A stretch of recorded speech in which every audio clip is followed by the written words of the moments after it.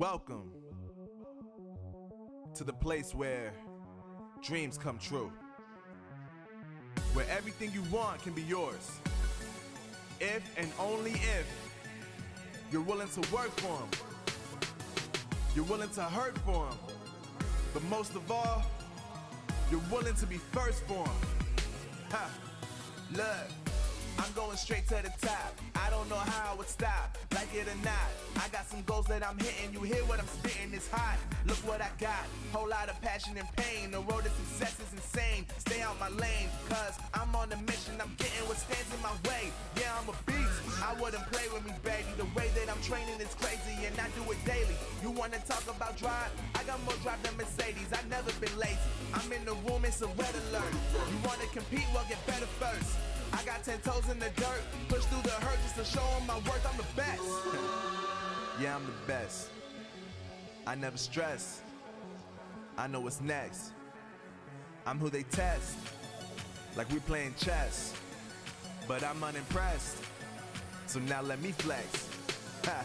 Yeah, I'ma work through the struggle and hurt, cause I know my worth, and I gotta be first. Ha. Yeah, I gotta be first. Look, I don't want anyone's sympathy. I understand what is meant for me. I give my focus and energy. If it's meant to be, then it's meant to be.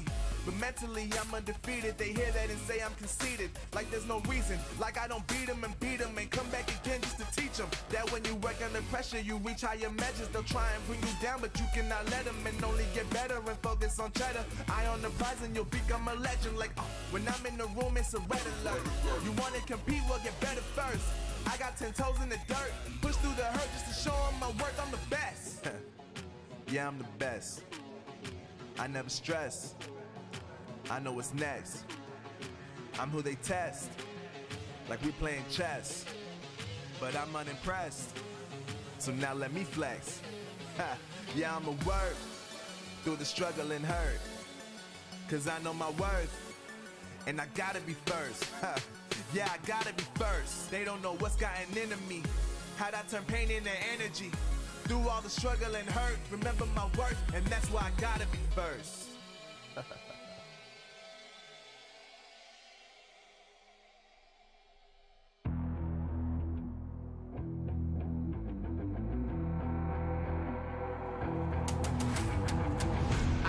Get it, I'm on the mission, snap any minute, casually winning. Stop tripping on me, stop dissing on me. Yeah, I got a dream, can't take it from me. My fire's burning, I'm always learning. Tell me where to go, man, I'm on a journey. Yeah, I can't explain it, I get excited. Keep it 300, King Leonidas.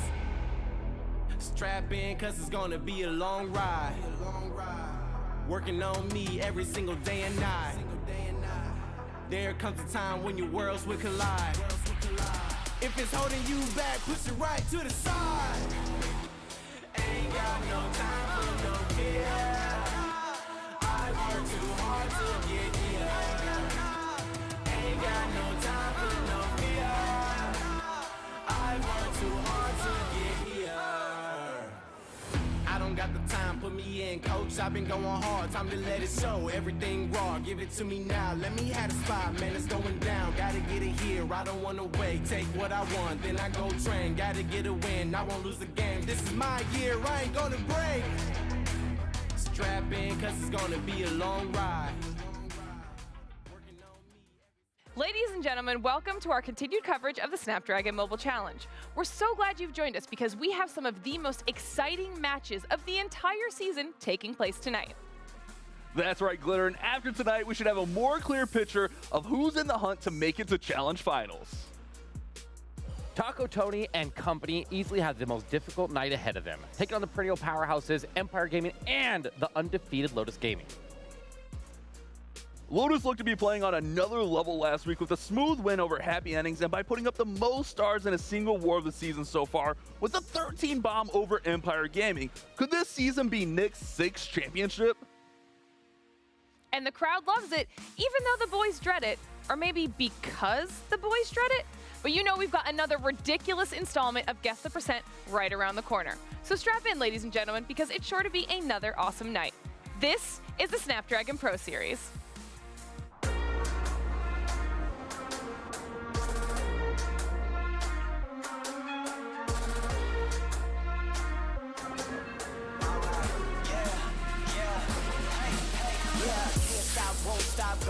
a player on top, know it. Rooftop, penthouse suite. If you really want it, gotta own it. Fight through it, we was at the lowest. Blood, sweat, tears, the components. Riding all year, now's the moment. We are not friends, we are opponents. Yeah, I'm coming for mine. Yeah, I'm making a play, the game on the line. Yeah, I've been on the grind. Yeah, I jump in the spot, I made it my time. Yeah, look in the sky. Yeah, the stars align, no shade to shine. Can't stop it already. Emotional work and devotion, we put in this time. Look.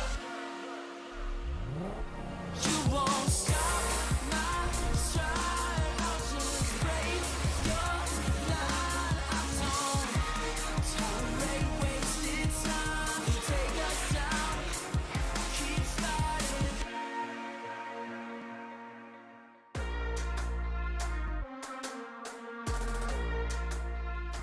Hello, everyone, and welcome to the Snapdragon Mobile Challenge. We are live from Burbank, California, and it is week number 2 of our Clash of Clans action. And if last week was any indication, we're in for a lot more intense gameplay today. I'm your host, Glitter Explosion, joined, of course, by Bash and Eric. Are you ready for week 2? Yeah, week 2 should be really exciting. We had an amazing week last week. Lots of great stories developing here, and we're working towards getting those 4 teams to the finals. Yeah, and the finals are going to be absolutely insane. I can't wait to see who ends up making it through, but they're going to be fighting tooth and nail to get there. So we got a lot of wars, and we're just getting ready. We do. We've got lots in store today, but if you're just joining us for the first time and you didn't catch any of the amazing action that we're talking about from week 1, don't worry. We put together an entire recap just for you. Yeah, week 1 was insane. We had this crazy matchup. In my opinion, the war of the week. Empire Gaming went up against Lotus Gaming. These two juggernauts of our tournament really put on a show for us, Eric. Started off with double 3-stars, and then we had a near miss from Shadow, 95%, and then Nick responded with a 3-star, and then another volley of 3-stars. This war was back and forth action.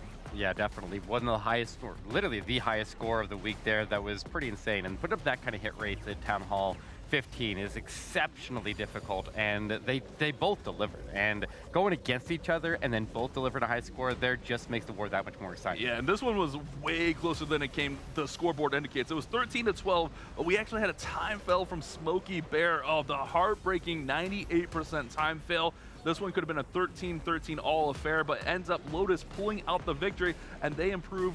Well, I guess this was their first war, but they ended up improving to 2-0 on week 1. Next up, we had Taco Esports going up against Alpha MX. Yeah, this one also came really, really close there. That's why it's one of our highlights of the week, right? I mean, we don't rock the little ones, but we got the war here with Alpha MX Esports where they got what the time fail to open up here 99%, so a little bit of a rough start from them, a slow start, but they ultimately pulled ahead of Taco Esports at the midpoint of the war here.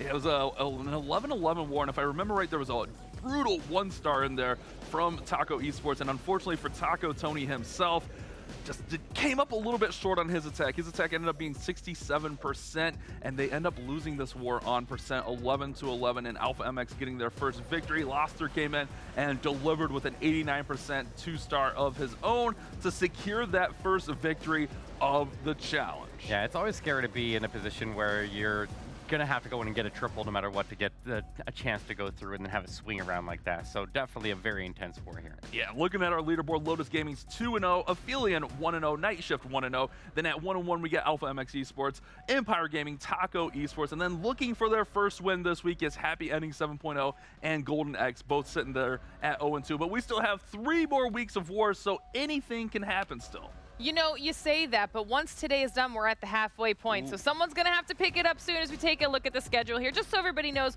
what's in store for the night. We'll be kicking things off with Empire Gaming versus Taco Esports, moving on through the night and closing it all out with Aphelion versus Alpha MX. So if you want to tune in when your favorite team is playing, you know exactly when to do that. But now, we did one of these last week, and I'm excited that we get a chance to do them again. I'm talking about our community spotlight. So let's check in with our community correspondent, Erica, and see who she had a chance to chat with. Thank you so much, Glitter, and welcome back, everyone, to week 2 of the Community Spotlight. Here today, we're not going to be speaking with a manager, but instead we're going to be talking with a professional Clash of Clans player. I'm not sure if you guys checked out our week 1 of the recap over on the Snapdragon YouTube channel, and this is where you guys go check it out. But I did mention that we'll be speaking with someone that was rocking the Pit Viper sunglasses last season in Poland. So without further ado, let's go check out our guy from a family nebula, Mr. Damien. I had a great season with Empire last season. It was a lot of fun. I met some friends, and we had an awesome time.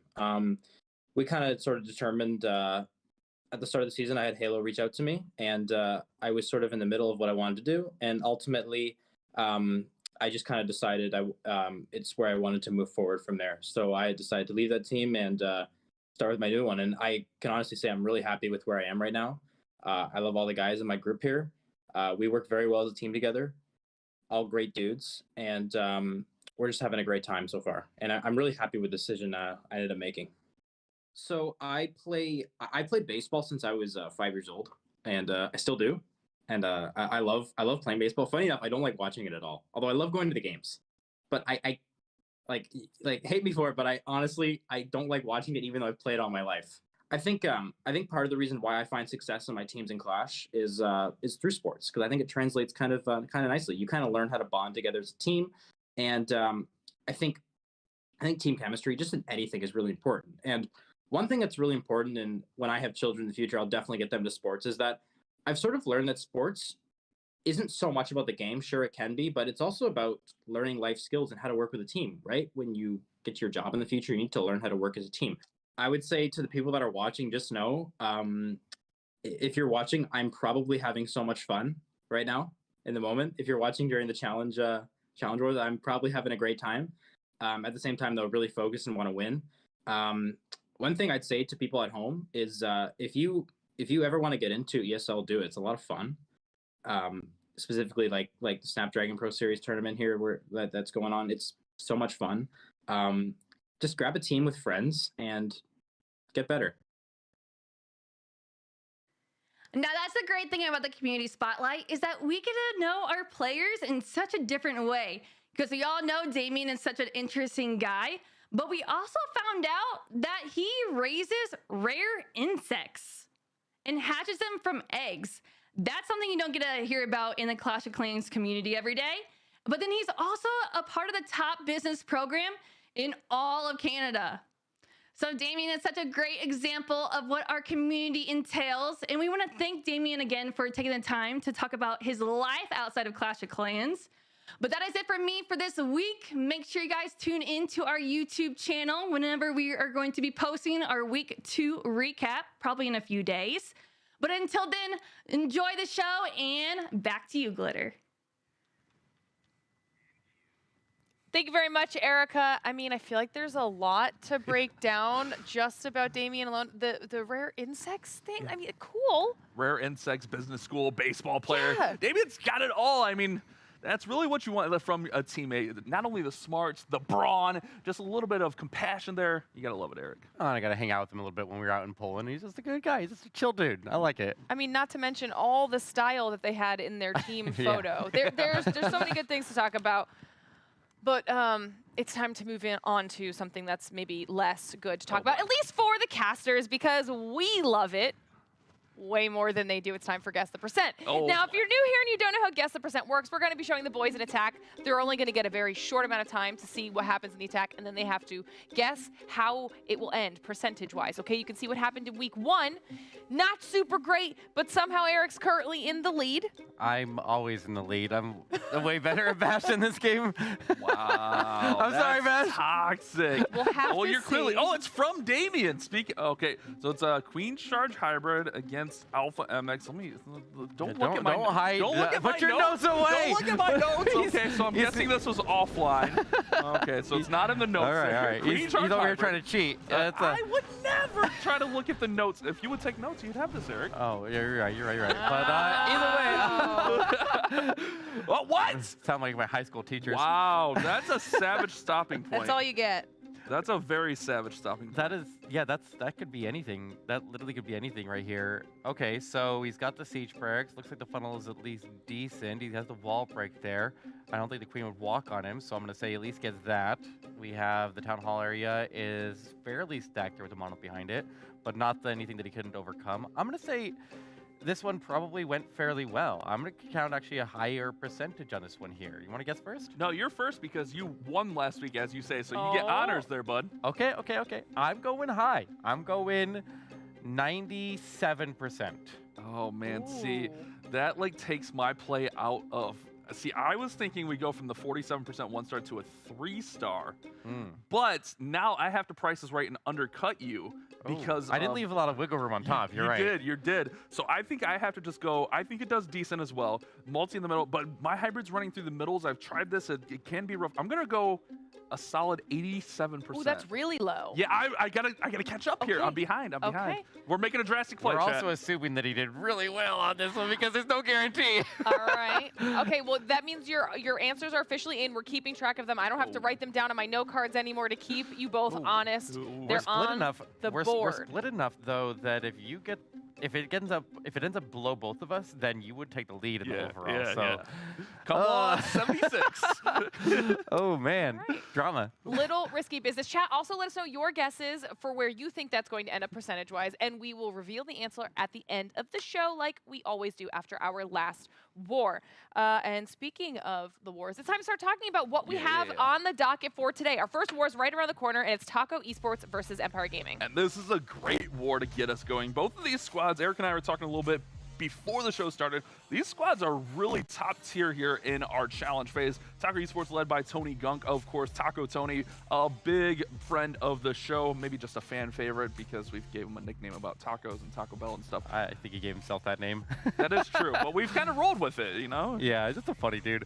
All right, well, I've been saying, as we've been making our predictions on Twitter and such, we've kind of been leaning to, or I've personally been leaning towards Taco making it all the way to San Diego. And I was saying if Tony gets there, he has to buy me tacos. So obviously I'm rooting for him. Oh, okay. And because you can't. I don't want to jinx him, but you know, I'm cheering for him.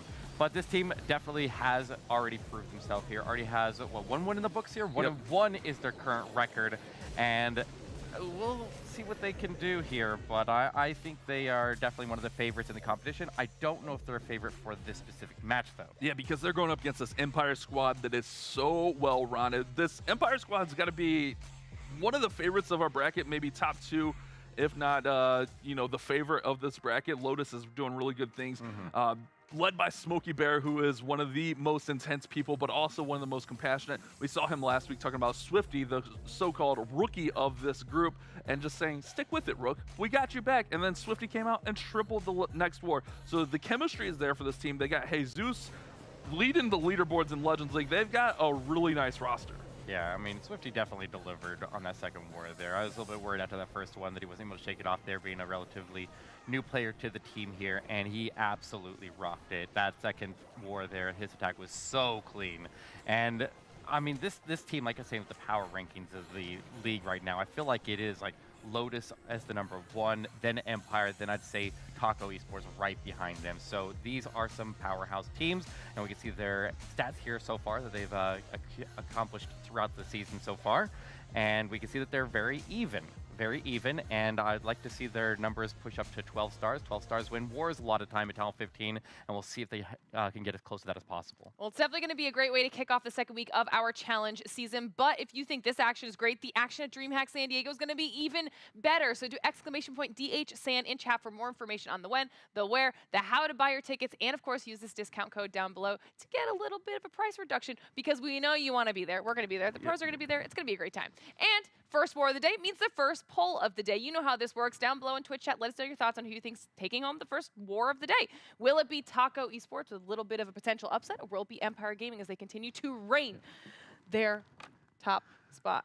That seemed like it was a mouthful there. Let's go. We have to get it in because the war's ready to go. It's time to play. Yeah, I mean, this war, I'm really looking forward to this one. It's a great start to our day. We really have a great roster of wars, I guess schedule of wars, not necessarily roster, but these two teams are going to go at it and give us a really great start. And here we go, Eric. We are underway, and it's going to be Swifty, the Rook himself, with a Zap Electro Titan attack here. So we'll have to see where he decides to use those 6 lightning spells with an Earthquake, enough to take out a Monolith, take out Infernos, taking out an Expo, but not enough to take out something like the Eagle Artillery. So it looks like starting that Warden Walk over here near that 6 o'clock position.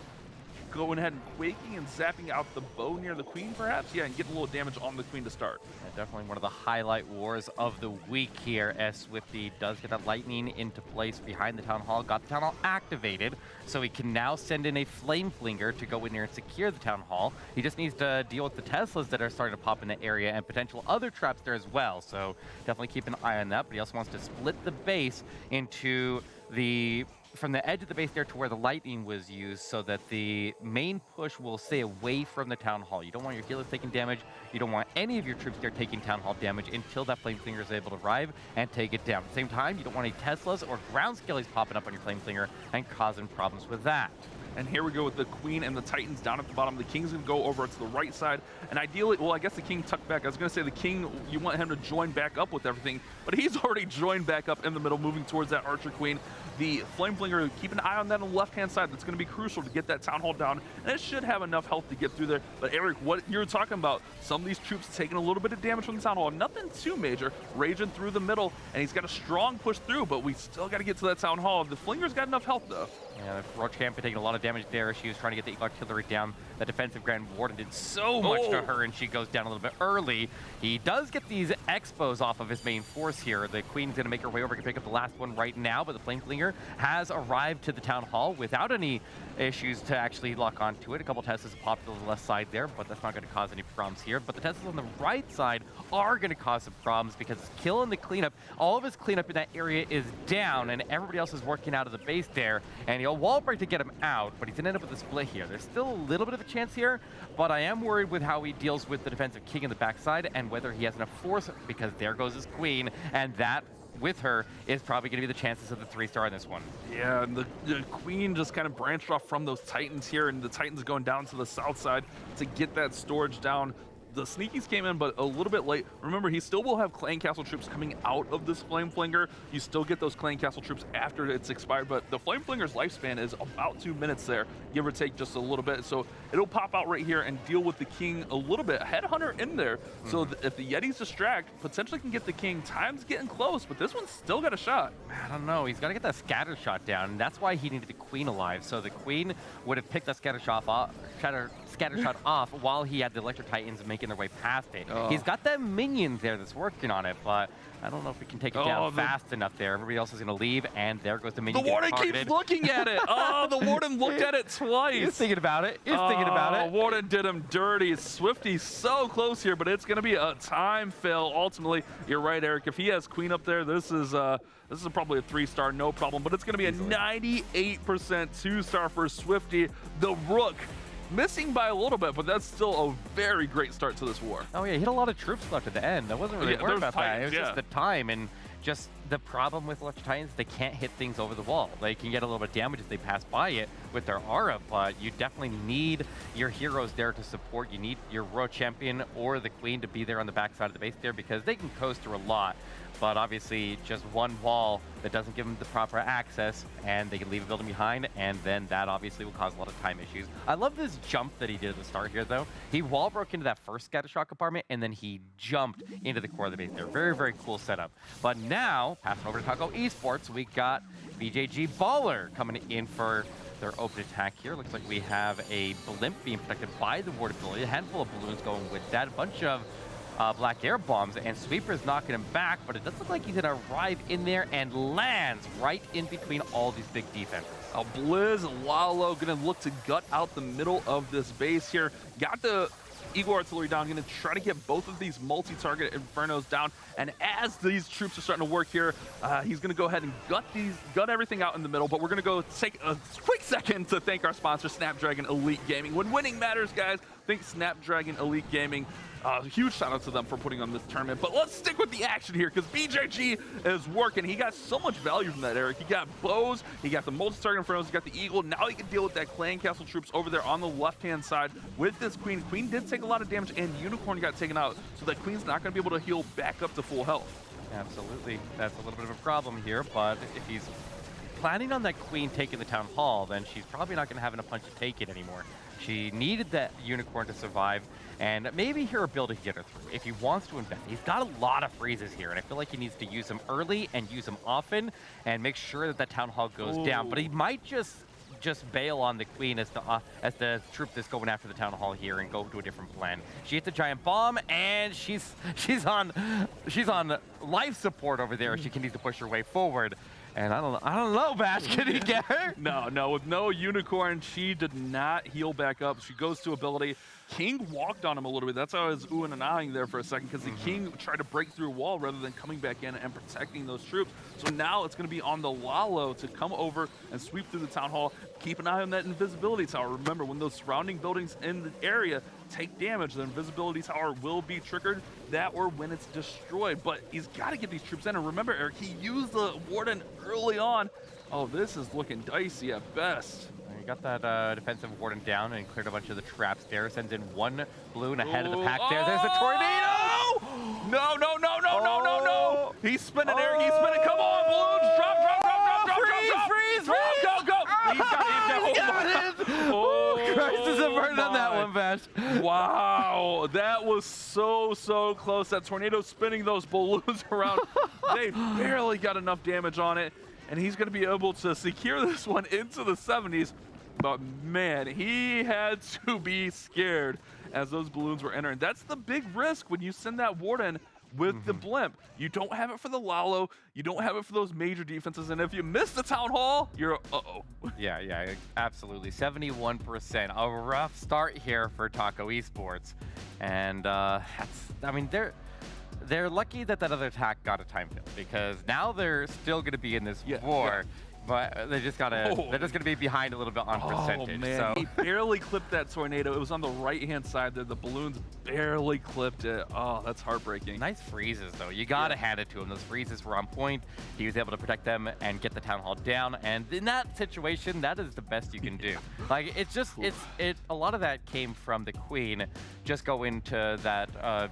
You're losing her unicorn, really. If she had her unicorn, then she would have been top off and she wouldn't have to go to ability so soon. A lot of that's just stemmed from the unicorn dying, which is really unfortunate. That's something you don't really plan for and is a rare thing that happens. And it's going to be plus 27% in Empire's favor. I didn't see what exactly happened to the unicorn. Maybe when the hound popped, the pups targeted it, or maybe whatever else was in that CC. It's hard to say, but that's the downside. When you put that queen in on that corner, the unicorn is hugging her right there. So if there is any splash or when the hound pops, it's going to surround and encompass. So it's hard to say. I mean, we can always look at the replay, but we're moving forward. Shadow's in next. Shadow had a pretty nice week last week. Coming in here with a Queen Charge Lalo, Queen Charge Recall Lalo. So the Queen is going to go in here, grab the Town Hall, and then she'll be yoinked out of there with a Recall spell, and then she'll join up with the Force here, Eric, of the King, the Warden, the Royal Champion, and that Log Launcher. Yeah, I love these Recall Queen Charge Kill Squad Lalos, is what I like to call it. It's a little bit of a mouthful, but I think it's the best way to describe this attack here. But it's becoming more and more popular here. The Queen just needs to go in here and secure the Town Hall, and then he can go in with the Queen on the flank of the kill squad after he redeploys to another side of the base here. But two black air bombs go off on the healers here, so that is not the best way to start. He catches another one as he moves all over. This is heavily trapped up. I'd be really nervous to continue this Queen Charge after the Town Hall takedown, but he also needs to keep her alive and minimize any spell investment here until he actually secures the Town Hall. There goes his ability as well. This is a rough start here as this whole quarter is trapped to the high heavens. Yeah, the whole point of this is to keep that Queen up, try not to use too many spells, and there it is. There's the yoink! I think we should rename this attack Yoink, because we yoink the Queen out of there. She's going to go on the opposite side of the base. So we'll have that King come in with the Warden, the Log Launcher, and they're going to charge in right through here. And then the Queen, with that recall spell, she gets the healers in there, so you're able to join her. If the Unicorn's in there, the Unicorn will be pulled out also. But the Unicorn, if you see, is knocked out there over on the right-hand side of the base. And like you mentioned there, a couple Seeking Air Mines took out some of those healers. So the Queen's going to have a rough go going into the scatter compartment. Warden was taking a lot of damage initially. He went to auto ability, but it was a good time. However, he just lost his Queen up at the top of the base here, and that's a huge problem for him here. The healers transfer forward, but they get taken out by black air bombs. This base is toxic. Yeah, this base was built to stop this Queen Charge. Really, like any Queen Charge at that Town Hall would have been rough. Just all the traps there, all of the force through there. Gonna go ahead and start that Lalo in, but remember, same thing with the last attack here. Doesn't have the Warden because the Warden went in with the King and the Royal Champion, but we got a lot of splash damage. Royal Champion's still working at the bottom. Look at that invisibility spell so she can get to the Inferno Tower, and really it's just this one multi giving them problems. Yeah, that multi is going to be paired with a bunch of red air bombs going off, and all of those balloons are going down, and the Royal Champion will not make it through the single Inferno and that Ground Expo. Way too much incoming damage there. He'll gather whatever percentage he can, and this one does push into the 80s. So at a minimum, Empire's going to have a percentage advantage, but they could potentially end up losing the star advantage if Taco Esports can respond with a triple.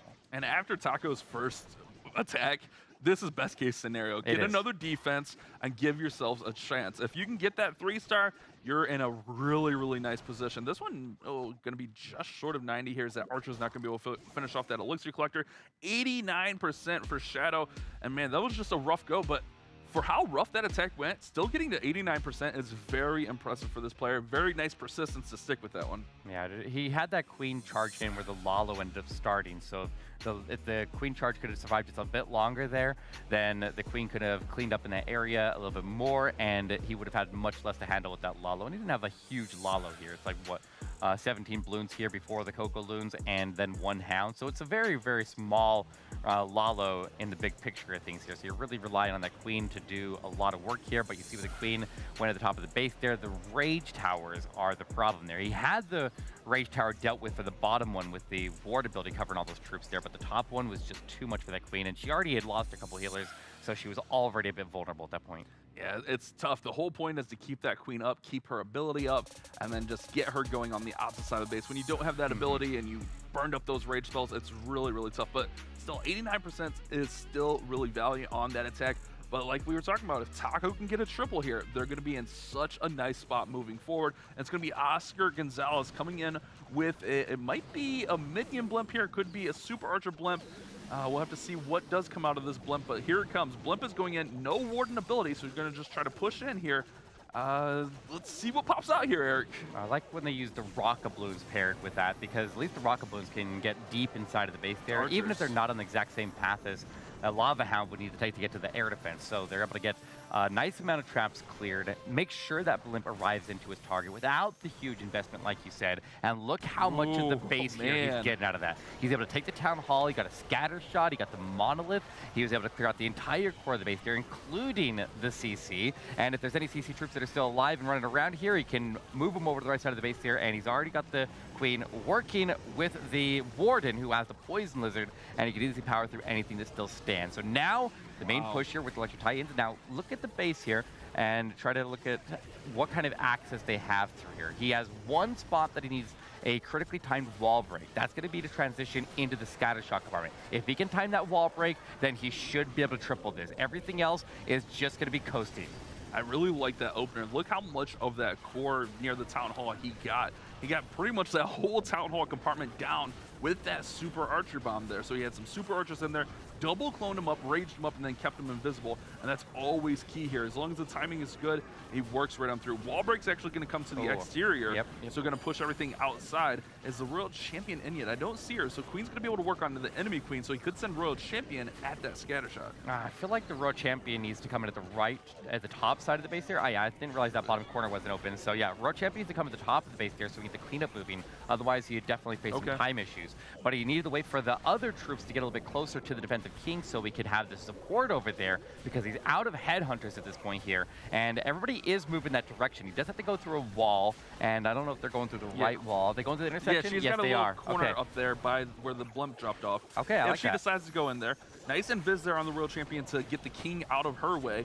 She's not going to necessarily get through here all the way, but honestly, she might actually get the king. I was going to say she might not get through the king. This is going to be a triple, Eric. This is done. This is a trip. This is what Taco needed. It's a 3-star for Oscar Gonzalez, responding, getting his team back in the ball game. They gain some of that percentage back. They take the star lead. That's a massive attack here in our second attacks of this war. Yeah, you can't let up now, though. You have the lead. You need to maintain it. And with the percentage advantage into Empire Gaming's favor, they're hot on your tail still. So don't make any mistakes here.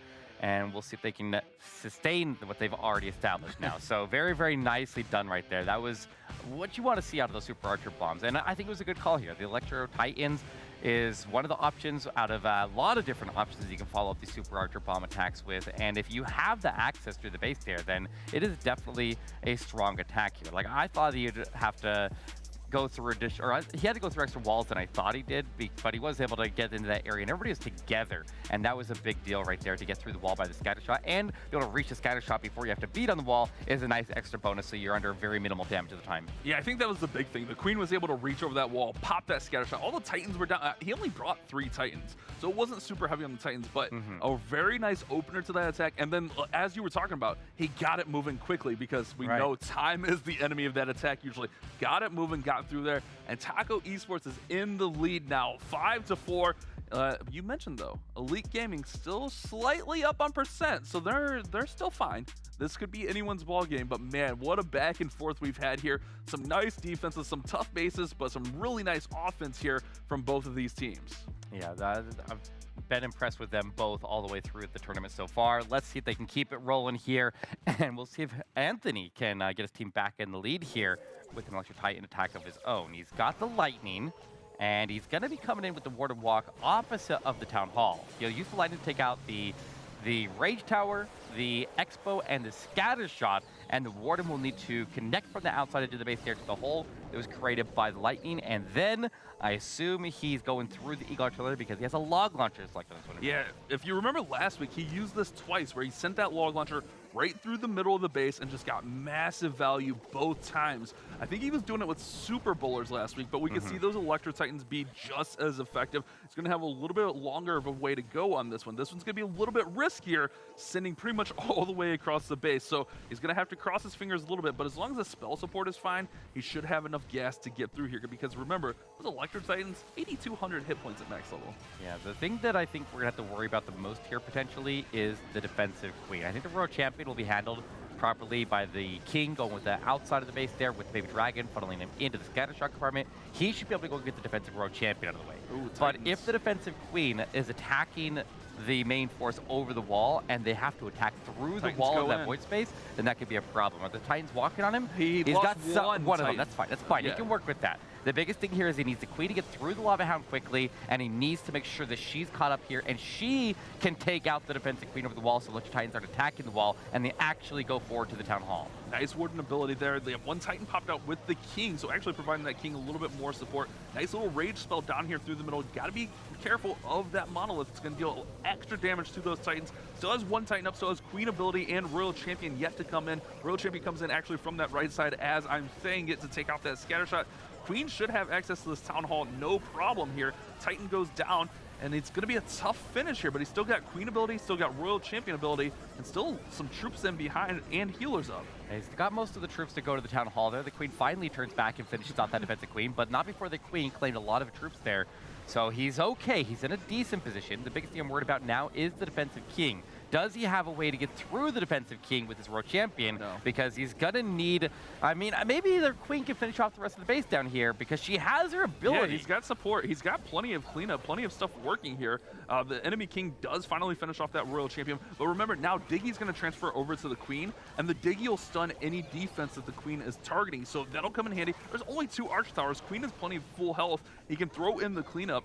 He's got a chance here, 25 seconds. Oh, he's got plenty of force. That's not what I'm worried about here. He definitely has enough force to finish off the base, but he needs to get it done in time with 15 seconds to go. He's got another 6 buildings to move through, but he's moving through them quickly. He's got this army of skeletons off of those witches that is really helping him out on the outside. Queen goes to the storage. He's only got a few seconds left. Anthony pushing to the end here. And there it is! It's a 3-star for Anthony. Anthony has been on fire lately. He really loves that log launcher push through on these smash attacks. Well done. We were never worried about time.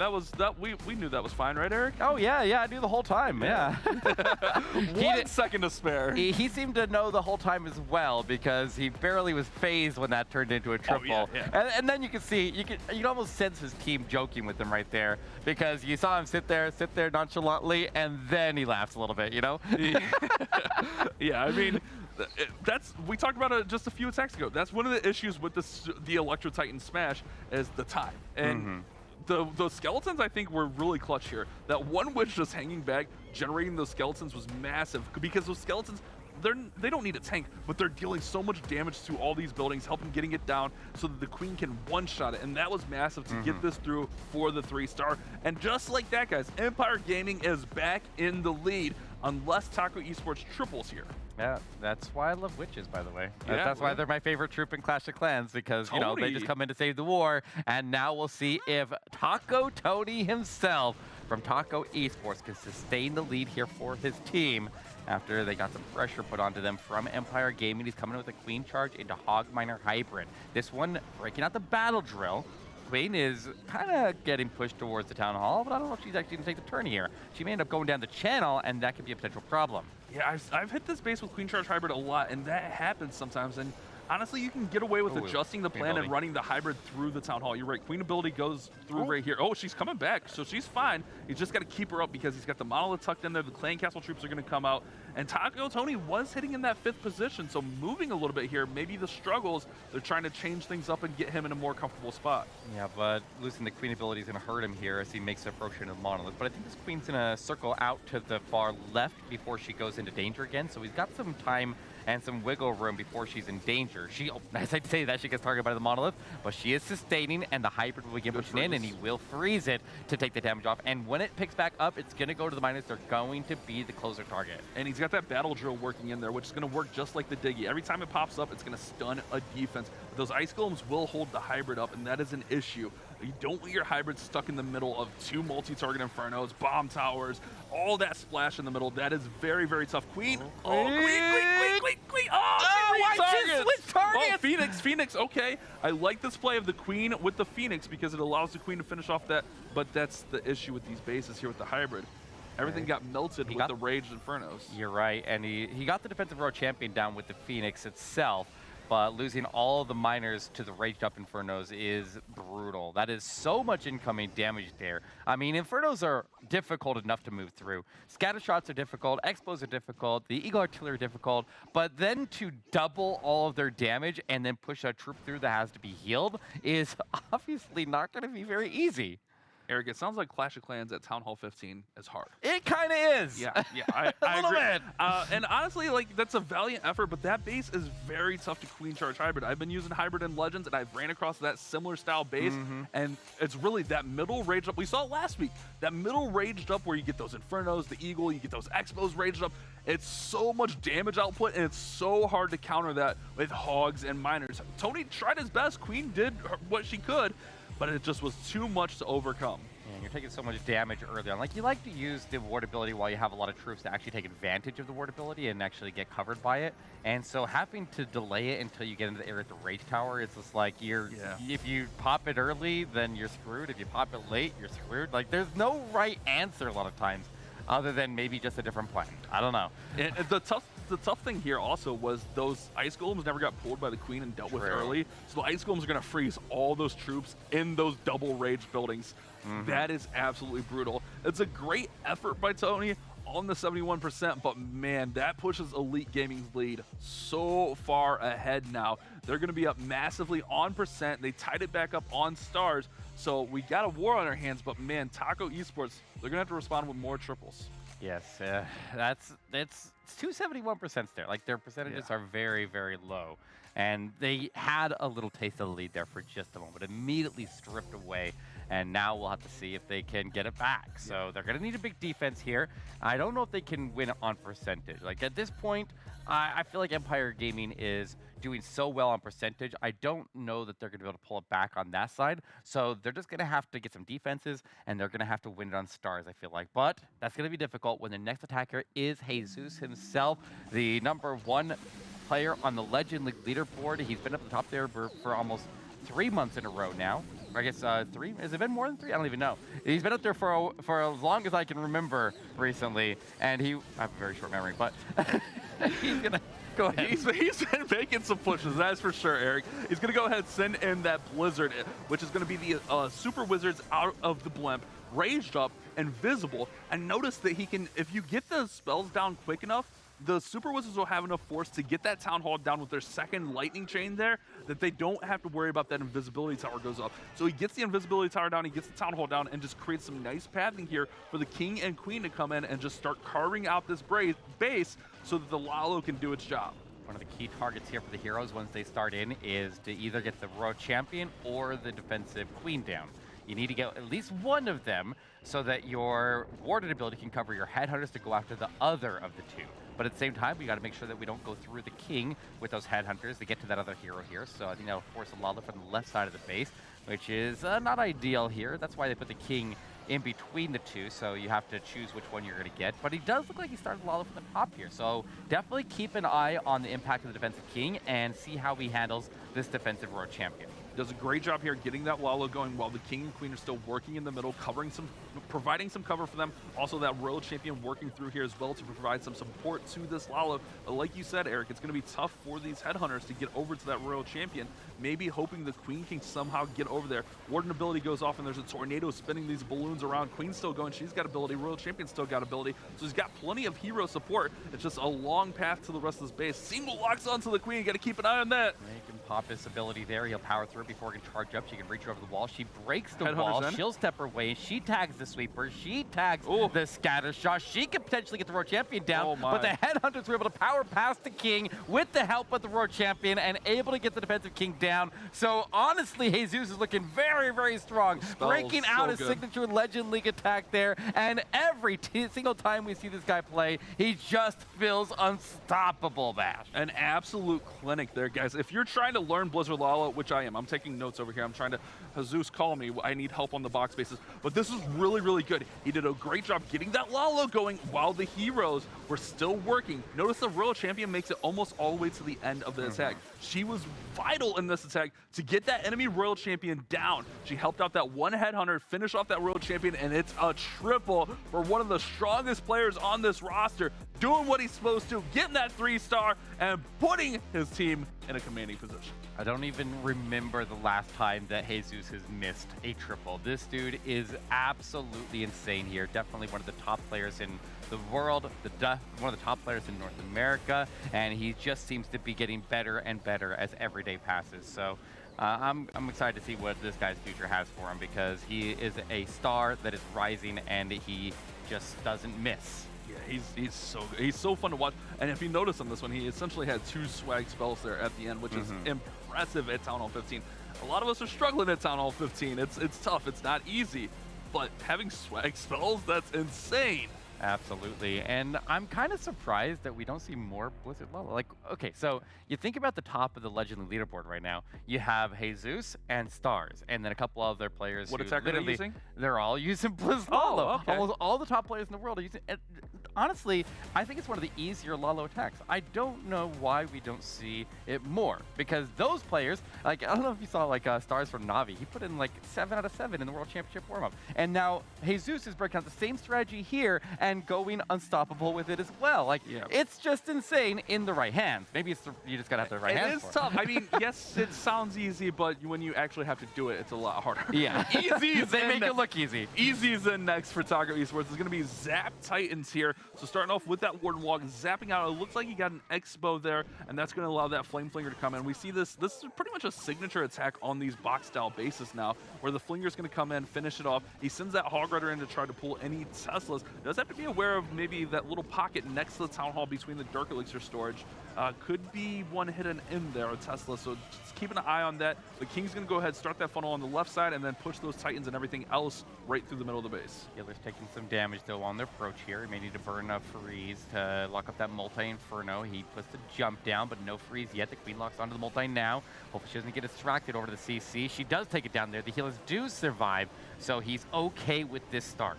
Yeah, this is a good start, and now the Flinger is also going to lock onto the Town Hall, so you can kind of clear that out of the back of your mind, because you're always worried, is the Flinger going to make it there? But the Flinger locked onto the Town Hall now. That Ice Golem did a little bit of work there, freezing. Queen gets through the enemy Queen with the Headhunters, but all the Titans are gone here, if I'm seeing this right, Eric. Yeah, what happened to them? The ward ability was active for quite a while there. They must have surged forward while the Rage Tower is active and not got covered by the ward ability, because that's the only way that I can make sense of what's happening right now. He puts in the World Champion at the bottom base here. He does get the defensive World Champion out of the way, so his World Champion should be able to move through and do some decent work. With the Queen ability intact here, he should be able to push this Queen into a good spot there that is going to help the World Champion provide some good support. But this Monolith is tearing him to shreds, and he doesn't have a way to deal with it. Man, I hate dealing with the monolith. Tucked behind the Town Hall, it is one of the toughest things to handle. It's in such a nice position where it's very hard to get to, and we see it still standing tall and just raining in shots, taking out troops left and right. Royal Trampoline finally falls. The Town Hall did go down here, but Taco Esports is going to be really behind the 8 ball here. They're way down on percent. They're down on stars, and I don't want to say it, but this one could be out of reach, barring anything catastrophic from Smokey.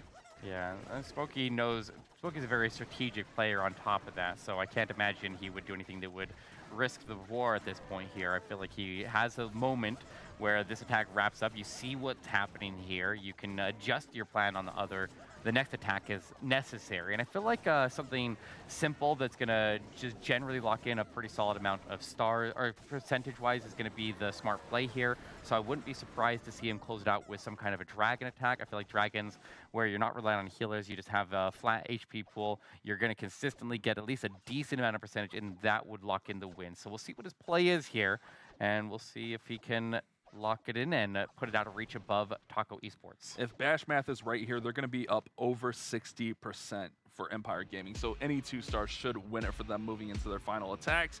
And you know, like you said, Smokey knows, get that safe 2 star. Don't do anything crazy. Don't go across the base.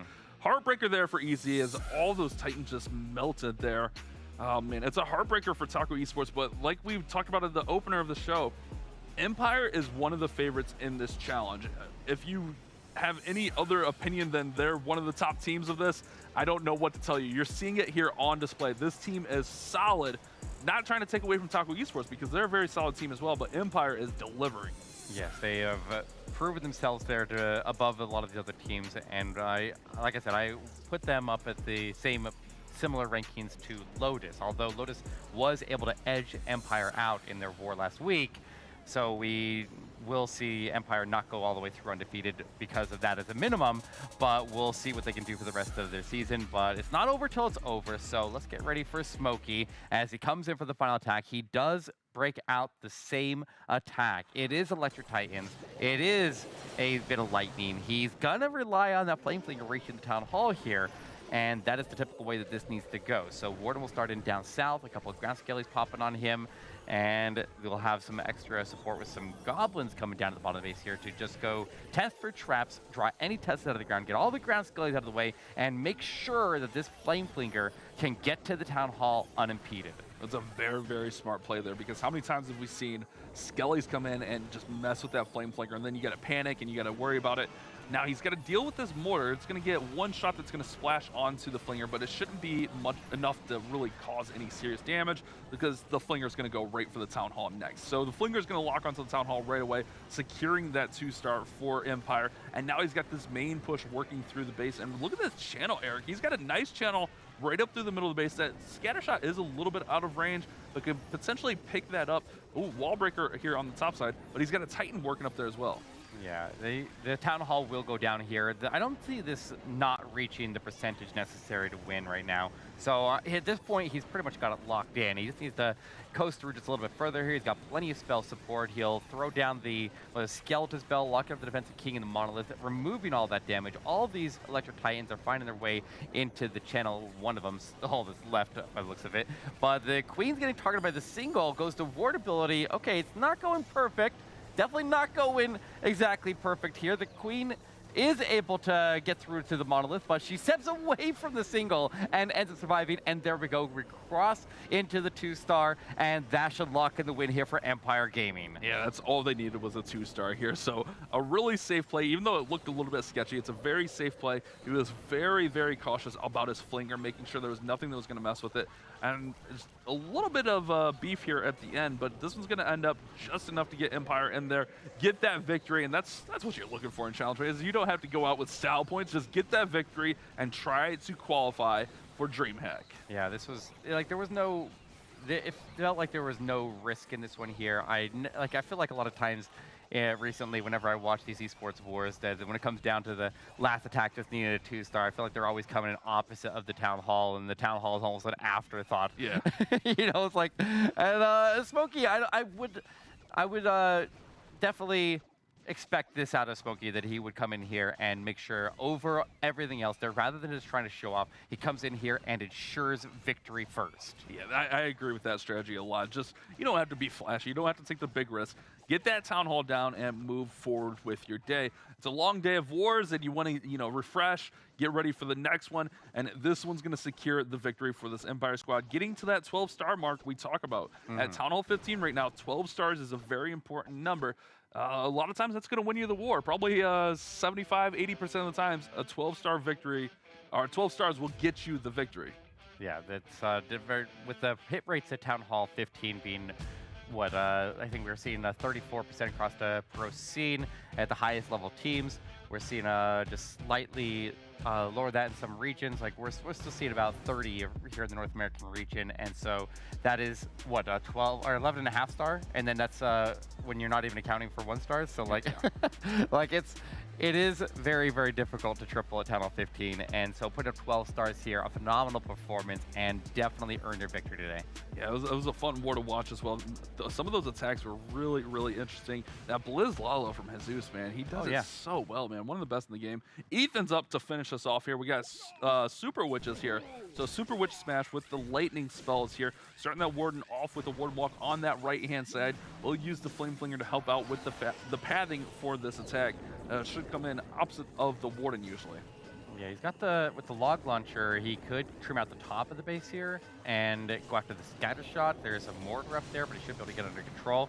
He uses the lightning to try to get the Eagle Artillery down, or did he bring enough lightning for the Eagle Artillery? He didn't get the Eagle Artillery if that was the case, but he did get the Rage Tower out of the way. He got the Expo, and I don't even know if he brought the right amount of lightning to take out the Eagle Artillery. Maybe he wasn't planning on taking it down there. But either way, the Eagle's not going to be activated right now, so he has time to get in there and deal with it. So maybe that wasn't even a concern of his.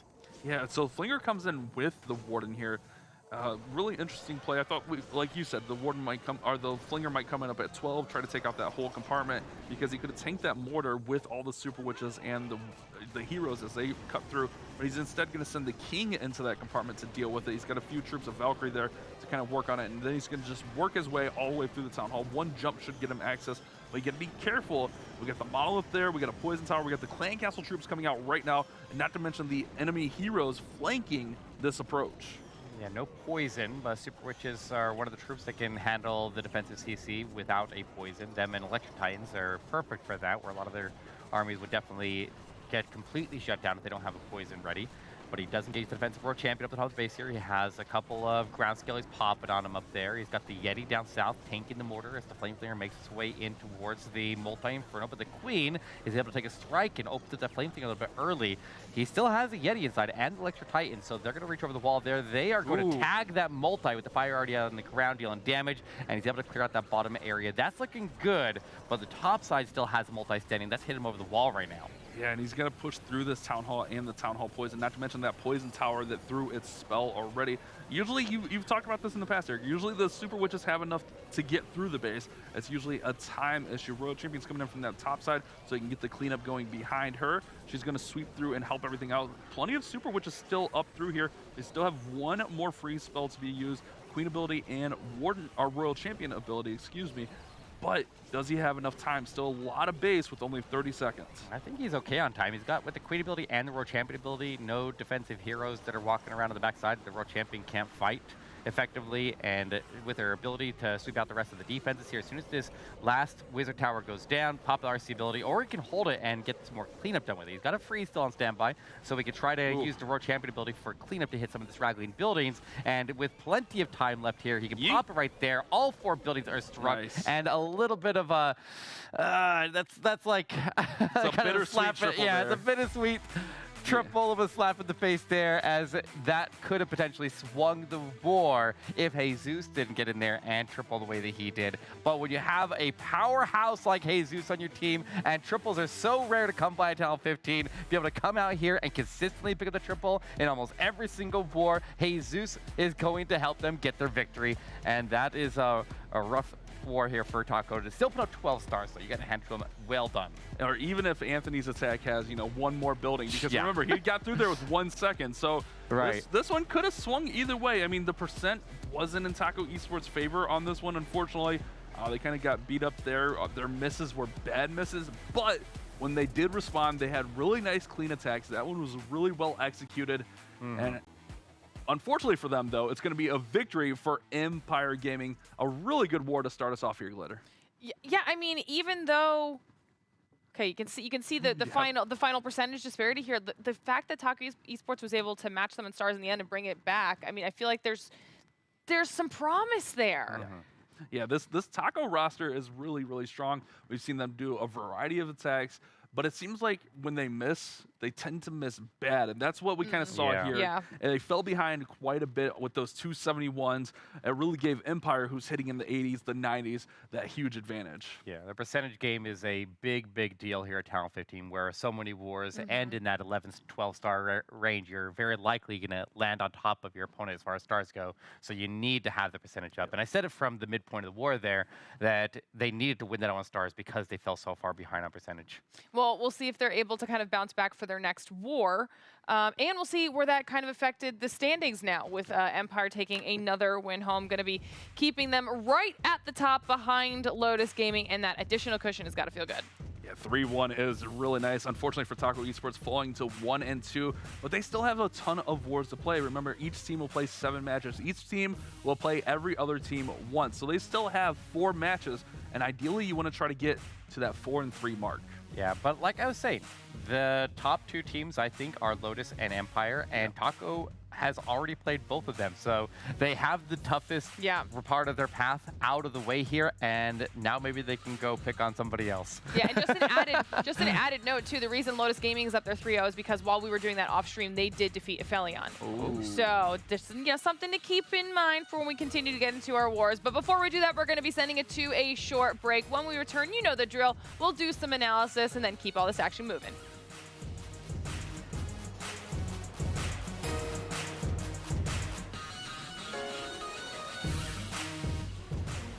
The Snapdragon Pro Series powered by Samsung Galaxy is brought to you by Snapdragon Elite Gaming, Samsung Galaxy S23 Ultra, Monster Energy, DHL, and the U.S. Air Force.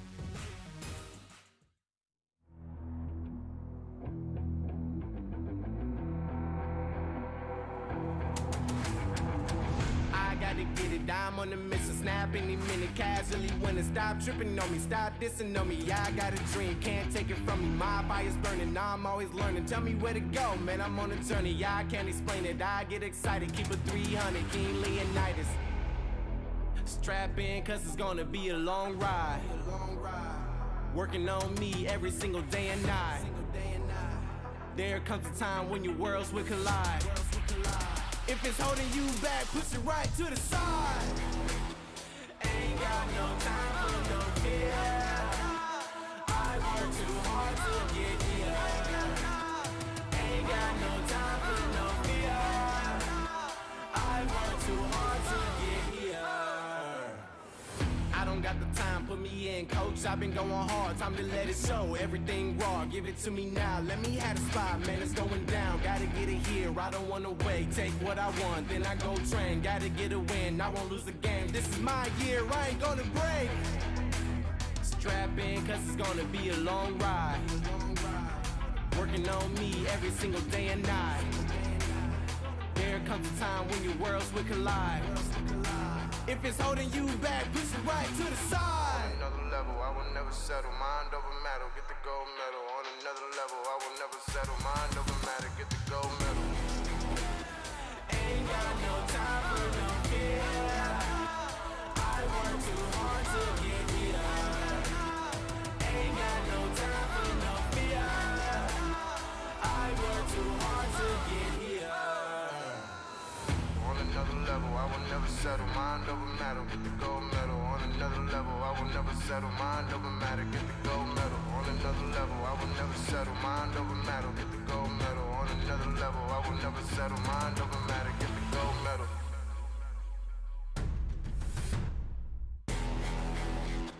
Ain't got no time for no fear. I work too hard to get here. Ain't got no time for no fear. I work too hard to get here. Ain't got no time for no fear.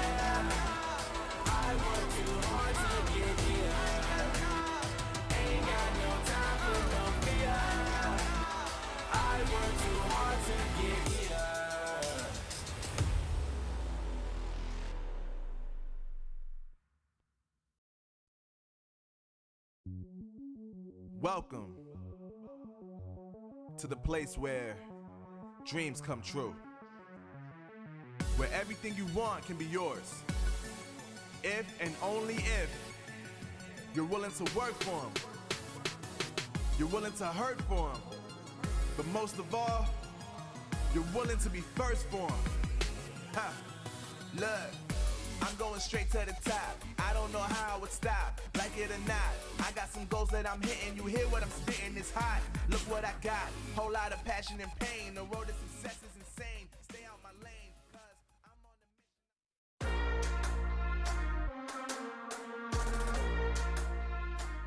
mission. All right, everybody, welcome back to the Snapdragon Mobile Challenge. War number 1 is done, and it's Empire who crunches the taco. There is something so wrong about that, man. It feels like that's just a rough way to start.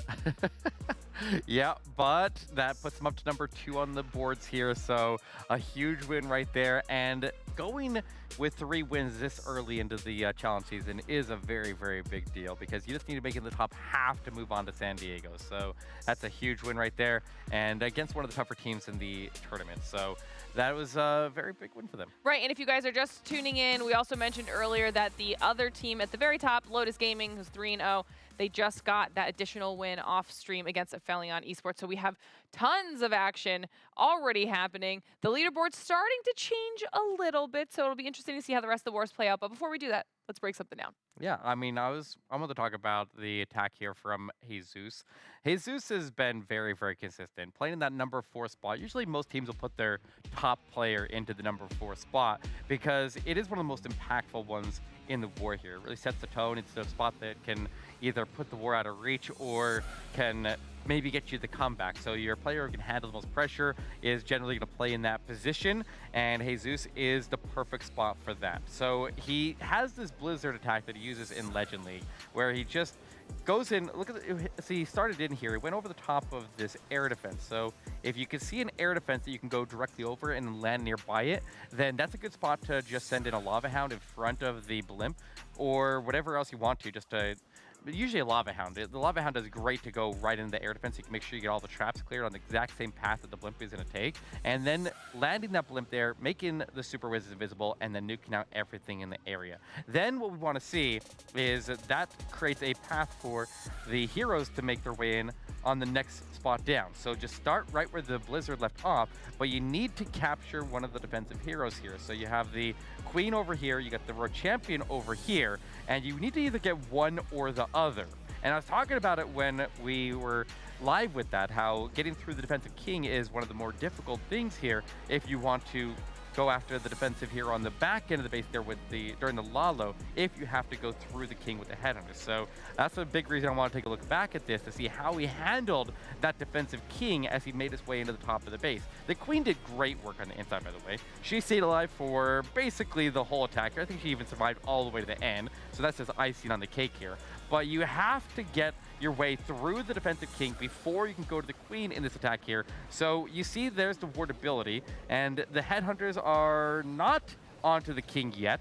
The Road Champion of the ward ability was able to make her way over there and engage the king, and then you saw the headhunters drop in from the left edge of the base there. That was key while the Road Champion engaged the king to give them the best chance of pulling through. And then after the Road Champion survives that, now she has enough extra punch there that she can power through the defensive Road Champion, and the headhunters were still alive to support that as well. So it is very difficult to get through that king, but he handled it absolutely perfectly, and that was the biggest worry. After that, it was easy sailing here, and Jesus continues his absolutely flawless streak here, and he will maintain this record the same as he maintains at the top of the Legend League leaderboard. So the dude's absolutely insane. I can't believe how consistent he is. He carries his team to so many victories, and we'll see what he does in the future here, because I mean, he's not going to win his championship on his own. He's going to need his whole team to work with him. I mean, does he? Maybe. Does he? Good point. A little bit. It's 5 on 5. I mean. To be fair, though, absolutely crushing it. Thank you for breaking that down, Eric. We're back here on the desk. We're going to be hanging out for a little bit before we get into the next war. Okay. That was a great way to start it. We're going to talk about who we've got coming up next, though, because it kind of ties in to what we got to hear a little bit about earlier. It's the Night Shift versus Aphelion Nebula. And the Aphelion Nebula coming off that loss to Lotus, we'll talk about that in a moment, but the Night Shift here, a really fun team to watch. I really just enjoyed the interviews with them afterwards with M-Dub, but this team is strong. This team, I feel like we got a really good roster of teams throughout the whole challenge here. I think Night Shift is one of those teams that can pull up some upsets and shake up the ladder moving forward. Yeah, they did have a little bit of a rough week last week. They were able to sneak by with the victory in that one. It was a very low-scoring war. So I want to see what kind of adjustments they've made this week here. See if they can get the triples and actually take on this this war here, because their opponent is not going to be an easy one. So they're going to have to bring their A game today, and they can't just coast their way on this one. And when we saw them last week, it was a little bit of a rough war. It was 10-9 against Happy Endings. So not the most impressive of wars, but a victory is a victory, and ultimately those defenses are massive. But you want to get, you know, a couple triples on the board at least to get some of that momentum going. You know, I'm a momentum guy, Eric. We talk about it all the time. But you want to, you know, get that momentum building as you have a lot of wars yet to be played. Absolutely, just shake it off and get in the next one. They are a team that made it through in the first round of the Open finals. So they were one of the original 3 that pulled through, right alongside of Lotus Gaming and Empire Gaming. So they're definitely one of the I'd say one of the higher ranked teams in that regard. So they need to get out here and show why they were able to get there in the first place. They are a very, very good team, but then again, so is Aphelion Nebula, a veteran here in the Snapdragon, and they're a powerhouse in their own right. Speaking of Aphelion, so we talked about Aphelion versus Lotus off stream, and it's a little bit of a heartbreaker we missed that. From what Twitch chat was telling me, it came down to the last attack, 1 building. So Aphelion should not be wrote off here. Aphelion is a team that can hang in there with the big dogs. Remember, they got straight through on split 2. They won the ladder and got straight 2. So I feel like they're kind of flying under our radars right now with Lotus and Empire kind of doing what they're doing. Aphelion, yeah, their record not as impressive, but this team can put up some nice wars. Oh yeah, every time I see them play, it's very, very impressive. And there are a lot of evenly matched teams here that the wars can just go either way. And I feel like this might be one of those. I don't even know who I'd even call as the favorite in this one. If you went off of just the last week's performances, then I would say Aphelion Nebula. But if I go off of the history of the teams, I would say it's about even between the 2 of them. So I'm kind of curious to see how this ends up going. I would be interested to see what the Twitch predict is, to see exactly what you guys are thinking. But this is definitely going to be a good match here. I have a feeling, and we'll see what happens. Yeah, this should be like really, really solid, really, really back and forth, especially with Aphelion coming off such a close victory, or close loss, excuse me. If that was the case, they're definitely going to be out for blood and looking for some revenge here. I would also like to petition that all of our team photos now look like Aphelion Nebula photos. I want everybody in patterned, festive shirts like Bash has the memo for. Yeah, we're here. I mean, they sent me the memo. Sunnies. Yeah, I guess I don't have my shades. So. Yeah, you got to step it up. You'll have to work on that. But one of those people on Aphelion Nebula that we got to hear a little bit about earlier was Damien, and it was such a cool feature. In case you guys missed it, we're going to show it to you again because he's just crazy cool. I had a great season with Empire last season. It was a lot of fun. I met some friends, and we had an awesome time. We kind of sort of determined at the start of the season, I had Halo reach out to me, and I was sort of in the middle of what I wanted to do. And ultimately, I just kind of decided it's where I wanted to move forward from there. So I decided to leave that team and start with my new one. And I can honestly say I'm really happy with where I am right now. I love all the guys in my group here. We work very well as a team together. All great dudes, and we're just having a great time so far. And I'm really happy with the decision I ended up making. So I played baseball since I was 5 years old, and I still do. And I love playing baseball. Funny enough, I don't like watching it at all. Although I love going to the games, but I like hate me for it. But I honestly don't like watching it, even though I've played all my life. I think part of the reason why I find success in my teams in Clash is through sports, because I think it translates kind of nicely. You kind of learn how to bond together as a team, and I think team chemistry, just in anything, is really important. And one thing that's really important, and when I have children in the future, I'll definitely get them to sports, is that I've sort of learned that sports isn't so much about the game. Sure, it can be, but it's also about learning life skills and how to work with a team, right? When you get to your job in the future, you need to learn how to work as a team. I would say to the people that are watching, just know, if you're watching, I'm probably having so much fun right now in the moment. If you're watching during the challenge wars, I'm probably having a great time. At the same time, though, really focus and want to win. One thing I'd say to people at home is if you ever want to get into ESL, do it. It's a lot of fun. Specifically, like the Snapdragon Pro Series tournament here, where that's going on. It's so much fun. Just grab a team with friends and get better. I love that the advice at the end is, just get better. Yeah, get good, kid. Just It's that simple. Yeah. It truly is that simple. Okay, we'll get back into talking about this matchup. We still have to look at the stats of these two teams. Yeah, and we'll take a look right now at the statistics for both of these squads, and it favors Aphelion. Kind of to be expected here based on what we've seen. They're hitting at that 34% hit rate, 11.5 stars, trying to work towards that 12% mark. Night Shift a little bit struggling, though, struggling to get to 11. Yeah, the 34% mark I think is the mark that the teams would want to aim for here. So Aphelion definitely above the average here, and we'll see if Night Shift can match it. But Night Shift, I think their numbers are heavily influenced by that last war, where they only picked up 10 stars. So one bad war can throw off the numbers there when you only have a couple wars to grab stats on so far throughout this challenge season and the open finals. So they're definitely, I mean, when you just end up qualifying to the first open, then you're not going to have a ton of wars that you had to play through to get here. So I mean, they're a strong team, and we've seen them perform very nicely in the past as well, and even in prior seasons. I think it's going to be yet another close one. It's going to be exciting.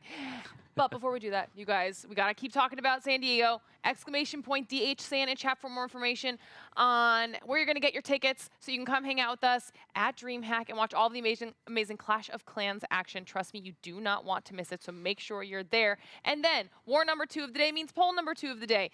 The boys were asking, who do you think is going to be coming on top in this war? Is it going to be the Night Shift, or will it be Aphelion Nebula? I truly do think it's going to be another close one. This is just going to be the theme of the entire season, and I'm excited to get into it. You ready? Yeah, absolutely. I mean, we've seen it already. A lot of these wars have been very close. We have our distinct leaders, but even in some of those wars they've won, they've been very close wars where it's came down to a time fail or, a percentage war. So I agree. This one could swing either way. The Twitter poll says that Aphelion is favored here, but let's see if Where's Perry can prove them all wrong here. Looking like we're starting off here with a Blizz Lalo from Perry. So going to use those Rocket Loons to clear a path to the Town Hall. That way he can get his Blimp right in there. I love this Rocket Loon play here that we're starting to see a little bit more of. Rage Spell does go down, catches the Tornado, but he should be fine with enough filler in there. Makes the Town Hall invisible so he can get everything else out first. Yeah, get the Goblins to run off to the side there. That was able to clear the traps that were on his right side. Now he can lock on the Town Hall. The Poison Tower will trigger away from where the Super Wizards are, and they'll lock onto the Scatter Shot. Not enough to take it down, though. It will be at about half HP, and the Battle Metals will go to work to repair any damage in the area, but he got his primary targets down. He took out a lot right there. The Town Hall with the Scatter Shot being the 2 biggest targets in the area, but on top of that, he got the funnel set here, so now he can move his heroes in on the side, and he got the CC Pulse so he can fight it off in safety. So this Queen should do some good work. He can join her in with other heroes, and they can clear out this entire left side. The biggest target they want to go after is that defensive Queen, and that'll set him up perfectly to send in the Lalo over the top of the Eagle Artillery. And notice where the King is on the base right now. The King was in the Town Hall compartment. He's completely out of the way here. His heroes won't have to fight the King, and the Headhunters will not have to fight the King as they try to go after the defensive World Champion, being supported by the Ward ability coming off the top of the base. So I really, really like the setup. It is exactly what he wanted for this base. King's in a really precarious spot down there. Maybe to guard like a hero dive into the Town Hall, but when you Blizzard it, you don't have to worry about that. Here comes the World Champion working in here, along with the Lalo starting through the top side of the base. You have to be aware of that multi-target Inferno. Does throw a freeze on it, so the World Champion can come in here with the Diggy and stun it, although it's frozen, and then finish it off here with a few Spear Throws. Now we're going to go ahead and have the Lalo work through the top side of the base, which there's not too much splash up here. The Lalo should be able to fly through here pretty well. Yeah, just needs to get a time this board ability into the next multi-inferno and time the headhunters along with the board ability, but the Road Champion is also going to be protected by that board ability. The headhunters did not get coverage, but the Road Champion is holding that ground expo, which will keep the damage off of the headhunters and make sure they're able to get their primary target. The defensive Road Champion goes down, multi goes down, he's got 2 frees, he's on standby, looking good here, but he still has a very, very clumped up main patch of balloons here, and this freeze and have to lock out this scatter shot. Unless the Queen's got it. Queen's got it. Gonna go with her take it. Yeah, Queen's still got ability, so Queen will take down the scatter shot. 30 seconds remaining here. They got the minions cleaning up top with the king, and really it's just going to come down to the cleanup here. The enemy king is out of the way, so he doesn't have to worry about the minions and the balloons and everything kind of getting caught on that king. 18 seconds, time is ticking. There's still a storage down. There's still some defenses. Trying his best. Come on, Barry. You want to start this war with a 3-star. We saw them get that 10-star war in their last effort, and I don't think it has enough gas, Eric. No, you're right. He's going to miss that that one drill at a minimum, but also the buildings down south there leaves 4 buildings on the board here. Very, very close, and usually the Blizzard Lala doesn't run into like that many time issues. Like, that was a little bit uncharacteristic, but I mean, you got to get that Lala moving over the top of the heroes. You got to play a little bit of time efficiency after you get that Blizzard, because it is a 3-phase attack there. When you're trying to run a 3-phase attack, you're just generally going to move slow. You got about a minute to do the Blizzard, you got about a minute to get the heroes in, and then the Lalo goes in. You got a lot of base left at that point there, and he honestly got the Lalo going fairly quickly. I'm surprised that time failed. I just feel like the heroes just ended up getting pushed out of action for so long, where they had so much cleanup on top of them. Lucky that Queen attacked the wall and went through the middle of the base there. That definitely saved him a lot of time and took out some of the biggest defenses on the base. I think that was one of the issues, though. Even though the Queen was really nice through the back end of this base and clutched through there, she did get caught on 2 walls, so in that time, she's not taking out any extra buildings. I think you're right. He did get that Lalo in a nice, timely manner. It was in with like a minute 20 or so, so I don't think that was really the issue. It was just didn't quite get the heroes finishing off the base. I mean, still a very impressive attack here, 96%. It's going to be on Soham next. Got the phone in. It's really interesting. I love seeing whether players are phone attackers or tablet attackers, and we see it a lot that a lot of these players just play on their phone and do some really cool things. Yeah, I mean, I honestly played on my phone for the time that I played pro before I started into casting heavy. So, I mean, I get it. I understand it 100% there.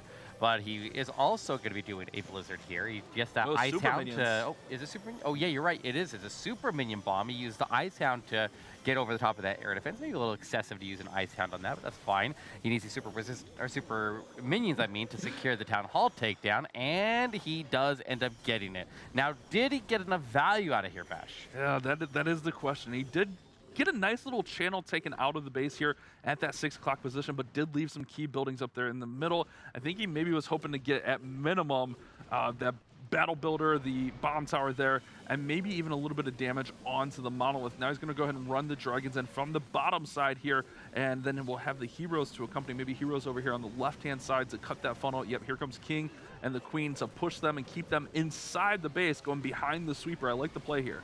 Yeah, very similar to what we saw with the Blizzard into Lalo, but instead of having the heroes start right where the destruction left off there after the blimp, he starts the dragons right there and uses the heroes to cut the funnel on the far left side. But he does need to go in and secure the defensive CC takedown here. He did land the troops that came out of the blimp there inside of the CC Queen range, and yeah, you're trying to not pull ground troops out. That's why we will go into air troops rather than the super wizards, so that we can try to maybe stop the defensive ice golems from coming out altogether until the dragons get in there and actually destroy the CC. But with the ice golems being deployed, they go over the Queen and they're going to tie her up, and some dragons in the left side of the base there for just a minute. But they honestly didn't catch too many dragons in the area. So if he gets the single Inferno down, he might be okay. Warden is on it. Warden takes it right there. That was huge. And the dragon down south is working on the scatter shot as well. Now it's up to the Road Champion and the Queen. They have a really solid chance of closing this out here, Bash. That Queen did some great things there. She's working around the base. So it looked like it was a problem that she got caught up on those ice golems, but I think it's actually going to work in his favor, because now she's going to have ability. She's going to be able to work through the back end of this base. The main issue here is this Eagle's kind of tucked away with a bow. that she's going to have to go all the way around to target. I think that's the main issue right now. And this Dragon still working down south here, but this Queen's going to eventually run out of HP. She's got some archers to provide some distraction Queen, for go. now. She's moving as quickly as she can. Warden's still helping out. This minion down close. south needs some support as well. This Go, Queen, she's going to go to the go. cannon. She's going to go to the cannon.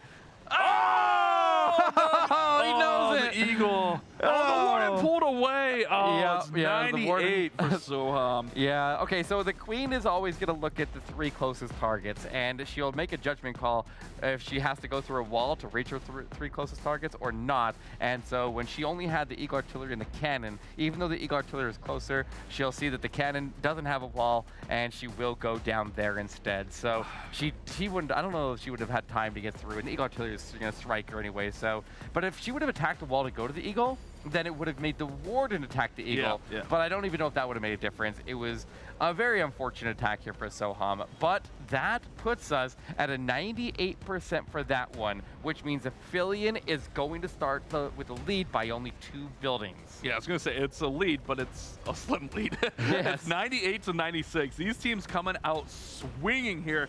Oh, man, that's such a heartbreak here. Oh, it was kind of a roller coaster when attacked there. It was. You got to think if Queen doesn't pull out those ice golems, maybe it gets through. Maybe, I don't know. Always easy for us to say that, right? Yeah. A. Campbell's going to come in next, and it's going to be an Electro Titan Zap Smash here. So going to use those lightnings, take out the Monolith, take out the Poison Tower right in behind there, and then use the Warden to keep the attention of that Expo. And then we should see Flinger come in for the Town Hall. So got to keep an eye on this Warden because he is going to take a lot of damage from this bow. But as long as he manages this fine and uses the Flinger, it should be okay. Yeah, the Flame Flinger will start getting the damage onto the Archer Tower. Once that Archer Tower is relieved off of the Warden, I think it'll stop lowering HP, and he should be in a much better position here. But also keep an eye on the Flame Flinger if it ends up hitting that Expo, then that'll activate the Town Hall while the Warden could be in a vulnerable position. So I mean, keep an eye on that as well here. So he needs to be ready to pull the Warden out of the way. He throws in a Yeti on the right side and a little bit early on that Yeti. Honestly, that was a potential mistake right there. Town Hall does activate as he strikes the Expo, so he doesn't need to have the Earthquake hit the Town Hall. Did it already activate off of the Earthquake? I don't even know. He didn't need it to. He could have if he wanted to. I don't think it was activated yeah, from the Earthquake. I think he missed a little bit on his Quake, so it kind of works out in his favor here. Probably intentional then. Yeah, maybe. That way he didn't have that pressure on the Warden because the Warden walk was so close. So you're probably right. It wasn't a little intentional play there. Got everything working through the middle of the base. Now, Warden ability does finally go off to protect those Electro Titans. Jump Spell gives him access to the middle of the base. The Royal Champion's going to come in from the top side. Town Hall is now going to fall from the Scatter Shot. Or not the Scatter Shot, the Flame Flinger, excuse me. Mobile Scatter Shot. Yeah, but basically, essentially the same thing there with a little bit of fire. And then everything's pushing through the center of this base really strong, Eric. Yeah, unfortunately, that Yeti that came in down south is not tanking that mortar. It was very early on the deployment for that, way preemptive. And so he does end up having that thing open up a little bit early, and I think the Town Hall Poison is going to kill some of those Yetis there. So that's not Town Hall Poison, that's Fire Spirits. Oh, Eric. you're right. The Town Hall Poison's gone, so it'll provide those Yetis into some tanking on the backside as everybody else keeps on moving that direction. But these Electric Titans don't move through walls very quickly, but the King, and they are stuck. I don't know if there's even any Electric Titans in there. There was one. Yeah. There's one hiding under the King here that'll keep attacking the wall there, but it's not going to be enough to power through. So it's up to the Queen, and there's a lot of defenses she can't reach here. Going to potentially get a little bit more out of that Flinger. You're right, that Yeti came in early. The Yeti's job was to tank that mortar so that the Flame Flinger could get a little bit more, but the Yeti came in so early it was taken out and gone by the time the Flinger got the Town Hall down. So it's going to be very nice percentage-wise, but it's not going to have enough gas left in the tank because we got a multi-target Inferno Teslas and the Warden Pedestal, which will handle this Queen no problem. We're looking to try to push this up to 90 if possible to keep this one close on percent. Yeah, that's the problem with Electro Titans. They're very powerful, but if they have to go through a wall, their aura damage doesn't actually deal any extra damage to the wall. So they just have their raw damage from punching it, and it takes them a long time to get through it. The King was there to support, to help them get through the walls a little bit faster, but that's why we like the more open bases for Electro Titans. Make sure that they just have either jump access or just direct pathing through the walls to make their way through the base there. Otherwise, some other troops tend to do a little bit better. So it was close. It was honestly really close there. I think if that Flame Flinger stayed alive, then it might have been able to support into those last couple of defenses and throw some extra rocks into by the defensive Warden in that multi-Inferno. Maybe take out some Teslas in there, reduce the overall damage, and give them a chance to pull through. But that's not the case here, as the Night Shift gives up miss And we'll see if Aphelion Nebula can lengthen their lead here or not. I mean, honestly, though, if they get a defense here on this next attack, they're still in a really nice position. Oh, yeah. Aphelions up 2%. That's not much. That's not much. Although, I mean, we have seen those one building wars. We've seen it a couple times now. Well, so maybe 2% is a lot. We'll have to see. We'll have to see. So far, this war is living up to the hype, though. Both these teams swinging for the fences and coming up just short on these attacks. It's going to be Damien. We've seen him featured here on our opener and with that interview. So we got a Queen Charge hybrid here. So Queen Charge going to go in, take out the Town Hall, and use the Hog Miner hybrid to work through the middle of the base. But I'm really concerned about this, Eric. It's that really clumped up center that's really tough for a hybrid to get through. Yeah, with the Rage Tower right there especially. Ground Expos, 2 multis, Raged Up Eagle Artillery Strikes will be incoming as he makes his way in.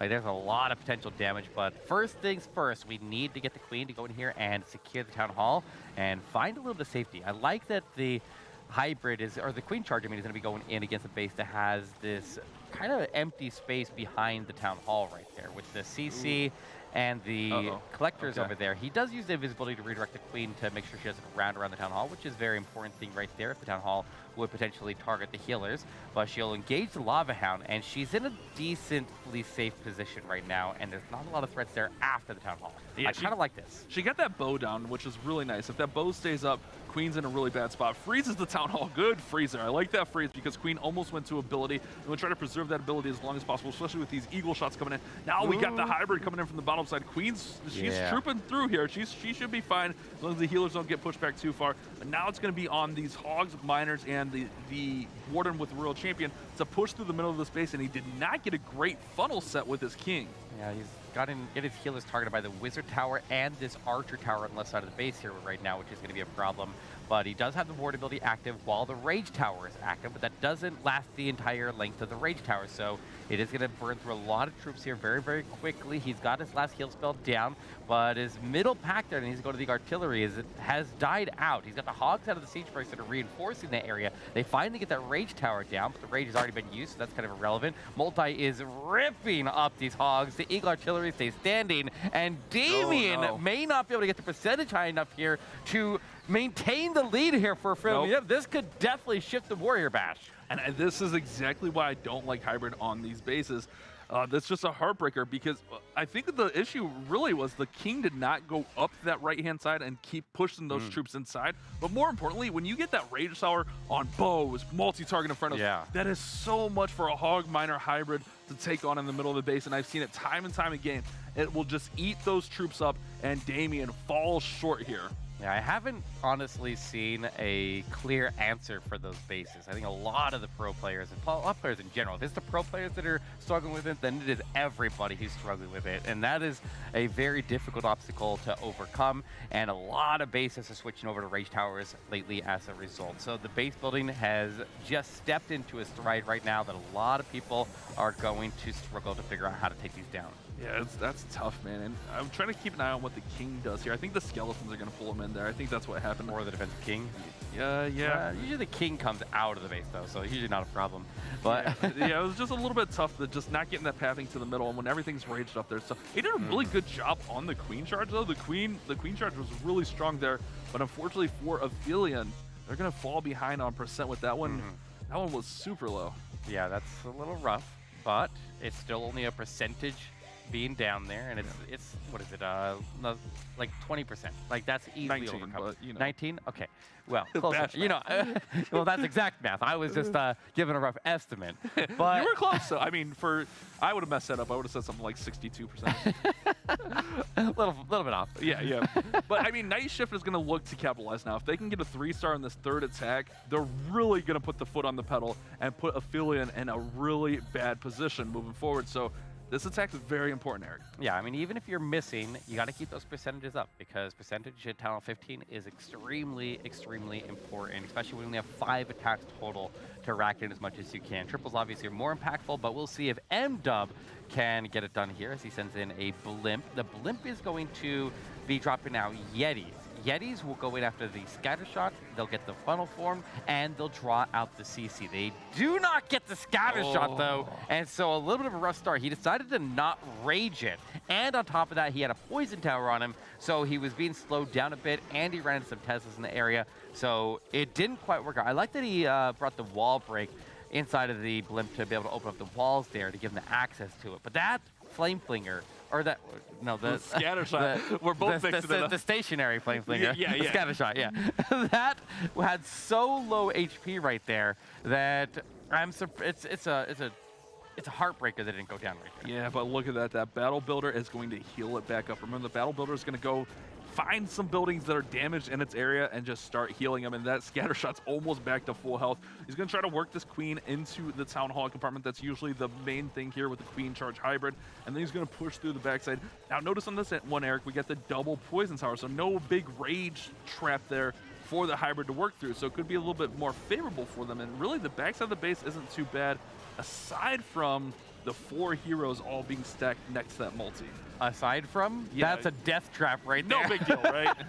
That's just as scary as the Rage Tower on the backside of the base. But he also is going to be split here because the entry is a bit wide because that blimp didn't get the value he's looking for. So the scatter shot is picking away hard at these miners, but they are healing through it. They get underground, and they'll have a chance to get away and get topped off a little bit.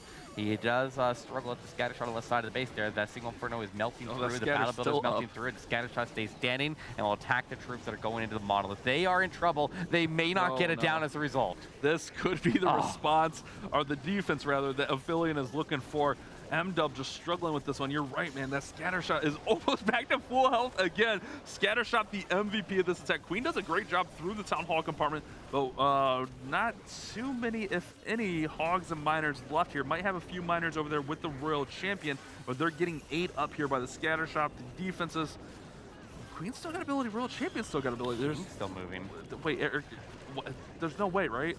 I don't think he can finish it in time. I think he might actually have enough force to get through the rest of the base here. With the World Champion, get a Bio Popper ability. That takes out an Arch Tower over to the left side of the base, or right side of the base there. She does step in. She gets the stun on the scatter shot. He's just out of time. Like, he's going to get all the defenses down. Very, very nice attack overall. I think that if that scatter shot would have gone down, then a lot more miners would have ended up surviving. But that scatter shot claimed so many troops that it definitely shut that down. And that scatter shot almost went down so many times, but just kept getting saved over and over, and it does ultimately hold the line as a 94% comes in for the night shift, and it's still a solid percentage. I think we're gonna have to see a triple in response there if we want to see Aphelion take the lead. That's a heartbreaker. You could see it in M-Dub's face. He knows he was this close to getting a triple for the squad, for the boys, but unfortunately that scatter shot did so much. I was a little bit worried about this super wide approach here with the Hybrid, but honestly, he managed it very well. The heal spells were on point. The miners worked through nicely, and then the World Champion kind of stayed tucked back far enough. Meanwhile, the Queen just did her thing in that Town Hall compartment. Once he got those threats out, the Queen did a great job there. I honestly, in my head, I was writing this one off, but really, he stayed with it, and the spell placement and the Warden ability are really good on this one. Yeah, on top of that, that scatter shot, on top of everything else that it did, it forced an extra heal at the beginning of the attack, which he otherwise wouldn't have had to use. And so while he was moving to that first expo, he's taking a lot of extra fire, and he had to use the heal spell. He didn't really have a choice. And so that scatter shot was some big trouble, and he literally had the plan for it, and it just didn't work. Oh, it was so close to going down also. That's going to be Dobbs coming in next with a Queen Charge Hybrid. Starting the Queen Charge from that top side of the base. Going to start working her towards the inside. I almost said scatter shot. The flame flinger. we're all kinds of confused of what a scatter shot and a flame flinger is here today, but that's okay. You guys get it. Queen's gonna work inside. She can get some really nice value and really deal with this rage trap that's on the backside of this base. Yeah, the Queen will be able to reach the Eagle Artillery over the wall here, catching a bunch of red air bombs with her Coco Loons. I feel like he needs more Coco Loons in there. There's the Tornado Trap, though. He caught that with the Wall Breaker. As the Wall Breaker gets the walls open, ground skill these giant bombs going off. Lots of incoming damage to the Queen. There goes the Rage Tower, boosting the damage even more. But he has the freeze, and he's able to lock up some of the defenses and some of the defensive heroes at the same time. Getting the Queen inside of that rage, or inside of the freeze as well, so that he can slow down the incoming damage on his Queen and Watch get Queen, her watch through. Queen. He's Ooh, okay, he's yeah. okay. The Queen will go down, and he will be able to power through that, and he still has his ability on standby. So very, very nice execution right there. Good freeze management, gets the Queen through, and if she can step in and get these multis out of the way, he's in a very good spot here. She needs to turn back and go in. He did a great job with the Yeti on the mortar down there, so the Flame Flinger didn't get targeted. Now Queen's going to make the turn back in, and look at this. This wall breaker's going all the way in, Eric. This wall breaker's going for that middle wall, and if he gets it, that's Nice. massive. Queen now has access to both multi-targets in the middle, along with the Monolith. This is a massive Queen charge here for Dobbs. Lalo's in from the left-hand side, and he's just going to push through the Town Hall. Real Champion's going to go ahead, stun. Oh, Real Champion gets hit and taken down by the Monolith, though. That's okay, because he passes the Diggy over to the Queen. The Queen will handle that sweeper. She's leaving, out. though. Yeah, the Invisibility Invis. Tower forces her out of the base there, but at least the Invisibility Warden. Tower was triggered before he got to the Town Hall, so he will power through, get the Town This Hall is down looking without good. the Invisibility stopping it, and the Queen is going to get the support of the Siege, or the Flame Flinger troops on the right side. He knows. He knows. Oh, He's I in love the jungle. juggling. He's going on a double show for us, guys. Dobbs not only ripping this space to shreds, but then gonna do a little juggling act on top of it. Hey, that was a really, really awesome plan, to be honest with you. The fact that he got that Queen, that extra layer, was massive. A really well-executed Queen charge, and you talked about it when it was going on, but he managed that really tough compartment really well. The phrases were on point, the rages were on point, and that's one of the harder things to do, is have those spells coming at the perfect time, and Dobbsman gets rewarded with a beautiful 3-star, and that's exactly what Aphelion needed. Oh man, what a swing. Yeah, that was huge right there. And now, with the percentage down, they definitely needed that. So that is going to put them into the lead here. So that is exactly what they needed. And now we'll have to see if Night Shift can get this triple on the board, because now they can't settle with some high percentage 2-stars. They need to get some triples. And now is the only time that they need to have it happen if they want a chance to come back to this war. And remember, guys, wars are won by stars, then percent, then if there is a tie on both of those, it goes to time. I can't believe it took me 2 wars to get that in. That's like a signature thing. But taking that star lead there is massive, as they were down 19%. I love the juggling. The juggling skills, OP, cuddling with the teddy bear, getting the juggling in, and then also brings them back a few percentage points in case the Night Shift does triple. But they're ultimately up 7-6 now, and the percent advantage slightly and the Night Shift's advantage. So a triple here could swing it back. Oh, yeah. Wait, where does I guess it is percentage advantage in the Night Shift. Yeah, 13%. For whatever reason, I was thinking that they were down. No, because remember we had that Okay, so 68. no more high percentages. Get triples. Okay, don't get low percentages either. Just get triples. Just triple. All right, All right, Puma's here we in. go. Zap Lalo here, it looks like from the start. Looked like he got the Rage out, and what else in there? Sweeper? He got a scatter shot. He got the Okay, scatter, rage that's what tower, I'm missing. and he took a sweeper right there. So I was missing the scatter there. yeah, I think that's all he could reach in that specific spot that he chose to use the lightning. Maybe he could have got the Inferno if he chose, but he chose the rage tower over the Inferno here, which is kind of interesting.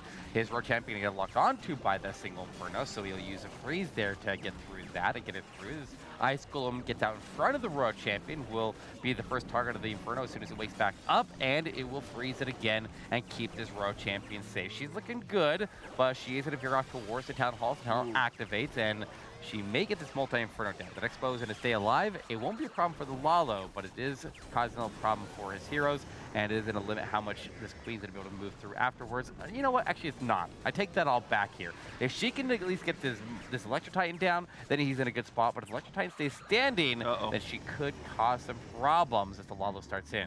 The Queen does go down here, so the Titan's going to stay up. He's going to go ahead and throw in a couple balloons with that Stone Slammer to take out that Ground Expo. Not really a threat to the Lalo, but still want to get that going for the pathing. But look at this Titan following. Oh, the scatter shot pops early, following all these air troops down, and the air troops, the balloons are not going to target the Titan. The Titan's just going to go punch them through the sky and also have that aura ticking away, dealing massive damage. Needs to get honestly, really, Pups and Minions can't get in there unless they're protected by the Warden ability, unless some drop damage got her down. Yeah, I think she's gone. Yeah, drop damage, I think, got her. All right, well, he gets the ward ability, so he pushes through to the scatter shot, but the sweeper is knocking him back heavily, and he needs to get this Eagle Artillery down, but the Minions are being targeted by the scatter shot now as well. He's taking Eagle Artillery strikes there as all of his balloons are clumped up, and that is going to be a death sentence here for this Lalo, as the Night Shift needed this triple very badly right now, but if he can keep the percentage up, keep the percentage in his advantage, then they can potentially have another chance on their final attack, and we'll see if their closer can swing the war back. But this one is not going to go through here, man. This is a massive, massive defense for Aphelion, and a massive attack coming up for them. Left up the multi-target Inferno in there. Wanted to get a little bit more with the Queen, but that Titan came over and just smacked her down. And man, that is devastating. The percentage is fine here. So, you know, if they can hold another defense, they're still in that spot, but they really needed a triple here. Gonna eventually, oh wait, actually 17 seconds. I don't think these two pups are gonna get through it. So yeah, Battle Builder is working against them. Yeah. It's a sustaining HP. That's about the same much damage. Yes, they are healing up there, so it's not really making any progress. Right? The infinite struggle here of the pups versus the Battle Builder. But it's an 87% 2-star there for Puma. Just did not get enough push through there at the start. A heartbreaker, man. Just a heartbreaker. Yeah, it's a little rough, but they're not out of this. They can still pull through. Yeah, just need a defense here. They can, if they can get a defense, they can respond with a triple, then they can definitely still survive in this round. But I mean, he still got some good value out of the heroes there. Like, they didn't seem to not get all their primary targets down. It would have been nice to get that Electric Titan out of the way, but it also would have been nice if this Dragon Rider could have survived and got the Eagle Artillery out of the way, because it got that, it took a lot of damage from the Electric Titan before it locked on. The Dragon Rider crashing took the Titan out, so that was a little bit lucky. Titan, oh, yeah, okay. The Titan was punching the Rider right there. So if the Titan wasn't there, then the Rider would have taken the Eagle Artillery, though. Yeah. And then the Eagle Artillery wouldn't have killed all those balloons right there and softened up the whole pack and made it even more. And then the Rider maybe goes over to the scatter. But exactly. That Titan was massive. It was. All right, Will's in next. Electro Titan with the lightning spells here. We're seeing this a favorite attack right now. Zap Titan. So we'll have to see where the lightning comes in, but it usually comes in on the same side here as the Warden, or even to zap out the Monolith, and then we'll have that Flinger go in for the Town Hall. Hog testing for any traps, any Teslas, any skeleton traps. And here we go. Lightning's going to go in for the Monolith on the backside and get that Invis out right now. Yeah, get the Warden to work alongside it. Warden needs to go all the way and handle this Expo. But the Flame Flinger logs directly onto the Expo as soon as the Warden is tanking the Expo. So very, very nice with that play. I was worried about how far the Warden's going to have to move into the base here after he had to go through all these storages. But as soon as that Expo goes down, he can start to move the Warden out of there. And there we go. The Queen will handle the Mortar. And he has a very, very nice path here. Flame Flinger will lock on and secure the Town Hall. I really like what he did right there. Like, getting the Flame Flinger to directly target that Expo was a very smart play and is going to give him a solid chance of pulling through here. Queen finishes off the Royal Champion there. She did take some damage, but she will have the Unicorn and the healers to help her get back up to full health. Is a jump spell right through the middle of the base, and remember, like you said, she's right in the line there. Yeah, she's right there. She's hovering. She's getting healed back up. She's fine. Since the Flinger's going to take out the Town Hall, he doesn't have to worry about his troops taking all that damage, but the Ice Golems are going to hold everything up in this raged up area. Good freeze here, but man, the damage is being dished out.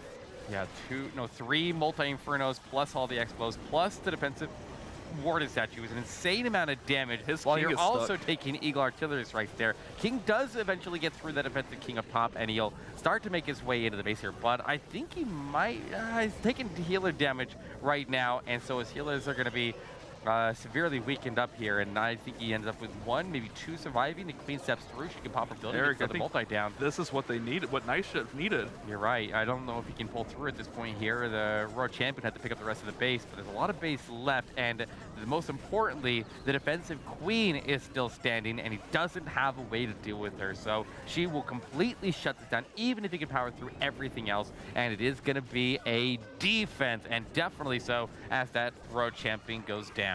And even with the Titans, man, that power core raged up there. You said it, 3 multis, 2 expos, the Warden pedestal raged up is just disgusting. Not to mention the Ice Golems out there freezing everything in place. Those troops didn't stand a chance for Sir Will, It is going to work up close to 80% here, but remember, Night Shift was already up on percent, and if this one doesn't match the 87%, Night Shift's going to be up even more on percent. So if they can triple and hold another defense, they can easily win this war. Yeah, with all these bases, easily, yeah.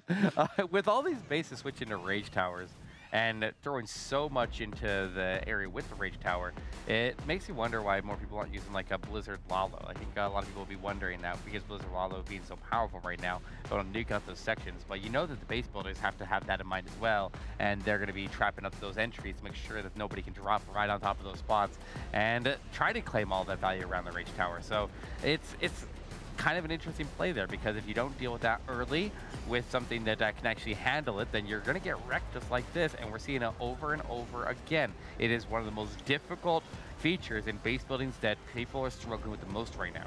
Yeah, I can vouch that, but I mean, if you look at the base layout, these air defenses are pushed to the outside in the corners. They're protected by the cannons, so it's going to take a lot of army to get in there. You're going to have to use balloons, you're going to have to use rocket loons to get the pathing, to get that blunt inside.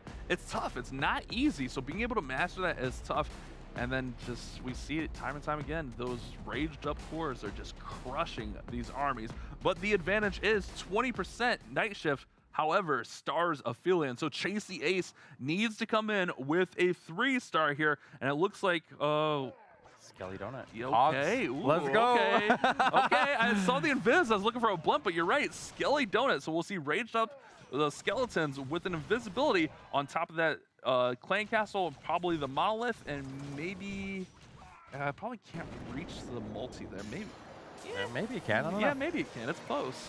He's not going for the monolith, though. He's going after the multi, and he's going after the CC. He's going to leave the monolith standing. And you're right, he wouldn't be able to reach the monolith and the Inferno and still get the CC. But he does get his primary target there, or I guess his secondary target, the Inferno down. The primary target is the defensive CC. Oh, no, the Royal Champion. Royal Champion drew their attention, Eric. No, they can't get off of it. They can't. Yeah. Oh, no! They did. They were trying to beat through the wall because the Royal Champion came over and popped a couple of them. Oh. That's the downside of Skelly donating near enemy heroes. That can happen. Enemy hero takes one of those skeletons, deals some damage to it, and the rest of the horde goes over and tries to target that hero. Absolute devastation. Now, it's not impossible to 3-star this, just very improbable. Yeah, the CC going down is more important than that Inferno going down. Although both are impactful, the CC is now going to have to be dealt with without a poison. You kind of have to pray for like a triple ice golem here, because that's a CC that would be potentially manageable. It's triple and ice golem? It is. Yeah. Okay. But Queen's under a lot of fire here, Eric. He's losing Queen's health. Okay, freezes the bow. Good play there. Intercepted. Can he get the ice golems dealt with away from everything here? Oh, the ice golems are going up to the flinger. What's in the flinger, though? What's in the flinger? That's the question.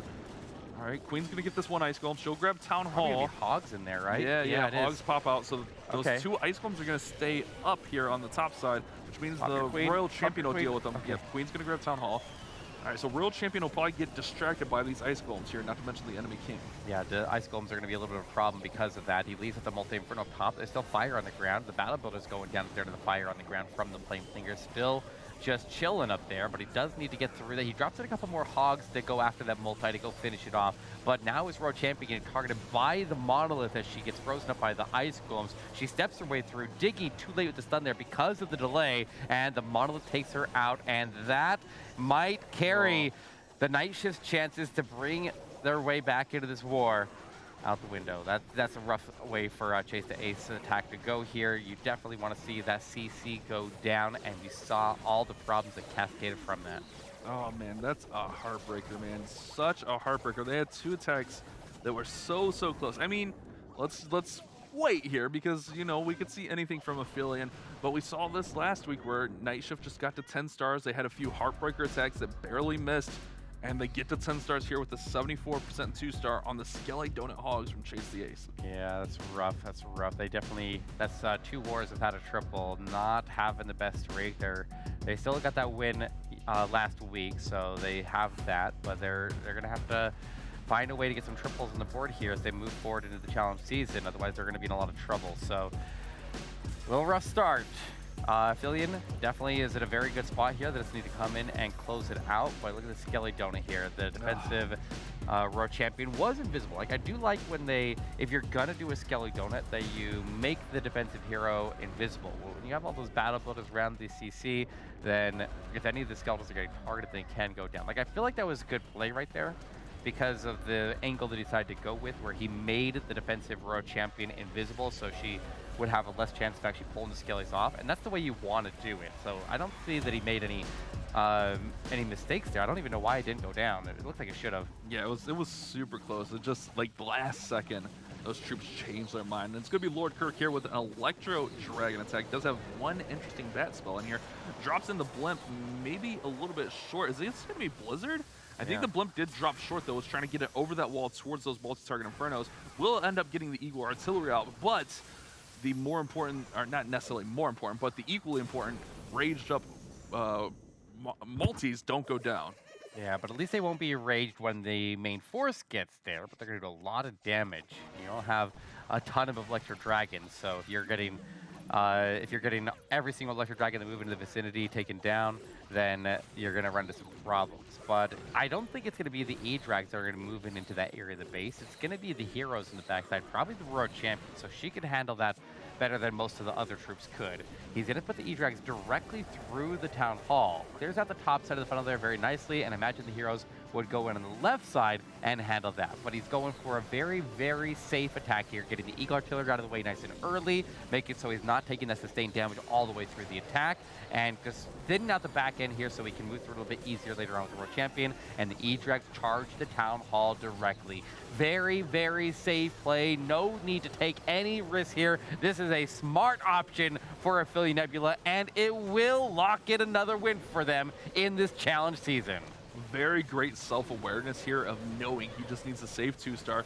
So went with the Blizzard, try to get a little bit of extra value, but more importantly, did get the Eagle down. Yeah, wanted to get the multis as well, but getting that Eagle down is massive. The heroes are starting to work on that left-hand side, and World Champion's coming through that thinned out area, as you mentioned, but more importantly, they get the 2-star, and being up with a triple compared to no triples, they'll get that win automatically now. So GG's to both these squads, but let's see if Kirk can finish this one off, as he's still got Queen ability and not lots of spells, but a little bit of spells and support here. It's looking good here. Yeah, he can definitely pull through. It's the good. World Champion falls a little bit short at the multi-inferno there, which is a little bit of a problem, but he's got the air troops working on the right side. Queen steps through, pops her ability. She has an open wall there. She steps into the multi-inferno. Phoenix goes south. Look at all the pets working around, all around the edges of the base here, clearing out corners. And then this Queen is like going full animal mode here. She has 4 pets working with her to close out the base. That was absolute sicko mode by the Queen, but the pets did enough there to finish the base off. Very nice attack, and that's what you like to see on some of these. A safe play, they can triple. That was really clean.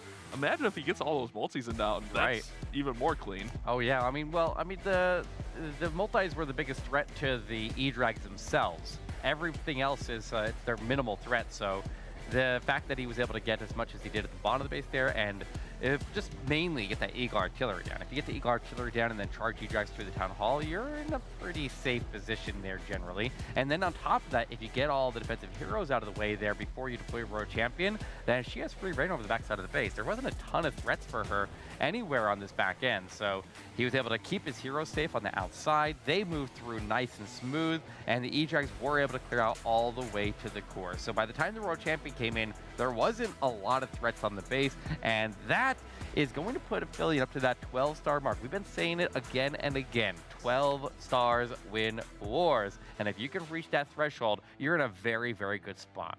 Yeah, not too bad at all, Glitter. What a war. Not as close as we thought it was, but very entertaining nonetheless. You know what? I feel like we were bound to eventually have a little bit of a disparity between some of these wars. And maybe it was just the fits for Aphelion that gave them that additional extra push that they needed. Yeah, and really, I mean, Night Shift was leading this one on percent all the way through to the end there. The misstep by Chase on his Skelly Donut and then the 3-star by Kirk really swung the percent. But on aside from the first attack where it was a 2% difference, they had the percent all the way through. They just couldn't convert on a triple. Yeah, that definitely hurts him a lot there. And it's rough. They've had a rough start to their challenge season. I'd really like to see them turn back. They're one of my favorites coming into this. So I'd like to see them make a turnaround here and swing their season back. They still have a lot of time to do so.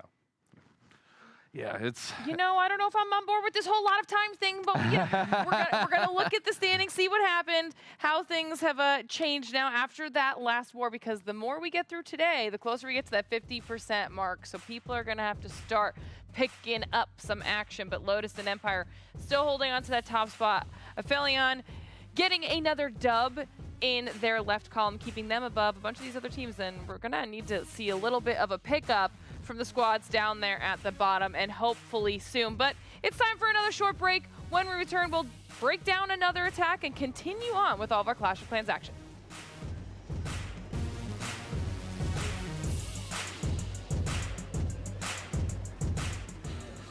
The Snapdragon Pro Series powered by Samsung Galaxy is brought to you by Snapdragon Elite Gaming, Samsung Galaxy S23 Ultra, Monster Energy, DHL, and the U.S. Air Force.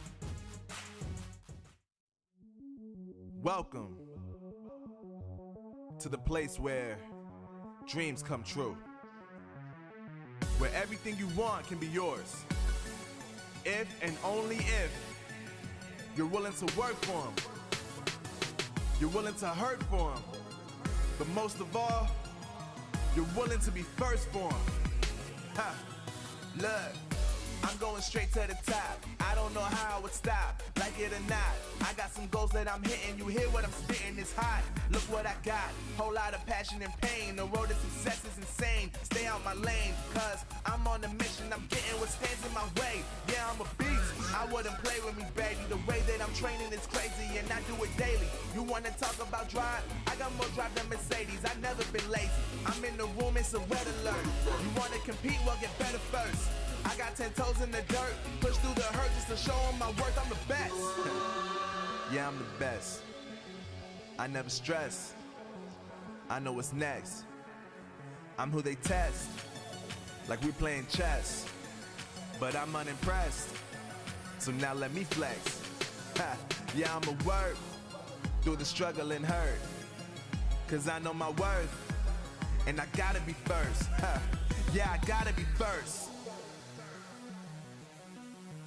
Look, I don't want anyone's sympathy. I understand what it's meant for me. I give my focus and energy. If it's meant to be, then it's meant to be. But mentally, I'm undefeated. They hear that and say I'm conceited. Like there's no reason. Like I don't beat them and come back again just to teach them that when you work under pressure, you reach higher measures. They'll try and bring you down, but you cannot let them, and only get better and focus on cheddar. Eye on the prize and you'll become a legend. Like, when I'm in the room, it's a red alert. You wanna compete? Well, get better first. I got 10 toes in the dirt, push through the hurt just to show them my worth. I'm the best. Yeah, I'm the best. I never stress.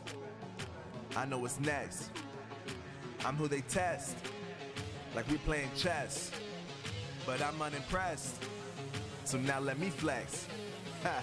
Yeah, I'ma work through the struggle and hurt, cause I know my worth, and I gotta be first. Ha.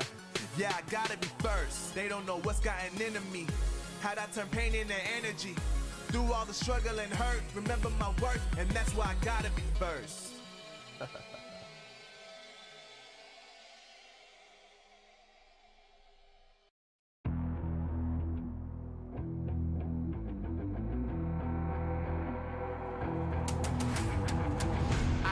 Get it, I'm on the mission, snap any minute, casually winning. Stop tripping on me, stop dissing on me. Yeah, I got a dream, can't take it from me. My fire's burning, I'm always learning. Tell me where to go, man, I'm on a journey. Yeah, I can't explain it, I get excited. Keep it 300, King Leonidas. Strap in, cause it's gonna be a long ride. Working on me every single day and night. There comes a time when your worlds will collide. If it's holding you back, push it right to the side. Ain't got no time for no fear.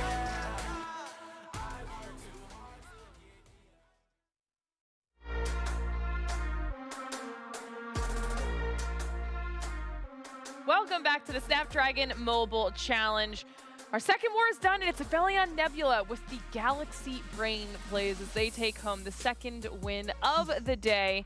And they look pretty good doing it. Yeah, it was a really strong war for them. They got what they needed to, got to that 12-star mark. And here's our updated leaderboard. I mean, look at that, moving into that 3rd position there. Yeah, I mean, that's got to feel good, giving themselves a little bit of cushion as we continue on throughout the competition today. We still have so many good wars in store, but before we dive into them, let's break down another attack. I have to take a look at that attack from Dobbs. That queen charge, one of the best queen charges we've seen of the challenge so far. So we're going to hop into this one, break it down, and show you guys exactly what Eric was talking about with this spell management. So this was a pretty ambitious play, but also a very well executed play. So he's going to start the queen, and remember, on this one, the queen's going to go all the way in. She's going to circle back and go all the way through the base here. So some really interesting queen pathing, but also we want to keep an eye on this flame flinger here. The flame flinger is going to get all the way through here and get all of these buildings out as well. So the queen's going to start working in here. They'll send in the king up top just to cut that queen off so she can push inside again here. So going to let that flame flinger work. First rage spell goes down on the queen, and really nice spell management here. I think that was the biggest takeaway from this attack, was the spell management. One of the hardest things to learn in Clash of Clans, in my opinion, is how to properly use those spells and not just kind of spam them in. Also, keep an eye on right over here. This was really important, having this Yeti in to tank the mortar so that the flame flinger can get in. But right here, this is what we're talking about, guys. This is exactly what we're talking about. Those freeze spells come in. The rage spells are there to keep the queen alive.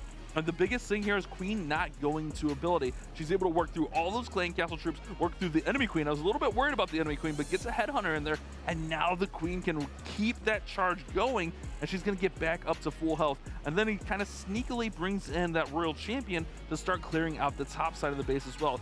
A little bit worried about the queen going around, but she's going to circle back as those infernos are the next closest target after the expo. But even if not, the royal champion took out that building right there. So queen's gonna work through, but watch this wall break, man. This wall break gets all the way through. This is one of the most impressive queen charges I've seen in a long time. Pushes this queen all the way through the middle of the base, and now we're gonna sweep in the Lalo right over and take out the town hall. And really, royal champion almost got to the town hall here, but the monolith does finish her off. So really, the pathing's really good here. The invisibility tower for the town hall goes off early enough so when the Lalo approaches, they can just sweep right on through with the warden ability, finish it off. Now that invisibility tower did force the queen to go out, but it's okay, not a big deal here. Uses that warden ability right over the town hall, haste all those balloons out of there, and this one is really, really clean. Great execution here by Dobbs Ben to get the 3-star, and this really swing the momentum in Aphelian's side for this team. This was really important, and he starts the juggling, the celebration. Obviously, it's a good feeling when you get a 3-star, but really this gave them a little bit of momentum back. This put them up by a star as they were still trailing by a percent. And man, the execution on this attack was massive. Really hard to pull off that queen charge, but as you mentioned, Eric, he was able to get those spells down properly, get the queen through there, and got the 3-star. Indeed, a very impressive attack here, and is going to help him carry his team into victory. So very, very nicely done. Nice war right there. Good performance. 12 stars, wins a lot of wars. We keep saying it over and over, and they keep meeting that mark here. You know, I do wonder if the juggling is specifically for us during the challenge season because we've got cameras on them, or if that's something that happens every time he gets a triple. You know, that's a good thought. Does he juggle if there's no cameras? Like, I mean, maybe. I mean, if I'm tripling, I'm juggling in my mind. I think he's a little bit of a showboat there, and he's trying to show off a little bit, but it's okay. We enjoy it. Honestly, I love it. The player cams are one of my favorite things about when we move into challenge season, that we can see everybody and kind of like their reactions, both the good and the bad. Where we saw how disappointed M-Dub was when he didn't quite get the and you could see that on his face when he doesn't get the triple. And then on the flip side, you get a little bit of juggling. I'm not mad about it. We also see lots of pets. Keep the pets coming. If you have those, bring them on camera for us because we want to see more of it. Just throwing that out there, a little PSA. Okay, now that I've gotten the pets PSA out there, we can start talking about more Clash of Clans action. We'll talk about the next war because coming up, we actually get to talk about Lotus Gaming versus Taco Esports. Oh man, this roster is stacked, and these guys are doing some massive work. They've been putting in a lot of work, they've been putting in a lot of practice, and we're seeing that pay off for them throughout Challenge. Yeah, and I think this is another one of those big highlight matches that a lot of people want to see between what I'd say are the top, it's in the top 3 ranks. So I'd say, like I said, my power rankings are Lotus, Empire, Taco. So I want to see both of these teams ultimately make it through in the end, but Lotus has been particularly impressive. Right now, they are undefeated here, 3-0. If they lock in another one right now, and on top of that, by the way, Nick has 5 Snapdragon championships under his belt there after his most recent win out in Poland, and he's going for the 6th one right now, so that would be particularly impressive. He's the most winningest player in the entire Snapdragon history, and we'll see if he can get his team into another one here, but they're in a very, very good spot to get into the next phase and go out and play in San Diego right now. They just need one more win to put themselves with a strong running, and then 2 more wins would almost guarantee them in. Yeah, and we talked about it earlier, man. They had that really close war with the Philian, but they're just getting the job done, man. A really good, solid team here. Rigo Torres coming in and with some really impressive attacks, and Nick has been doing some really strong things as well. In the offline match earlier, actually, no, I don't have the offline match, but the offline match last week, Rigo, Nick, and Agent 33 all tripled, and then they put up 13 in their other war of that. So they're putting up some really nice stars, and their offense, not to mention their defense, is just holding strong. Yes, and it's unfortunate we don't get to see every single one of their matches. The fact that they had to play some offline matches that we didn't get to see is just an unfortunate thing, but everybody is going to do a couple of offline matches. It's okay. But they have been one of the highest hit rating teams all the way through. I think in this war here against Empire, their opening war of the challenge season, they put up 13 star wars. That's impressive because Empire still met that threshold of 12 stars that we like to see the teams reach, which usually is enough to take the win. But we'll have to see if Taco can stand up to Lotus today. And Taco, you said this earlier, they're getting those hard wars out of the way early. This is another tough one. Honestly, just a really tough day for Taco Esports. Their lineup was not easy. Going against Empire, going against Lotus now.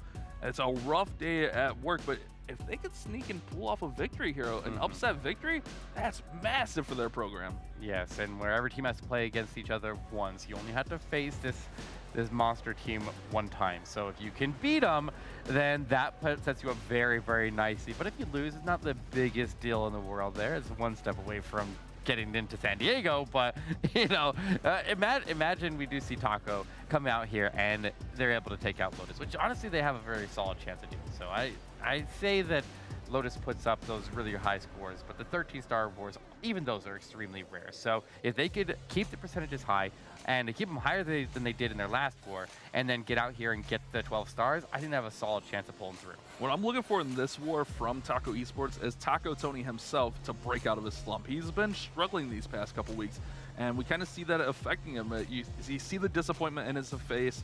So if he can get on the board and get a triple, get a really high percentage attack, I think that'll help swing some momentum in Taco Esports' favor. But just look at these stats, heavily favoring Lotus here. Oh yeah, and I'm kind of curious to see what we see on defense out of Lotus. Like we've seen Taco struggling with these box bases with the rage towers on them. Like everybody's been struggling with them. But if they don't run a base like that, then maybe they can find there'll be something that they can handle a little bit better. I don't know. I guess we'll have to see. I think defense is going to be a very, very important part of this war. Yeah, those box bases, man. Someone tell me how to beat those box bases because I have no clue either. Oh, they're so tough. And like defense is one of the biggest parts of this. But when you have a powerhouse of a base like that, like what do you do, man? I mean, you look back at like the 2021 World Championship where everyone's like, run box bases, and then you had a team like JX Tiger came out, ran all box bases against them, and then they went in with a perfect war, and they were like, yeah, we can handle box bases. So you never know. Sometimes you have those underdog teams that come out of nowhere and just sweep everything, and we could see a story like that again. Listen, everyone's just kind of keeping each other on their toes, okay? Now, of course, before we jump into everything, !DH Santa chat. If you don't know what I'm talking about, that's DreamHack San Diego, where the finals of this will be, where that also means you will be, we will be, all of the cool kids will be there. !DH Santa chat for information on the where, the when, how to buy your tickets, and use that discount code. And then war number 3 means chat poll number 3. Let us know in that poll down below in Twitch chat who you think is going to be taking home the next one. Will Taco Esports regain, or will Lotus Gaming remain the only undefeated team at the top of the leaderboard? This is going to be a really, really good war, so let's just get into it. I'm excited. Yeah, this is a huge war for Taco. I mean, you talked about DreamHack San Diego. All the cool kids will be there, and even I'll be there, guys. So you can come out and join us live. Put some separation there. You know, I mean, I don't consider myself one of the cool kids, is what I'm trying to say. I do. You got a way to kill my joke, Eric. You can't work. All right, Taco. All the pressure's on you in this war. Let's be completely blunt with this one. Lotus, they're tough, but we know you can compete. Let's see what you got, and it's going to be BJG coming in with a Blizz Lalo to start. It's going to blizzard out this Town Hall and then work in the heroes, usually connecting with that blizzard. First Invis goes down, Rage Spell comes up, and he should be able to get through this Town Hall even with that invisibility tower there. Watch this. Yep, bam, it's down. And I love when they use the Blizzard Lalo, especially against the box spaces that have the King by the Town Hall, because that's going to make so he doesn't have to deal with the King during the hero portion or the Lalo portion. He could just kind of chill over there, where they never really had to fight him. He got a little bit of damage on him as he nuked out the Town Hall, but he's out of the way. He's on the left side of the funnel. The heroes are coming in on the right side of the Blizzard, and so they're not going to be affected by that King, and that gives him clean access not only to get this first hero down and not have to run into him, but then also be able to slip in the Headhunters to power through. But once again, we see these bases, and I said it from the beginning here, this is the style base that a lot of teams have been struggling right now with the Rage Towers surrounded by multi-Infernos and next to that Eagle Artillery as well. Tons and tons of damage in that area. He's going to want to get this Rage Tower triggered early and make so it's not active when the Lalo starts in. That is the best way to handle it, and he's doing it perfectly right now.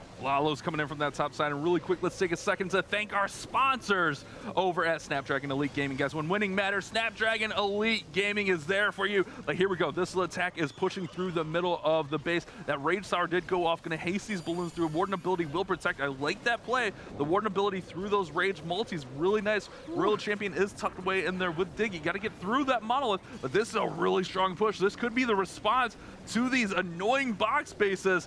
Getting out that Town Hall early, huge push with the heroes, and really there's not too much up to stop this, Eric. It's looking good for BJG. Wow, that is crushed. Did you see how many red air bombs went off when he was under the ward ability on top of absorbing the back end of the Rage Tower? That was absolutely perfect. There was be so few balloons left here if all those red air bombs made contact, but this tornado trap goes off at the end. He never really had to handle the King. He'll end into the monolith, and Taco Esports opens up with a crushing triple to begin this war against one of the toughest teams to beat in North America.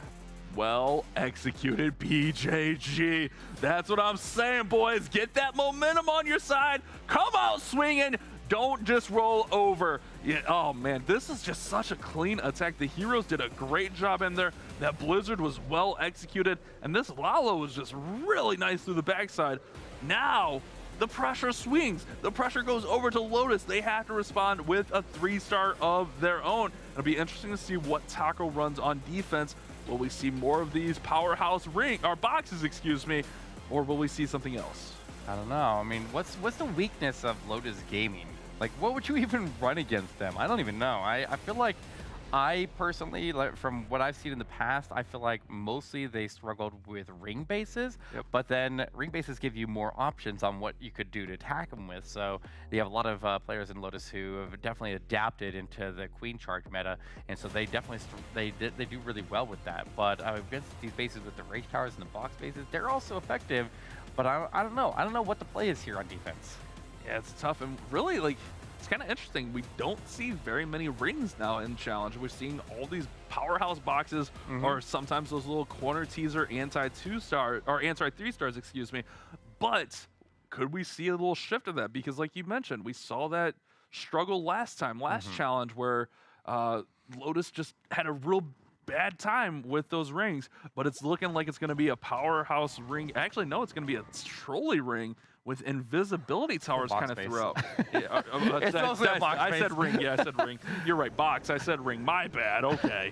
All right, it's the same general layout as most of the box spaces, but this one is going to move the Infernos and some of the Expos into the Town Hall compartment. Infernos in the Town Hall compartment, a little bit out of north, so I can see why you'd not be able to immediately read the base there as a box space because it is a little bit different than what we'd normally see. And to account for that, he uses the lighting in the middle of the base there. The queen goes into the multi, and the king tries to dive towards the town hall. He's getting distracted by the defensive CC. So even with the ice golem freezing up there, he does secure the town hall. I didn't think he's gonna get it there, Bash. Just enough to get through there, as the Phoenix was enough. Remember, when the Phoenix comes out of its egg, after the hero gets knocked out, it's gonna give that hero 8 seconds of invincibility, and that was just enough for the king to get through. But Queen goes down to the Lava Hound, and that's gonna pop the Flame Flinger over here on the right side. Also, the Lala's working in on the left side, accompanied by that Royal Champion. She's getting a little bit lower on health, still has ability for the Warden, but this is starting to fade out. I'm a little bit worried. There's a lot of basin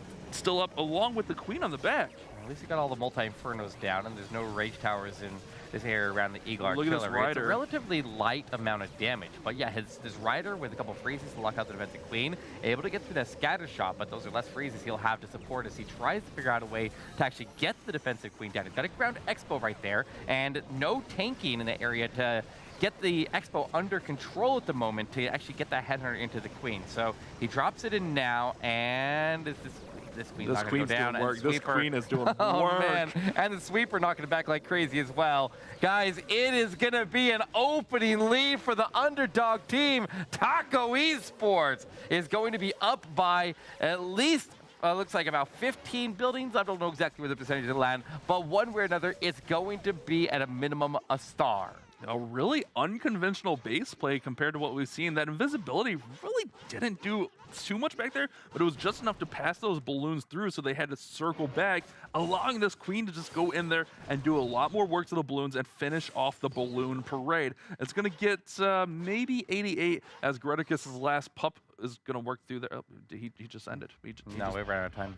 Yeah, all right, well, either way, that Flame Flinger getting killed by those lava pups there was very, very impactful because that was what he needed to go after the scatter shot. So the Flame Flinger was on a path to go over and take that scatter shot down, and having the pups destroy before it gets there, he tried to protect it with the spells that he had, and you can see that it would have made it there without any issue had the lava pups not come out there and messed him up, and he would have handled the Teslas in that area as well. So he tried to handle it the best he could, but he never really had a solid way to get the defensive Queen down. So notice how he came in at the top of the base there. Because he put his heroes in at the town hall, he left up 2 standing heroes, or roaming heroes there, with the Queen and the Royal Champion on opposite sides of the base, with the King in between them, which makes it very, very difficult to move your Lalo through. You can get the headhunters to the first hero, but then when you get through all the way past the King and go into the Queen, when you got ground expos in the area, you're really going to struggle to get through it. So I really applaud the base building there from Taco Esports. They definitely deserve that defense, and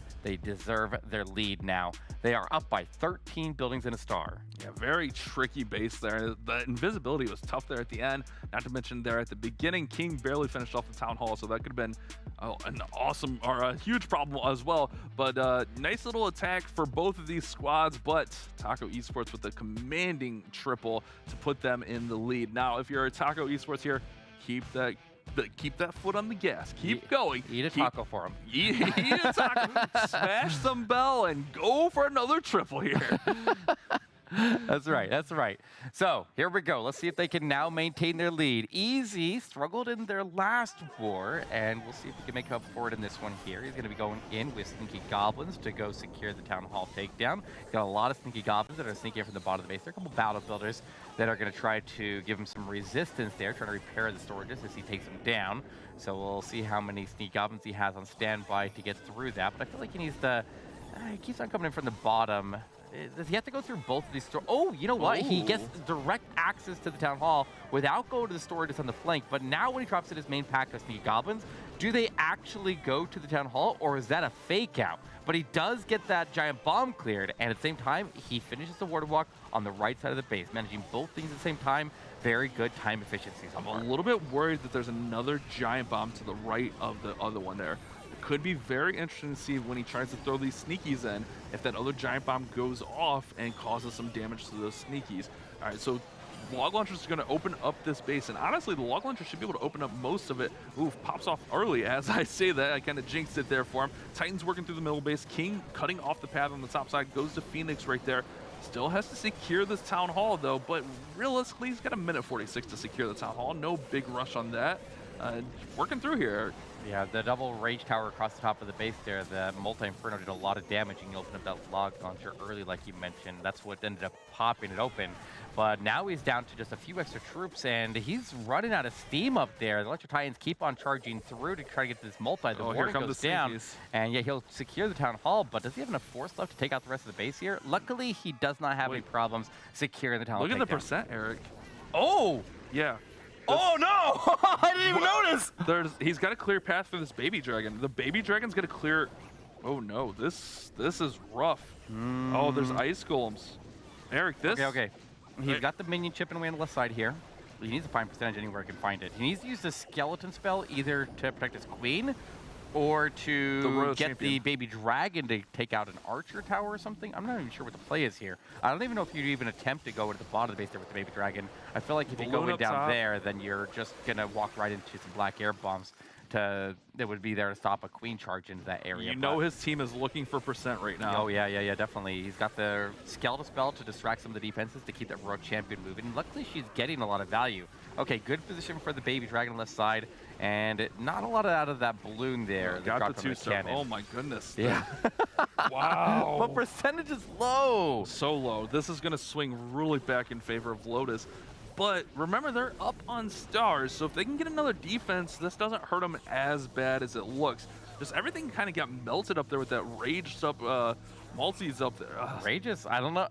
That's why all the top teams are switching to rage towers. They are so insanely difficult to move through. They shut this attack down. Another victim claimed into the rage tower, and another defense on the board. But that defense is going to give Lotus Gaming a chance to come back in the war now. Man, EZ going with that interesting attack.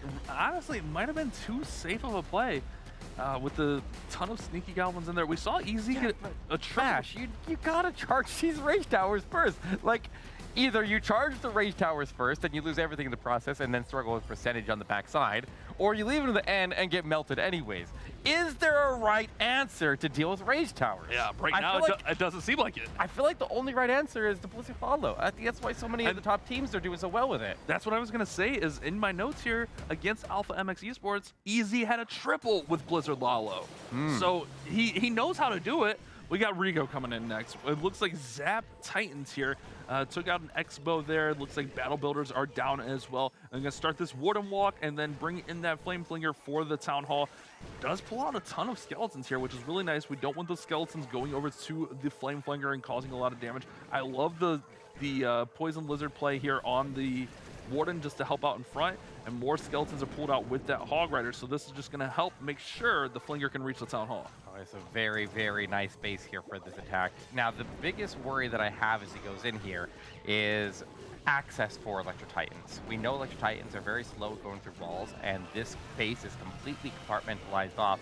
So at most at any of these compartments, he's going to have 3-4 buildings that he can actually go after with Electro Titans before they have to go back to a wall. So his wall breaks here are going to be ever so important to get into the court. Now, he's got that for his jump. He'll wall break over. Actually, those wall breakers are going to take the jump spell, sending 3 wall breakers through the jump spell. Oh, they all pop, though. Oh, you're right. He got 2 walls open.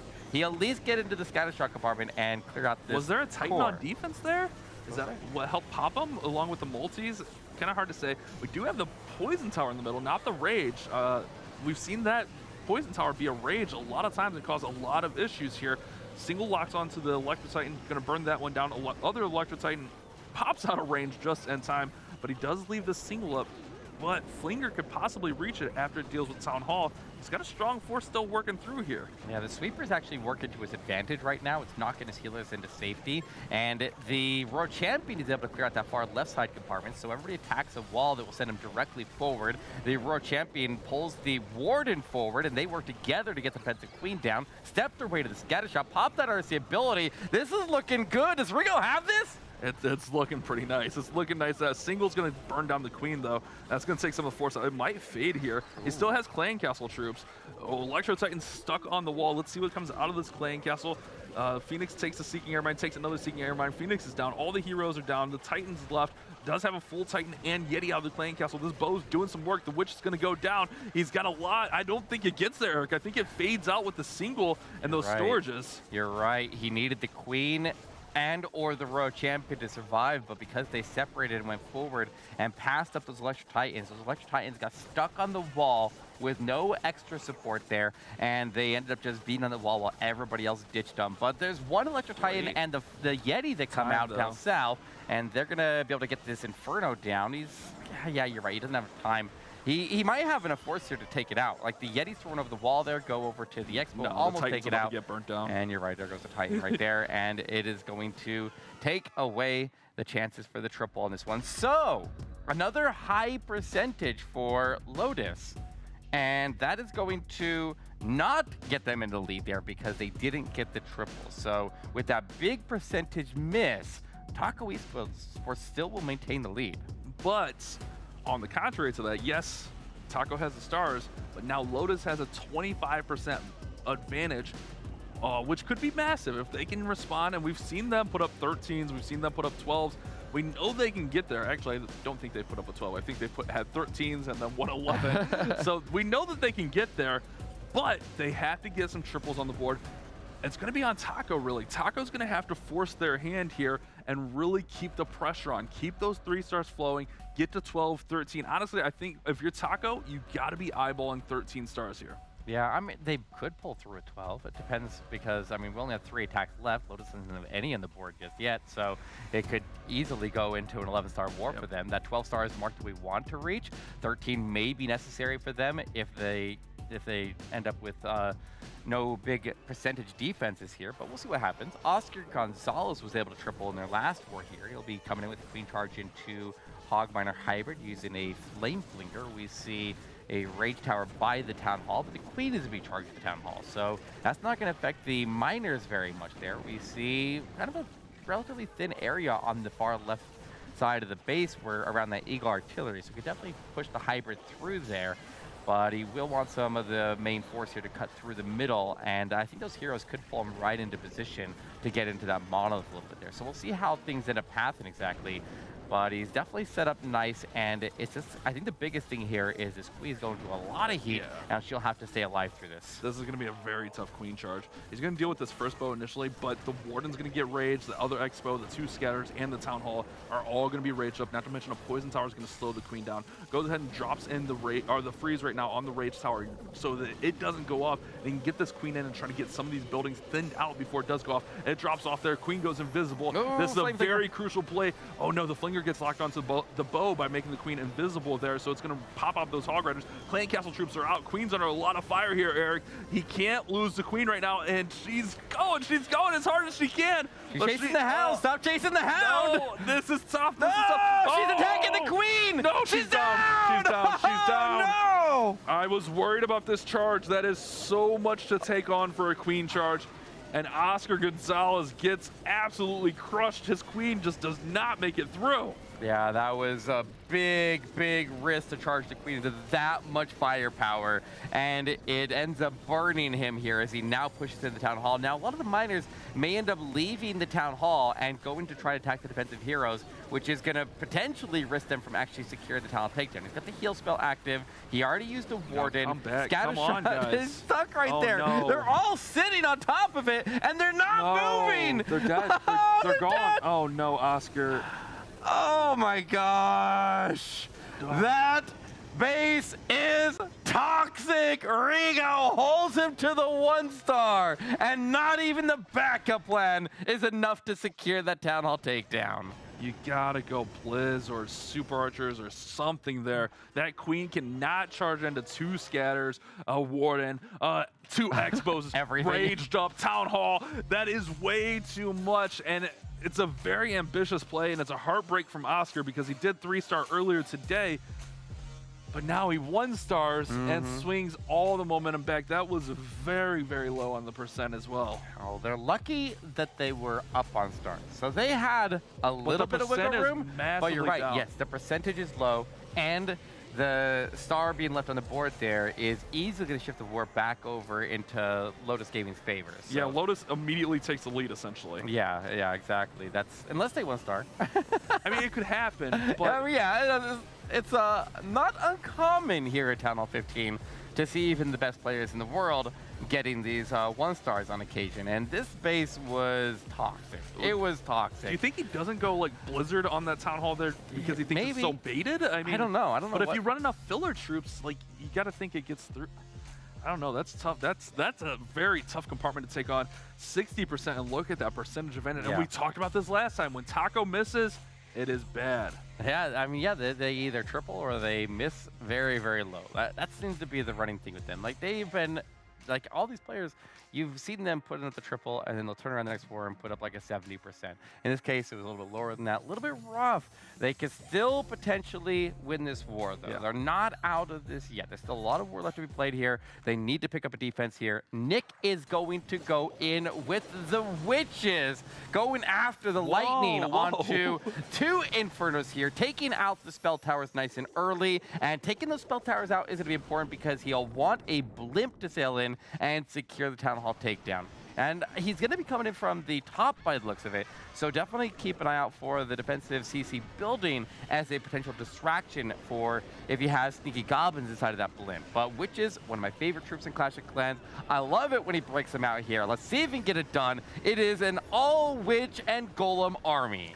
Eric, you've got to just be absolutely giddy as a schoolgirl inside right now. I can see it in your eyes, those mass Witches here. All right, so Witch is going to work through, and the biggest thing is get through these bomb towers, get through these scatter shots. That's why you go in early so that you can use that Warden ability to protect the Witches so you can get that power through. Now he's going to go ahead and send in the Blimp for the Town Hall. Odds are this is going to be a somewhat safe Blimp.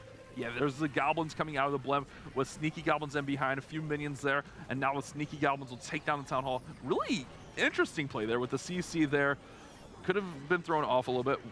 Left flank is dying out hard here. They're gone. A bit of a problem. He lost his entire left flank. His right flank is still moving strong. He at least secured the talent takedown. He got the scatter shots down. He's going to need a strong regrouping on the right side, and then he'll have to wrap all the way around. He's got 2 freezes to help him power through the multi-inferno, and he needs to find a way to slip his Royal Champion by. If he can get his Royal Champion through and past all his defensive heroes, he has a chance to pull this back. But that left flank going down before getting at least all the way to the Royal Champion is going to be a problem. But at least everybody else is grouped up heavily on the right side, and he can reach most of his targets. Everything except for the Monolith. So that's where the Royal Champion is going to have to do most of the heavy lifting. And here she comes. She's going to take on the enemy queen. That Monolith's starting to do some damage to the Diggy, which isn't a big deal because Diggy will go underground. And now Diggy's going to go ahead and stun the Monolith, throws that Seeking Shield. King's going to come over and distract the Royal Champion. He's still got Queen in here. Another freeze goes down for the multi-target and the Monolith, but that King is just holding this Royal Champion up. There is a Headhunter in there slowing the King down. King will eventually go down, but Monolith takes down the RC. Can Queen... No, Queen can't reach over there. Oh, she can reach yeah, she can reach but there. She can't reach the Monolith, and the Monolith ended up pinging her All away. the Witches are gone anyways. Yeah, the Witches died to the multi-inferno. There's a lot of force moving there, but yeah, those defensive heroes on the backside, very, very difficult to handle. And the Witches are not able to get it done here. Percentage stays good, and you can see his frustration there as this one falls short and does give Taco Esports a chance to get back in this now after their big blunder, 2 big blunders actually. So we'll see if they can get a triple now, because if they can triple in defense, then we could push ourselves right back into close to where they were. Man, if you're Taco Esports, that leaving that star on the board is a heartbreaker because they could be in a really commanding spot. Now instead they're down on percent big. 48% advantage for Lotus right now. Yeah, and if they miss the next triple here, then they're in a tough spot. But if they get the triple and they get the defense, they can get their star advantage back, and they could be right back where they were. So there's definitely a road to victory for them, and they just need to go ahead and claim it. Yeah, this is looking really strong, but like you said, that bow on the left-hand side just did so much work. As I mentioned, the Royal Champion kind of stepped up there and did some nice little damage on those, I guess not really damage on the skeletons, but took those skeletons out so the bow could retarget to the Witches. And honestly, it just looked like it faded out there too quickly. Did a really nice job trying to bring this one back, but fades out just a little too quick. Percentage was decent, 83% on a miss at Town Hall 15. 83 is pretty okay. Yeah, with the percentages, especially in their favor, all they gotta do is maintain their percentage. Either you triple or you keep the percentage manageable. And now, here we go. This war might be in Spizik's favor, or his hands here, as he comes in with Electro Dragons. He's got a blimp. It is not a box base here. It's kind of a weird style. I don't even know what to call this one here. Just old school anti 3-star base. We'll start it with a couple of balloons up the top of the base into the area around that air defense. What is he trying to do up there, though? Is he trying to set a funnel? I guess he's going to be charging right on the top right side, and he'll just have to clip the Town Hall as he goes by because he's already used the blimp. Okay, the blimp is going to go to Town Hall. Okay, that works. Yeah, blimp with Warden ability, go right for that Town Hall, and it frees the Invis, so the Invis doesn't make the Town Hall disappear for those troops. Then the Tornado Trap is pulled out early also, so that's really nice. The Electro Dragons will be able to chain through and get out the single target Inferno, which was invisible, so the invisibility not too effective there. Great use of the spells to keep that in play. Ooh, King and Queen working through the bottom side. These chains are really nice through here. He goes ahead, freezes the Royal Champion so the Dragons can get her down. He's got a really strong push on this base. Oh yeah, got the Royal Champion down with that Inferno in the middle of the base. He got the defensive CC building destroyed there. I don't know if any defensive CC came out of any significance, but the Queen will go down the channel. She'll handle the Expos. The Rage Tower is active on the other side of the base there, which is going to make this Royal Champion take a lot more damage. Now, the biggest threat left on the base here is these ground Expos, the Warden, and the defensive King. So if he can find a way to get past this King, which his King going to Phoenix might be exactly what he needs. The freeze comes down onto the defensive Grand Warden, and he still has an RC ability. So if he can get some stuns in and just take out some of these smaller buildings with the RC ability, then he can push the RC through these heavy defenses and... No, that's done. That's the done. King holds the line. King holds the line. If he got his Royal Champ to survive that, then Diggy might have been able to carry him through those last two heavy defenses with some stuns, and that could have ultimately gone through for a triple. But Taco Esports is going to be left hanging on this one. Yeah, the Phoenix hero will get a little bit, but the Royal Champion not being able to get through is devastating. If she gets away from that King, she could potentially get so much. I don't know, man. That last compartment's kind of loaded over there. Yeah. These bases are a little bit tricky. They don't look crazy, but the little Town Hall teasers is what I call them there, with the monolith and everything kind of tucked in there. It's like, come at my Town Hall, bro. And it kind of works out here for Lotus Gaming. Holds the defense for Ghost. And we're just watching this Phoenix finally take the King down. And it'll run up a little bit more percent. Oh, no, just kidding. The scatter shot's going to take it down. Yep, 84%. He's got the Archer chipping away there, but Archer isn't going to do anything. So he'll just exit out. 84%. Taco Esports still going to be remaining chasing here. They're going to need not just one defense. I feel like they're going to need two defenses. They're going to have to hold the rest of the war. They're going to hold Lotus down and then get ahead of them with their last attack. Really, really tough there, man. That was a strong push through the middle, but it just fades out. And we see that a lot with E-Drag. They just somewhat fade out into oblivion, and then it's kind of on the heroes to finish off the base. And that would have been the case here, but the heroes just kind of ran out of gas as well, working through that bottom side. It was a really wide split on these E-Drags, so they kind of went all over the place. I feel like that right side compartment wasn't really a big deal, but losing a couple E-Drags up top was a little bit tough because he didn't have the spell support on those ones to push them through the middle. Great freeze here to get that Royal Champion down, but ultimately just not enough gas in the tank for the Electro Dragons to get through and finish this base off for Taco Esports. Yeah, E-Drags are a little bit finicky that way, but I mean, there's no easy attack here at Town Hall 15.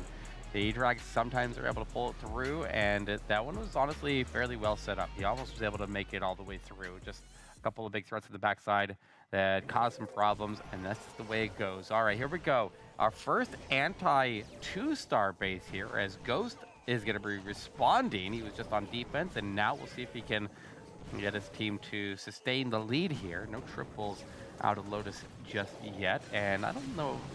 I think the lowest war I've seen them was 11 stars here, so they definitely give us at least one triple of war, but nothing yet so far this one. We will have this Warden Walk go in and connect at the scatter shot. While he does have a couple of ground skellies, and he does intercept him at the flame flinger with a wizard and an archer, but now the Warden will rage up, and here comes the defensive CC. Good use of the freeze to protect that Warden. Doesn't want to lose Warden's ability. Hey, how did he get that defensive CC pull? That's a good question, Eric. Is there a hole in the base somewhere? Or maybe a wall break? He does have single wall breaks, like me. I don't know, Eric. Okay, I'd like... On the replay, we need to see that, please. Yes, that was kind of weird. All right, well, either way, the Warden is very close to going to ability, goes to auto ability as he starts his way to the base, and that is not a good sign here for Ghost. And there's an invisibility tower in the middle of this base. So this town hall is going to be invisible as everything starts pushing through here. This invisibility tower is going to go off. Now, the Titans with their aura will deal some damage, but if they're going to keep going down to the left-hand side, they're not going to get into the middle of the base.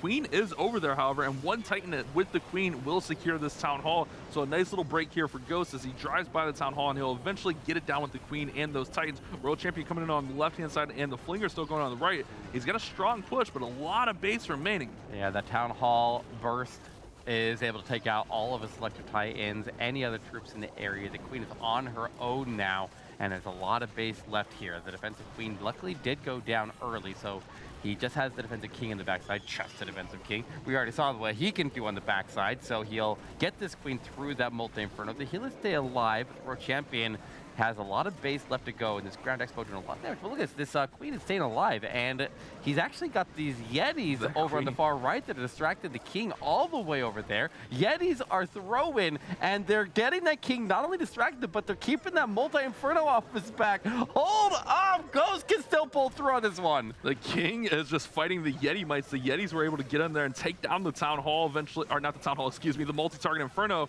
with those mites. The King's distracted over here. Oh no, this gets through. Oh, this gets through. How did this get through? Keep the King away! He holds him at bay! He's got the triple, and Lotus takes a commanding lead. Wow, Ghost. How? Oh, wow.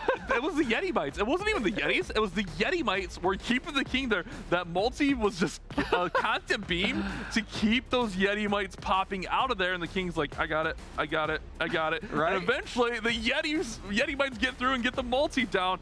Great persistence here for Ghost to finish this base off. And Lotus, that might have put the war all but away here. I still don't know how we got the CC pull, but he definitely made some mistakes there. Like, that Warden was under heavy fire, and going to ability that early was a big deal here because he definitely wanted that ability as he went through the town hall to help absorb the blast. And where all of his Electro Titans ended up dying at the blast there, that would have been really helpful to give this a better chance of going through. Luckily, he did pull through at the end, so very, very close. But, I mean, the Flame Flinger, it did some work. It got those Yeti mites that came out at the end. Look at these Yeti mites. And then as soon as the multi was down to Yeti mites there, then he quickly replaced it with Headhunters, and he just kept the King out of the way. That King would have shut this Queen down and stopped her in her tracks, and he wasn't able to do so.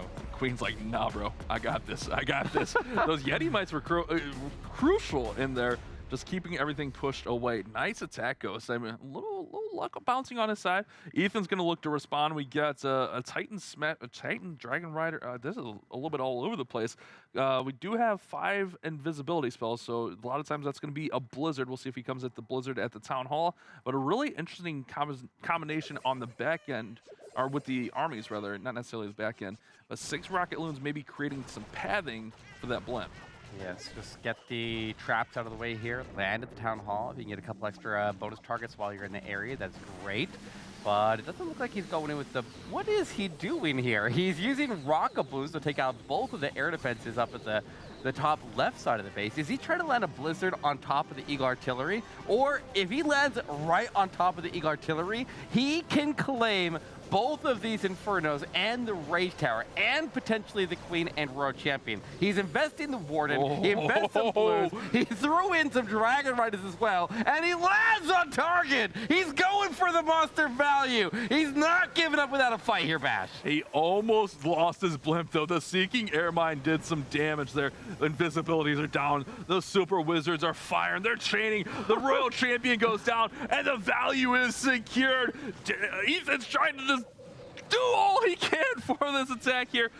He's got 11 sneakies, notice here, Eric. So he's going to try to sneaky out the Town Hall. He's got everything going on this attack. It's all over. Yeah, he's even using the haste to get him into the storages quicker by the Town Hall. There's a lot of battle bows in the area that could potentially mess that up there, but he does get the traps cleared. He's got invisibility on standby. He's got 6 more. The invisibility tower does go off by the Town Hall with that sneaky goblin who's going there to test for traps. So 6 sneaky goblins with the invisibility, and the haste still active to get them in quickly. Should get them through the town hall. And these got it. Yeah, with the haste speed up their travel time, they were able to get in there and get some damage before he even had to pop the invisibility. Well timed on that. And now his main force will start to...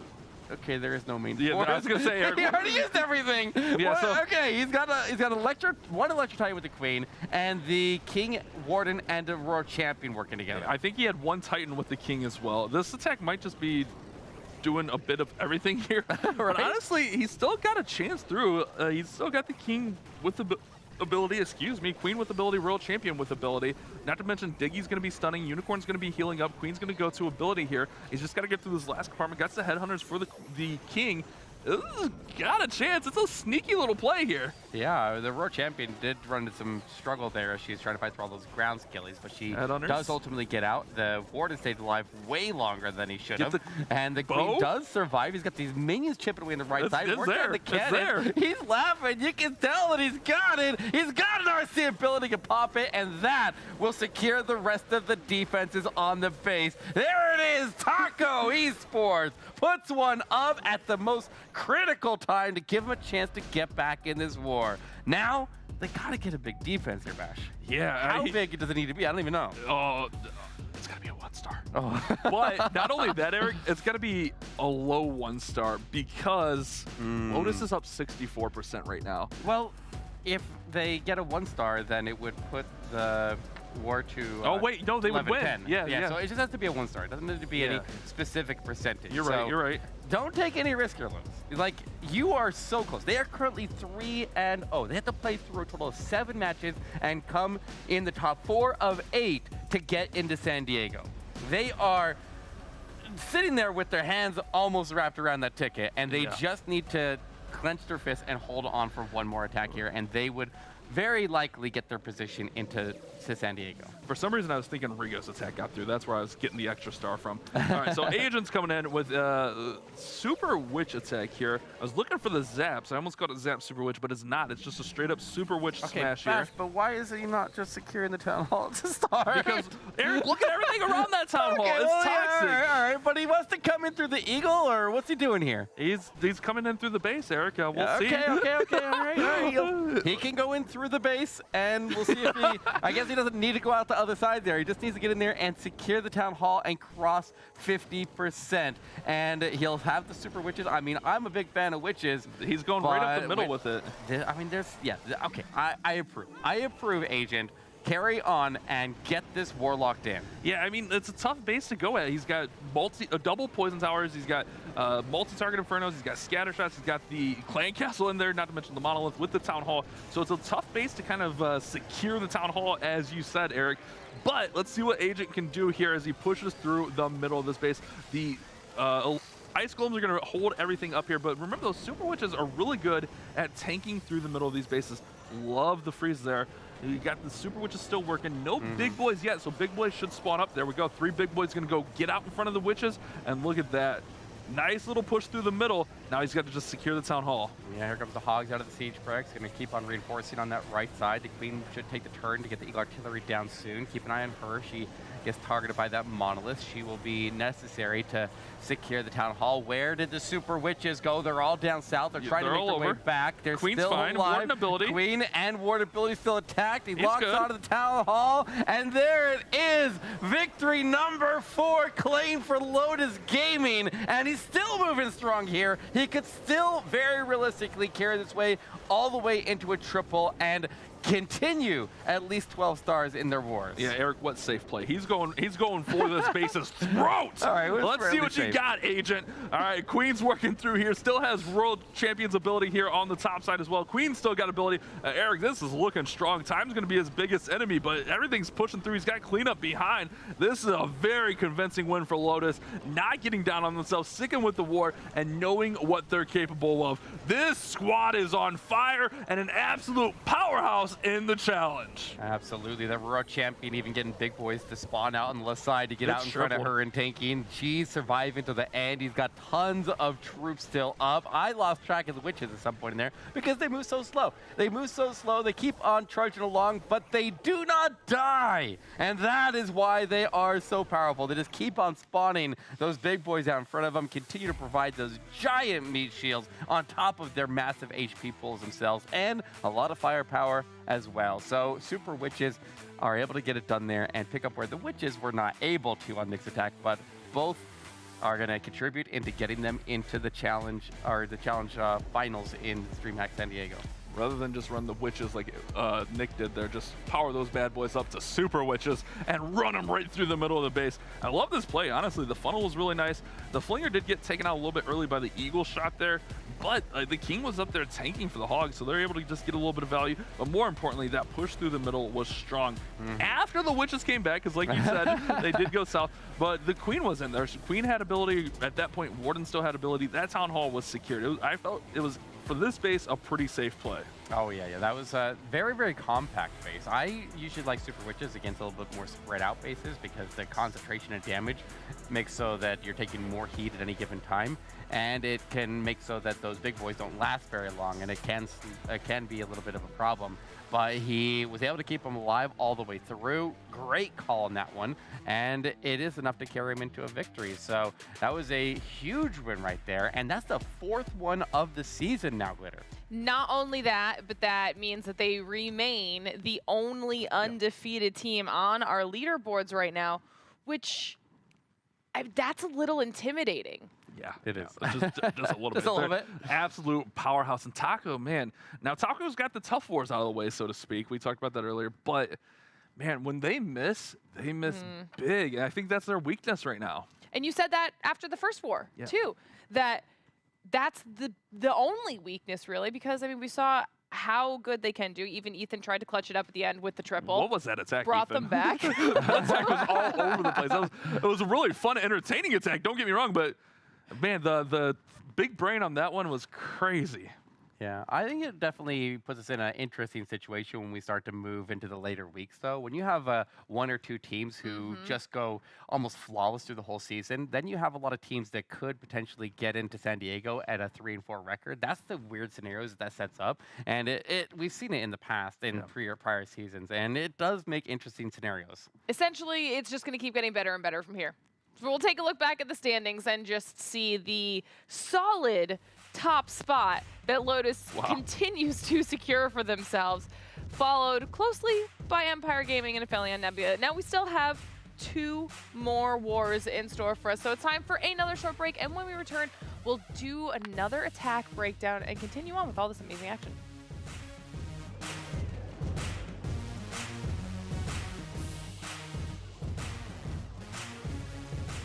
The Snapdragon Pro Series powered by Samsung Galaxy is brought to you by Snapdragon Elite Gaming, Samsung Galaxy S23 Ultra, Monster Energy, DHL, and the U.S. Air Force.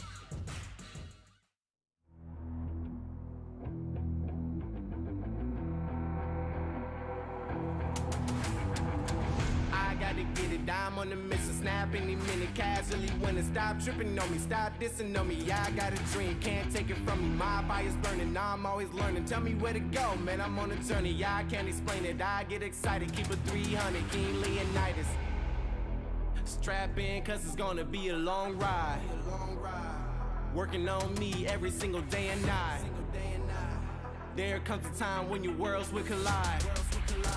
If it's holding you back, push it right to the side. Ain't got no time for no fear. I work too hard to get here. Ain't got no time for no fear. I work too hard to get here. I don't got the time, put me in, coach. I've been going hard, time to let it show. Everything raw, give it to me now. Let me have the spot, man, it's going down. Gotta get it here, I don't wanna wait. Take what I want, then I go train. Gotta get a win, I won't lose the game. This is my year, I ain't gonna break. Strap in, cause it's gonna be a long ride. Working on me every single day and night. There comes a time when your worlds will collide.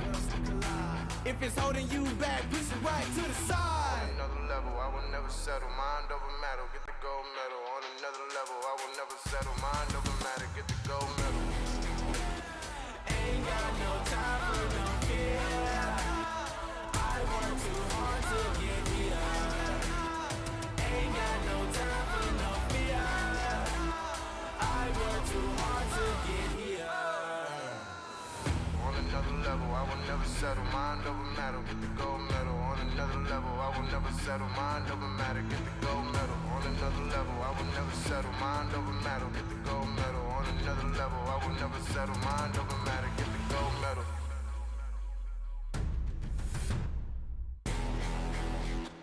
Ain't got no time for no fear. I work too hard to get here. Ain't got no time for no fear. I work too hard to get here. Ain't got no time for no fear. I work too hard to get here. Ain't got no time for no fear. I work too hard to get here.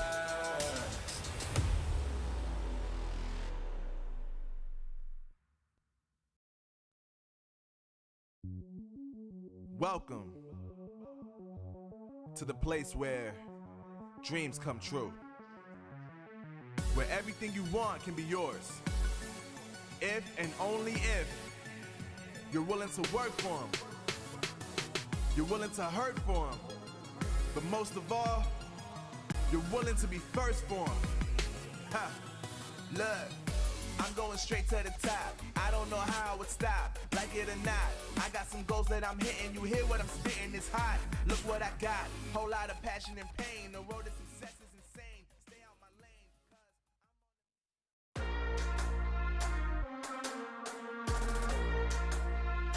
'cause Welcome back to the Snapdragon Mobile Challenge. Our third war comes to a close, and it seems like it's springtime as Lotus continues to bloom throughout this competition, maintaining a top spot on our leaderboard. Eric, stop smirking at me. I know, it's not. It's our producer who comes up with these funny sayings, and I love it. I love it, and he gets you to say them. But look at this, Lotus Gaming able to go undefeated, 4-0. 3 wars left until they lock in. They're in a very strong position. They are in the best position to lock in their position to move on to DreamHack San Diego, and they're feeling unstoppable right now. Yeah, they're definitely going to be comfortable heading into the next 2 weeks, the second half of this season of the challenge. And I think somebody that obviously everyone had their eyes on coming into this season, and now they're just, you know, really kind of driving that point home. Yeah, I mean, and on top of that, they got the player that they got players that have 5 championships under their belt there. That's absolutely insane. Let's go ahead and break down one of the attacks that just went on that war here. Let's take a look at Ghost, because this one was quite the exciting finish at the end here. It looked like it was going to come up as a miss, and one of the reasons I wanted to go back and look at this one here is we didn't get to see how he ended up pulling the defensive CC, but he ran into some problems with the Warden Walk over there. The Warden was sustaining damage for a long period of time. He used the lightning, and the Warden Walk, I assume, was intended to go all the way in here and secure the scatter shot, but something got the CC pull, and it ended up making so that the Warden was intercepted by the CC, and he kind of had to start the next phase of attack before he's able to secure that scatter shot takedown. It looks like it was Sneaky Goblins that ended up pulling the CC. The Sneaky Goblins that were working over by the Flame Flinger, and they just kind of took out the collectors in the area, and then they took a beeline towards that Dark Elixir storage, and that pulled the CC. If you stopped the attack right here and we were playing Guess the Percent, then I would have definitely called this one as a low one, because with the Warden Walk engaging the defensive CC while still under scatter shot fire, and then going to an auto ability here as the scatter shot continued to fire away, then you think there's no way that this could recover, but he did recover it, which is all the more impressive. And I mean, I can understand the celebration that you'll see at the end here, why he was almost as shocked as we were that it ended up going through. But he is able to push his way towards the Town Hall, rages up on his way to the base there. He's still got the funnel established, and he kept the majority of his troops together. The Witches work on the outside with the King, the Electro Titans go to the inside and go to the Town Hall. They got smoked pretty quickly without the additional support of the Warden, who went down relatively soon after he went to ability, and he was able to secure the Town Hall, but he lost everything in the blast without the support of a Warden ability, and obviously, if you paused it right here, once again, I'd say it's hopeless. There's no way that you can make it through. But the Flameflinger kept on moving on the right side, was able to push all the way in towards the scatter shot. The Royal Champion was able to continue off on that far left side and push towards the scatter shot on that side. And the King is still standing in the way. You got the King still sitting right there on the path. The Queen with very limited resources to go deal with him. No spells are left at this point here. And so you're just kind of coasting at this point, and you have a very small amount of troops. Now the Yetis came out of the Flameflinger, and there was a lot of fire on the ground there at that multi-inferno. So the Yetis were going that direction. They got stalled for a moment fighting ground skillies. So as the Yetis were just chilling in the area, they eventually stepped their way in, distracted the King, but these Witches did some great work on the left side of the base there, and a couple of light troops coming in, and he was able to then send in the Headhunters to replace the Yetis after the Inferno went down. You couldn't send them before because the multi-beams would have absolutely roasted your Headhunters there and not take you through, but you can see how shocked he was that that went through, and I think we all were. I think that was absolutely insane. What a recovery, and just sticking with the plan. Now we got a chance to talk to one of the players on the team here, so good to stand by with an interview. Let's go check it out. Thank you very much, Eric. That's right. I mean, I think we probably have a lot of questions, but I've got Garrett standing by to chat with us. First of all, congratulations. That was quite the win. How are you feeling being the only undefeated team right now? Good. We feel great. It's where we were hoping to be. Obviously, a lot had to go right for it to actually happen, but so far we've executed on what we hoped to, and now we're just looking to finish strong for the second half. I mean, speaking of a lot of things having to go right, we just saw Eric break down Ghost's attack, and we saw Ghost's celebration when it finally worked, but what were the rest of the comms like when you guys realized that he was managing to keep the King off of everything? Yeah, most of the attack was in survival mode, and then we kind of got to a point where we realized that it had a chance to go through, and then it was really just a matter of finding a way to get the multi down and keep the King somewhat away from everything so that everything could clean up the 6 o'clock section. I mean, you guys also had to have at least a little bit of breathing room when you saw the 1-star come through before even that attack. Does that kind of give you a second to at least reassess your situation and feel a little bit better about it? Yeah, I mean, it's always kind of a boost of confidence. 1-stars are huge momentum swings, and at that point we were still trailing in the war. So seeing that come in let us know that all we needed to do really to secure the win at that point, due to the percentage lead that we had, was get a triple and then a safe 2 and secure it. So that was huge.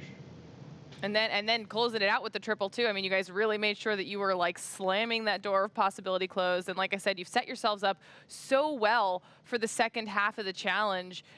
I mean, are you concerned about any of these teams right now? You guys are unstoppable.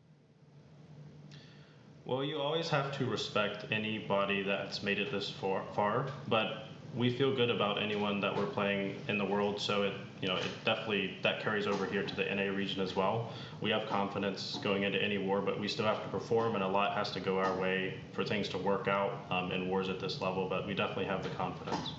Listen, I don't know if you saw the beautiful piece of art that our production team put together of Nick with all of the championship rings on his hands.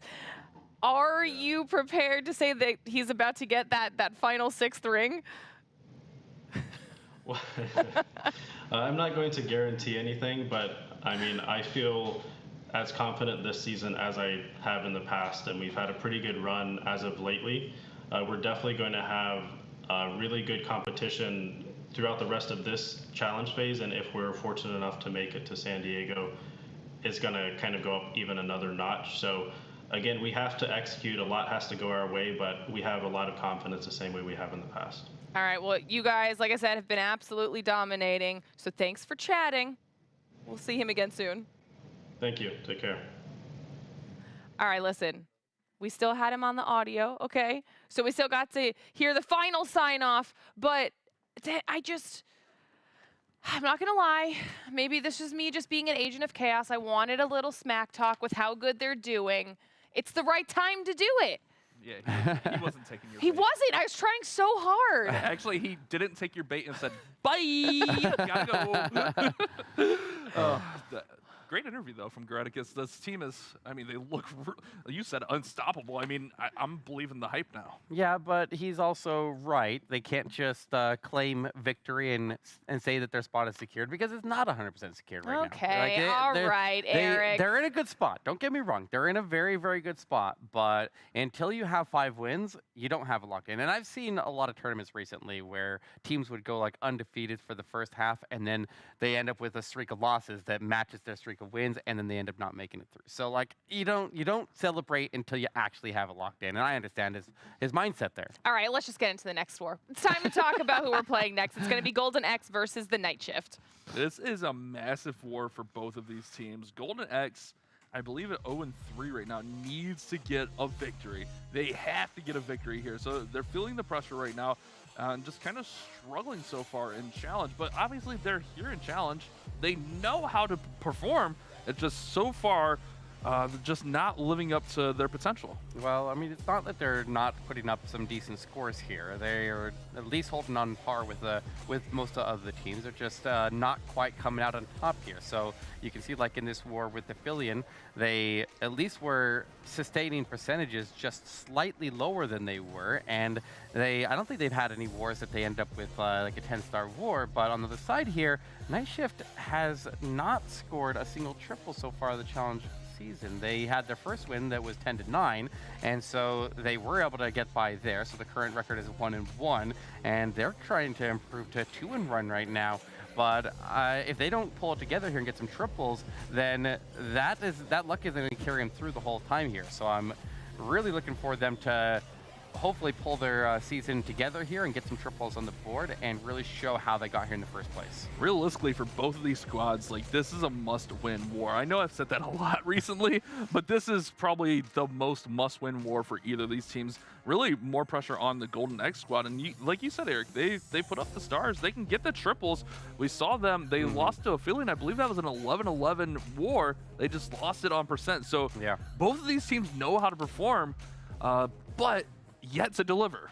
Yeah, exactly. That's going to be the challenge here. I think I don't know. What do you predict on this war here as far as score? I'd say 11-11 or maybe into the 12s. What do you think, Lauren? It's going to be 11-11 because I'm clearly the expert here on this desk, so that's 100% what the score is going to be. Which means it's time to talk about tickets for DreamHack San Diego. !DHSan in chat for more information on how to buy your tickets to attend the awesome finals of this entire challenge season. And you've got a discount code down below. And then, of course, fourth war of the day means fourth poll of the day. Is it going to be Golden X or the Night Shift who takes home this next dub? Because this one will actually be helpful for the leaderboard. So let's see what happens. Yeah, this is a huge war, and if you force me to predict it, I'm going 11-10. Oh. I think Night Shift fails to triple again. He's throwing shade. He's throwing I'm shade. not throwing shade. I'm just. All right, this let's is see what what the happens stats here. say, Eric. Let's let the players decide. It's Loki X kicking us off here with some Super Dragons. He'll open up with, looks like Blizzard? a Super Archer bomb. Oh, Super Archer, okay. He's going after the area around the town hall here, able to take out the defensive CC troops there. A nice Golem will just kind of chill there by the CC, but he should be able to secure the town hall here. Does he have Super Wizards in the mix as well? Yeah, it's a mix. He's got Super Wizards and Super Archers in here. A little wombo combo action.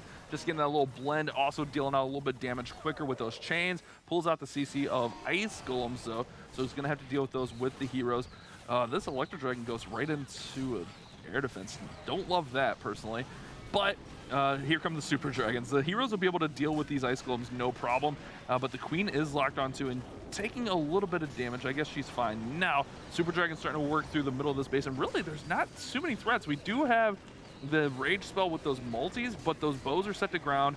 We have the eagle being froze, the multi being froze there, and we're pretty good so far, Eric. Well, unfortunately, that air defense down south is causing some problems. He throws down the Royal Champion to go handle that air defense, and he's got the Rage Tower going off in the middle base there. And remember that he used his ward at the start of the attack here to send that blimp in to get as far as it did. So he doesn't have the Warden to support either the Super Dragons or anywhere else on the attack. He'll pop that RC ability, the Tesla farm with the Rage Tower, and the Multi-Inferno's doing so much damage for so long, and the Eagle Artillery also firing away. This area around the Rage Tower is going to hold strong, and so the Night Shift will pick up a defense here to open up the war, and they're going to need it here. This is going to be war where, like I said, I think one solid triple could decide it, but I really feel like we're going to be hitting at 11, somewhere between 10 and 12 stars, I guess. 11 would be the average, right?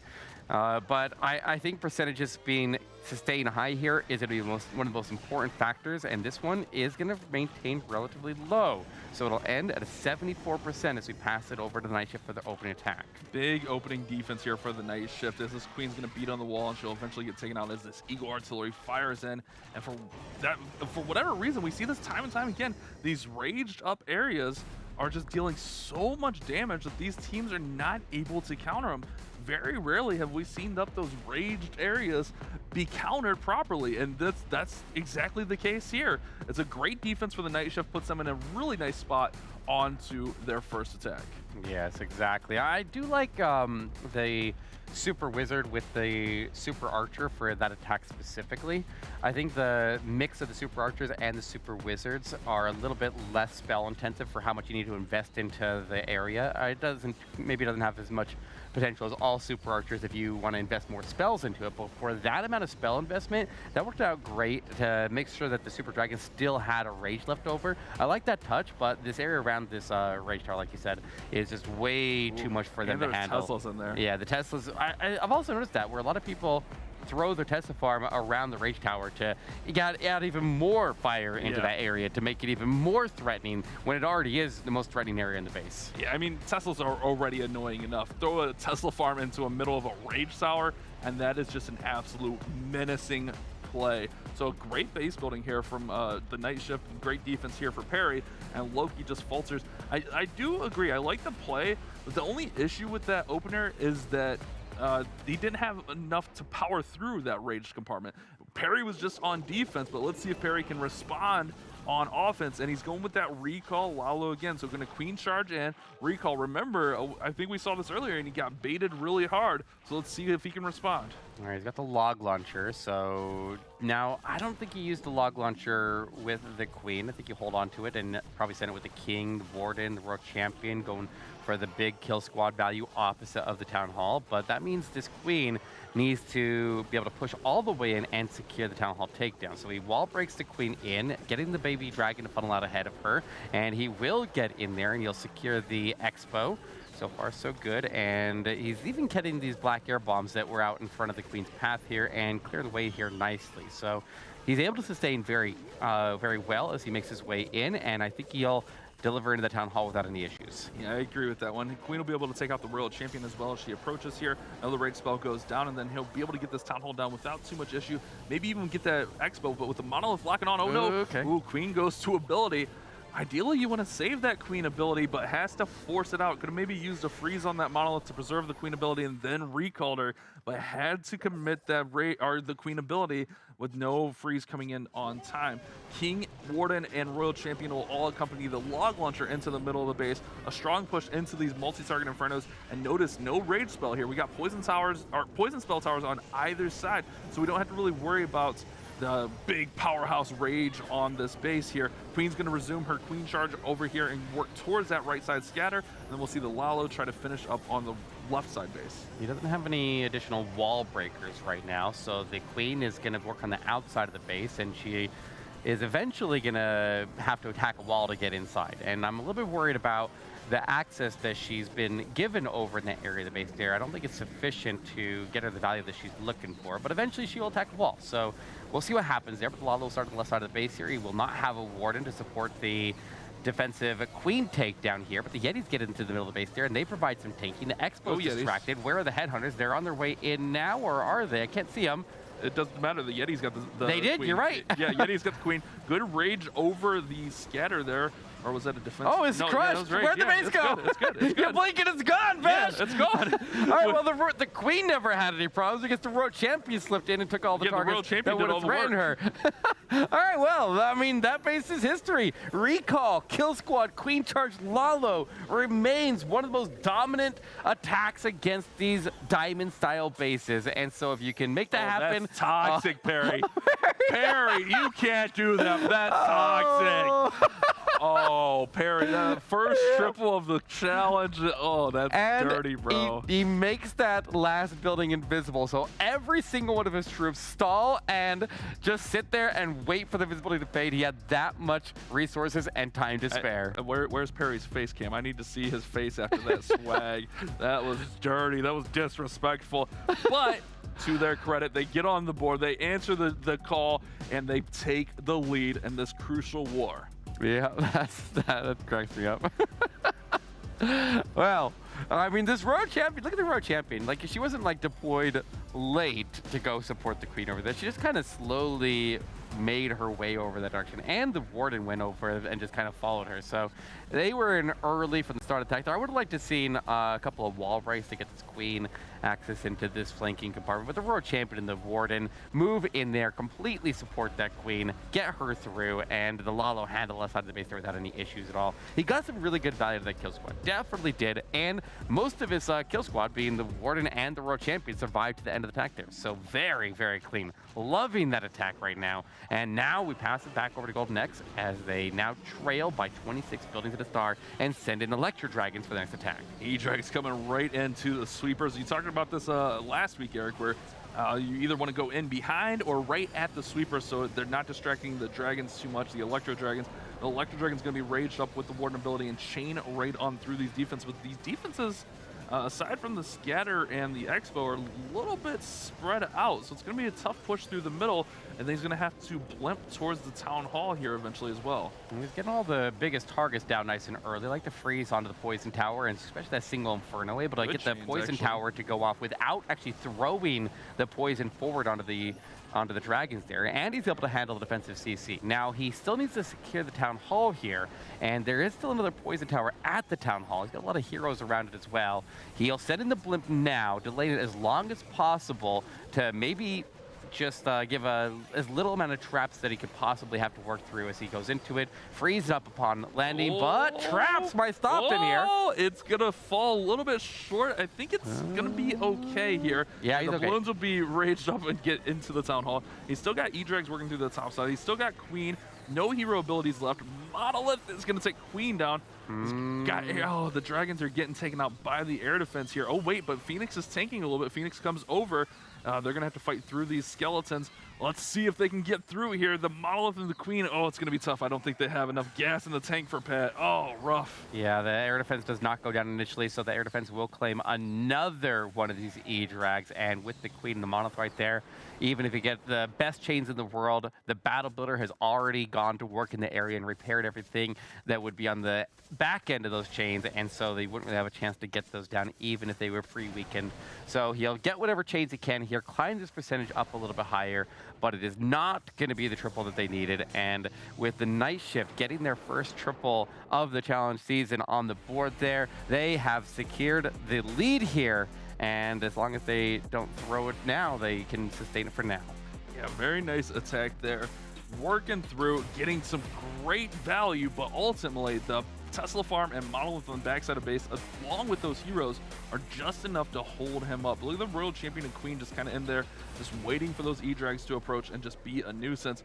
Tornado really wasn't an issue here. It's that moment that like, oh no, but wait a second, I'm fine moment, because he had the Dragon Rider and the balloons in there, so not a big issue. It was just really like powering through the storages, and everything on the backside of the base was just too much.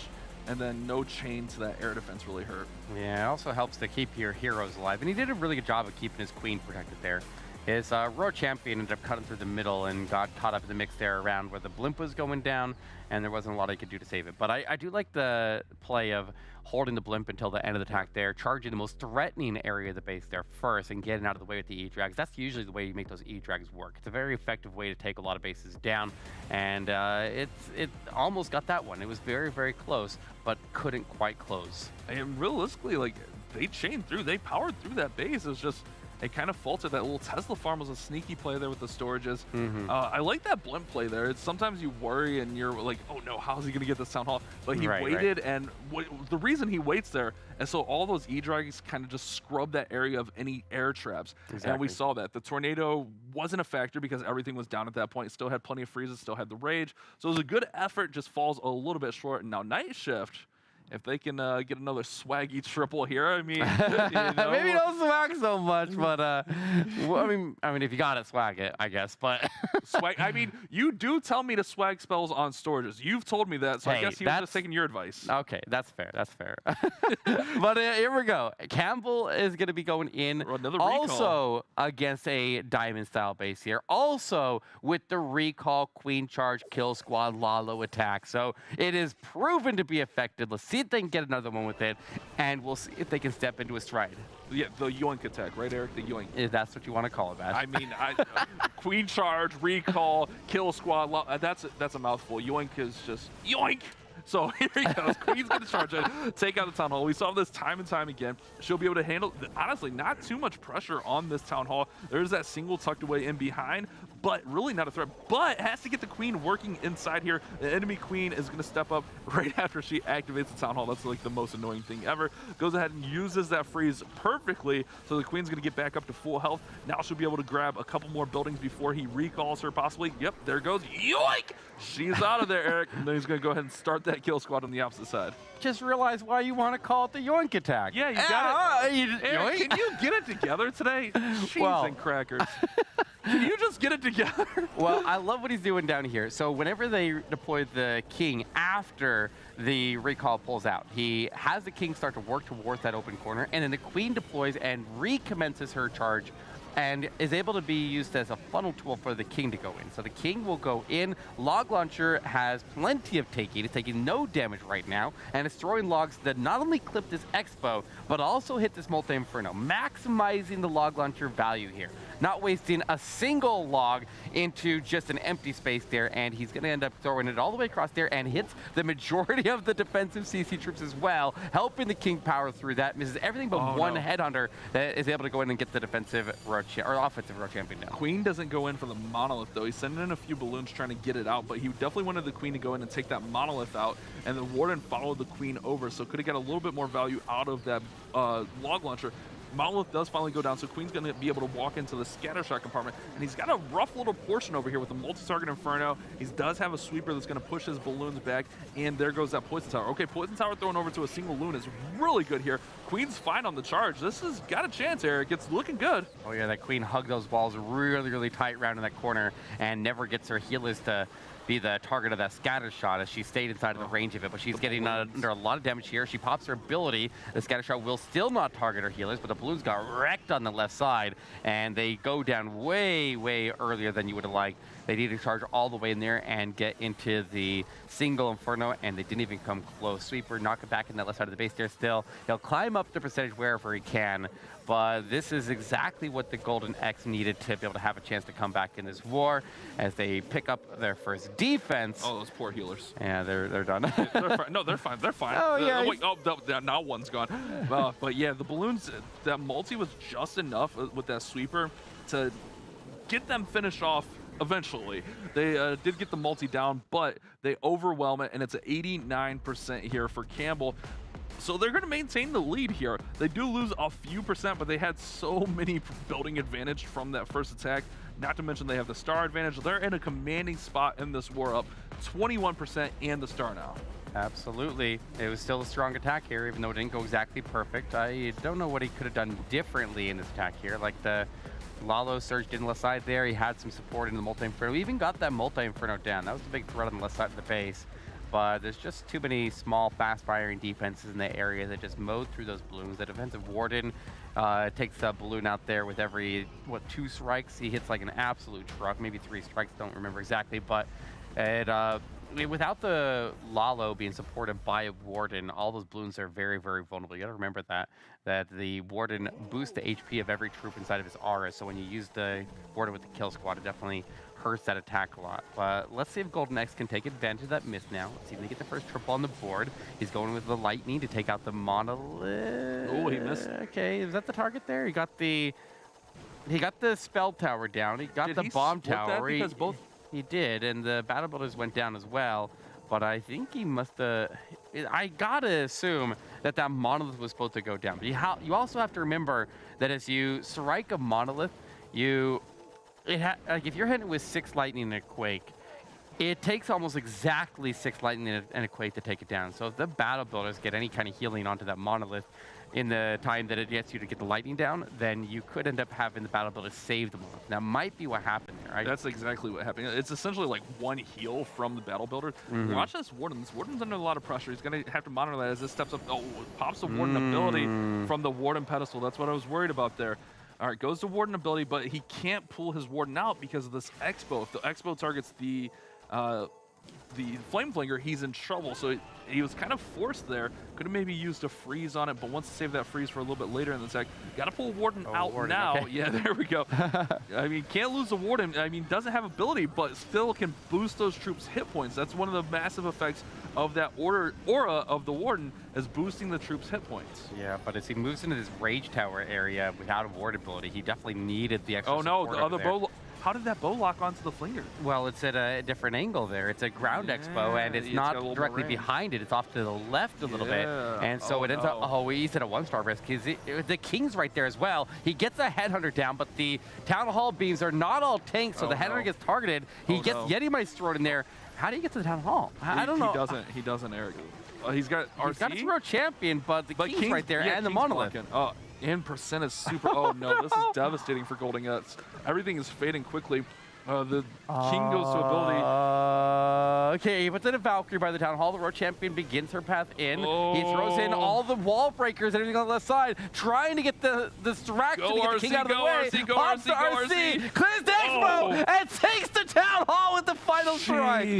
But look at that percent. Barely got it. Bash, you're right. Barely got that 2-star. 52%. Oh man, that was stressful. He knows he got that one by the skin of his teeth. That you can't afford that right now. Night Shift's already up on percent. Golden X is gonna have to get some triples on the board. That is rough. It could have been worse. It could have been worse. It could have been a lot worse. Yeah, good job pulling that King out of there so the RC can clear out the Town Hall. And barely just having enough to get the 2-star. Yeah, that Monolith chipping away at the Road Champion, like that. A little bit of distraction.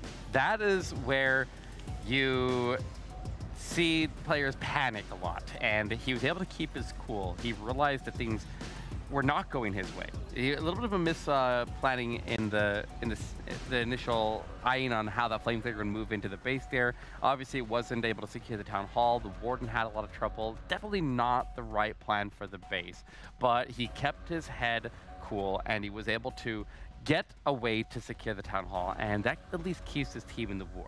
Yeah, in that situation, I 1-star that all day, every day, because I'm sending my RC on the opposite side because I'm afraid of the percent. Yeah, you're like, I'm like, let's just get a few defensive buildings. With the King there, that was a really good play. Way to keep your cool, keep your team alive, although really heavily down. Okay, Bash, if he got the King to lock on to his Road Champion right there, he may not have got the percentage, because he only got, what, 51%? Yeah, it could have been 0. He could have ended up with a 0-star very, very reasonably if he didn't get that King out of the way, and he put the Road Champion on the Town Hall. So I can see your concern, but he's lucky it did work out, because now his team's still in this war here, as we now see Loch Ness for the Night Shift coming in with a Recall, Queen Charge, Electro Dragons. Yeah, this is very interesting. So obviously going to Queen Charge into the Town Hall. It's going to be a tough Queen Charge. We got both bows in there, got Poison Towers.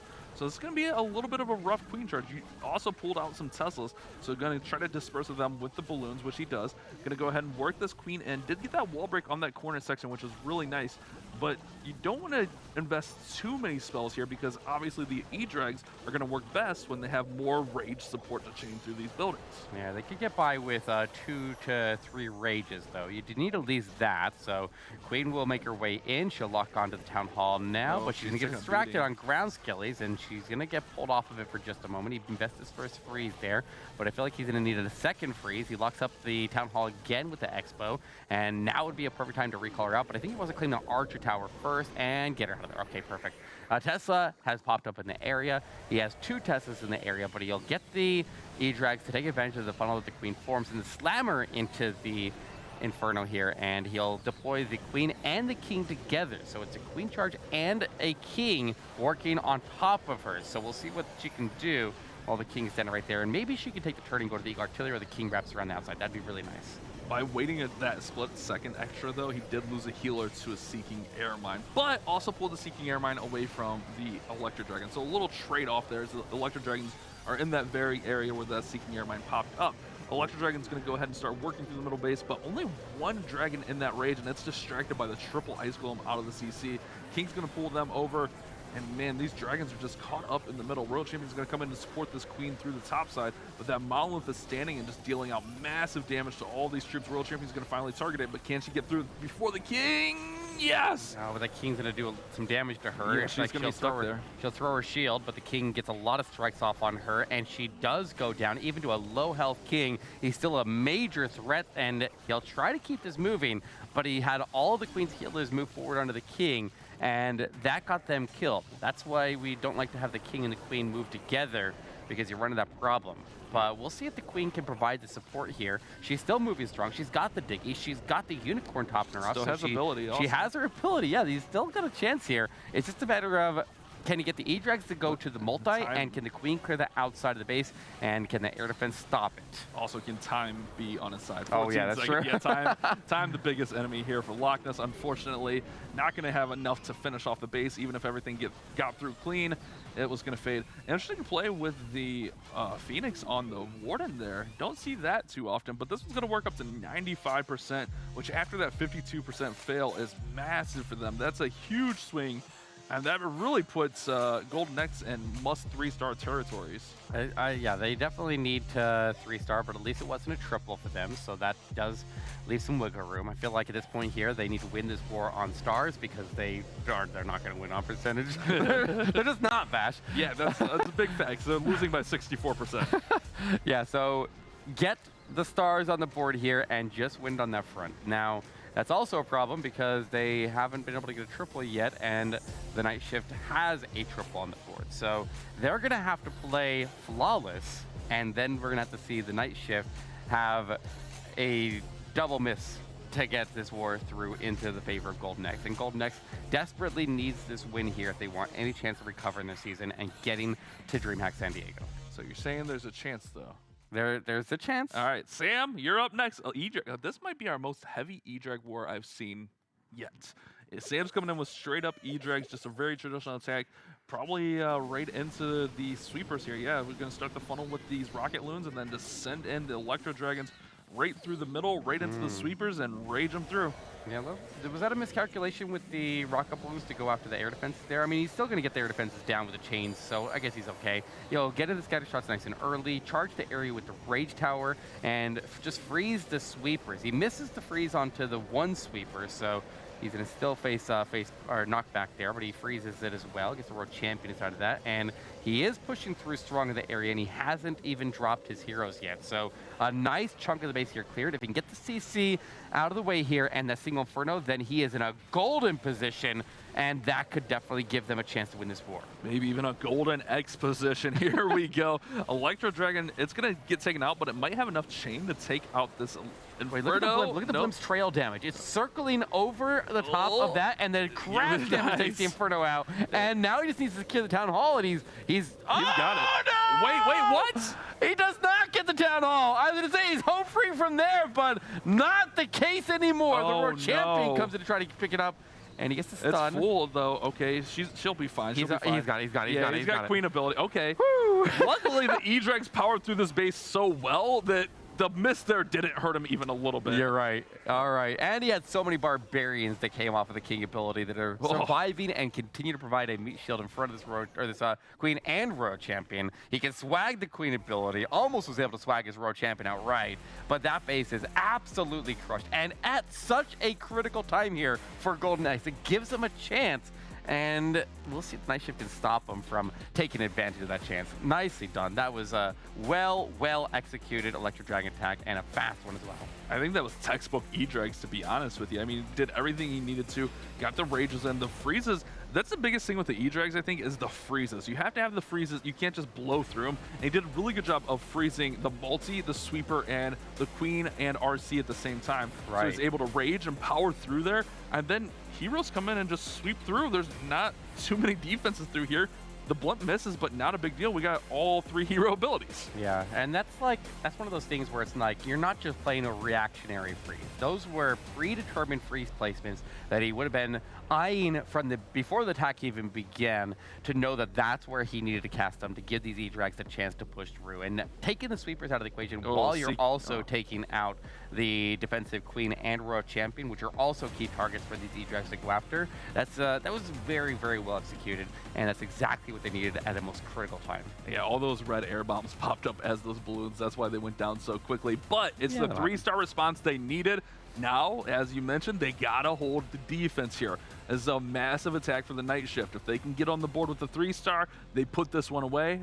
If they don't, they leave the door open for a little sneaky triple for Golden Knights at the finish. Yeah, so a lot of pressure here. Yeah. 1 triple out of each team. So if we end up with all defenses, it'll likely go into the Night Shift's favor. We were predicting coming to this war here that 11-11 would be the final score and percentages would be deciding it. And right now, it's still kind of looking like that is potentially the case unless somebody can change their mind and put up a 12-star war. So, I mean, Night Shift has had a lot of, they've had a lot of wars over their beginning of challenge phase where they struggled a bit. They weren't able to get the triples and those ones there, and they did get out here and start this one off strong. So I like the change in the Night Shift here. Maybe they're stepping into the momentum that they need, and we'll see if they can carry it into a victory here. So Puma will go in with a zap into Sui Lalo. Yeah, zapping out the bow up there. Maybe wanted to get the Rage Tower, but doesn't get the Rage Tower. Got the multi as well. No, I guess probably didn't have the range on. Yeah, could have hit the Rage Tower if you wanted. I was going to say, yeah, it looked like it, but, you know, who am I to say? Yeah, you're Bash, and Bash knows. Well, he charges the Road Champion in order to pick up the Eagle Artillery nonetheless, and yeah, definitely could have got more value out of Lightning, that's for sure. But he does get the Road Champion to pick up the Eagle Artillery there. That Expo under the Rage continues to fire away. It would have been nice to get that Rage Tower to trigger early and fade by the time he actually was going in and try to relieve that damage off of his Road Champion, but she's still got her primary targets down. The Queen and the King surge in. They will get onto the scatter shot, fight off the defensive CC. It's a relatively easy CC for them to fight, so I'm not too worried about that. But I would like to see the Queen go all the way in and pick up the multi, and that Ground Expo might have something to say about it. Yeah, it's dealing some massive damage, forces her ability. Here comes the Stone Slammer from the left side to follow the Lalo, and that Stone Slammer is just going to set the path and push those balloons into the Town Hall. Queen does not have ability anymore. She's going to be fading quickly due to that ground bow that you mentioned, Eric. Freeze spell goes down to freeze the invisibility tower so that the Lalo can get through and take the Town Hall before it goes off, and then the Invis will go off and actually protect the balloons as they push out of here. Yeah, but they were protected by the ward ability regardless, so it doesn't make too big of an impact in the overall attack here. The Queen, on the other hand, with the scatter shot, were able to team up on that big pack of balloons and able to take them all out at once. He's got 3 headhunters on standby, but this multi-inferno on the far back of the base here is going to be very, very difficult to work through, especially since it's important and that Dragon Rider are both at low HP. And now the Rage Tower comes back into play one more time and is going to melt this pack. Watch the HP drop as all these balloons rapidly fall to the sky, and there they go. One raged up multi-inferno, and the entire army evaporates. Man, that zap looking even more crucial at the beginning. Remember, we both think he could have got that Rage Spell Tower out, and it comes back to bite him here. A rough play here for Puma. It was really a pretty solid plan. Just maybe a little miscalculation there on the lightning spells, not helping out. That rage spell, man, the rage spells are so nasty, man. So nasty. This one will work up nice percent, but realistically, they don't need percent. They're already up huge on percent, so that's not really a big issue for them. They really wanted a 3-star here to put it away. So Golden X is still alive going into their final attack. Yeah, but I mean, that's a lot of pressure now. It's going to be a lot of pressure. If they can get the triple, then the Night Shift will be under just as much, if not more pressure. So let's see if they can get it done here. This one will rack into the mid-80s. He'll get this storage down. Maybe he's got 3 seconds. No, he won't get the storage down. So an 85% will be the final on this one. And now that door is wide open for Golden X to sweep in and steal the win. And that would be that'd be a bad day here for the Night Shift. Yeah, that would be absolutely heartbreaking. Heartbreaking, but Golden X still has to do it. We've seen that they can put up some stars. They've been close on a few attacks here. I mean, these E-Drags are working for them. They're seeing something in these Night Shift bases. Really, they're just seeing the pathing for the E-Drags that's working in their favor. I mean, we had Pat come in with a 94. We had that Sam come in with a 3-star, very clean 3-star with the E-Drags. Pat's wasn't too far off, so we'll have to see what happens on this last attack. But Golden X, they've got a chance here, and they really got to capitalize. A 3-star and a defense, they could sneak and win this war. Absolutely. But here we go. Powerade, good luck. Powerade has all the pressure of, I feel like, their whole season on his shoulders right here, because they need to not only get this win here, but then they need to continue to get wins after this to be able to recover their season, because they've been off to a pretty rough start. So this is the chance to start a new streak, and we'll see if he can pull it off. So is it going to be a Electro Titan smash attack here with Lightning, taking out the Expo, taking out the Invisibility Tower and the Battle Builder, getting the area set up for a Flameflinger charge in, and this Flameflinger will arrive to the Town Hall without any threats on it, assuming that we don't have any Teslas or anything pop over there that intercepts that Flameflinger. But he'll start it now, and that Expo that is beyond will definitely be out of rank there, and he will secure this Town Hall without any issue, I expect. Yeah, remember the predictions earlier. I said 10-11. I think you and Glitter both said 11-11. And honestly, you guys are looking pretty good here. I'm not looking so good. But that's fine. That's fine. Let's see what Powerade can do. That Flinger should lock onto the Town Hall after getting that Battle Builder down. Everything's working through the middle. Does have a jump spell that he can deploy, but also has a super wall breaker. Here comes that super wall breaker. We'll see where it targets. I did not see which wall. It's all the way in. Oh, all the way okay, to the core. nice. So he could jump. This is nice. I really like this bash. He could I would jump like all the it way even through. more if the King could go in and get this Monolith down. But I don't know where he's going to go. There's a big Tesla farm over there. He's under Phoenix right now. He's not going to last forever out there. That left side is going to be very, very difficult to work his way through. I love what he's doing in the core of the base here. If he can keep these these Electro Titans alive, but they're dying off too. They're gone. Oh, all the healers are dying. Everything's gone. Oh my gosh. It's just like that. The attack's gone. Oh man, what happened? What happened, Bash? Everything's split, so the healers weren't able to focus. The healers stay with the queen, and then the queen's like, oh, I like the beams of the Town Hall. That feels good. So she went over there. She got a nice little sunburn, and then the king got over there, and he just got taken out by the Warden Pedestal and the Monolith, and then everything just faded. I love that play. I mean, it was a really nice opening. It looked like it was going to work great. It was looking great. It was looking great until it wasn't. Okay, you're right. Like, I feel like we've seen this style base with that almost exact approach take bases down countless different times. He didn't make any mistakes there. Like, everything just seemed to have passed the way that they were supposed to overall. But I think, yeah, like you're saying, a little bit of a split there is all it takes. You just separate the pack just slightly, and you leave up a bit, and you're just left stranded. And that is what happened here. Now, the Night Shift is looking to pick up the win here if they can just go in and lock in a nice safe 2-star, and that is exactly what they need. That's all they need here, and that would be their second win of the challenge season. It's a heartbreaker for Powerade. I agree. I thought the plan was really good. That was fantastic. It just everything kind of split on him after he got that wall break and opened that right side wall. Yeah. It kind of just let everything kind of wander around a little bit. There's just enough breadcrumbs for the queen to just like, all right, I'm out of here. See you later, guys. And then she took the healers with her, and everything faded after that. 73% doesn't matter in this war. It's already way out of hand. Mm-hmm. But barring a catastrophe, Night Shift is in the position to win this war. Yeah, absolutely. Absolutely. And I mean, maybe it's just the preparation as they come into this. Like, you know that when you run a lot of box bases, a lot of people are going to be trying to do the Zap electrifying attack. It is one of the most popular attacks against this style of base, but the base builders are adapting and they're finding ways to stop it. And this is just another case of the Electro-Titans getting shut down when they would normally go through against this general style of base. Every box base is seeming to be a little bit different, and a lot of times it is super effective. But I mean, if you can spread out those Electro-Titans, separate them from the Heatless, separate them from the Queen and the Warden, you can stop this attack. So here we go. Chase the Ace coming in for the final attack of the war. All he needs is to play it safe. And we'll see what he decides to do as he starts in with the Blimp to go after the Eagle Artillery. And then, as soon as that Eagle Artillery is dealt with, he can charge the E-Drags almost directly at the Town Hall and secure it, and he should have no problem racking it in 50%. Yeah, you say that, but there's always drama in these situations because he's... Is there drama? It looks like he's setting up exactly the way he needs to here. The Eagle Artillery will remove a lot of incoming damage here. He's got a very clean funnel being established on that right side, and he'll just rage up an E-Drag down south and charge his way into. Honestly, this is just a generally effective way to use E-Drags to triple a base as well. But it's a safe 2-star. You can't really go much safer than this. Yeah, you're right. I was just trying to, build up a little hype here for this attack. You're right. Going right at the Town Hall with E-Drags is super safe, and then the heroes can come clean up the percent. You won't have the Eagle beaten down later.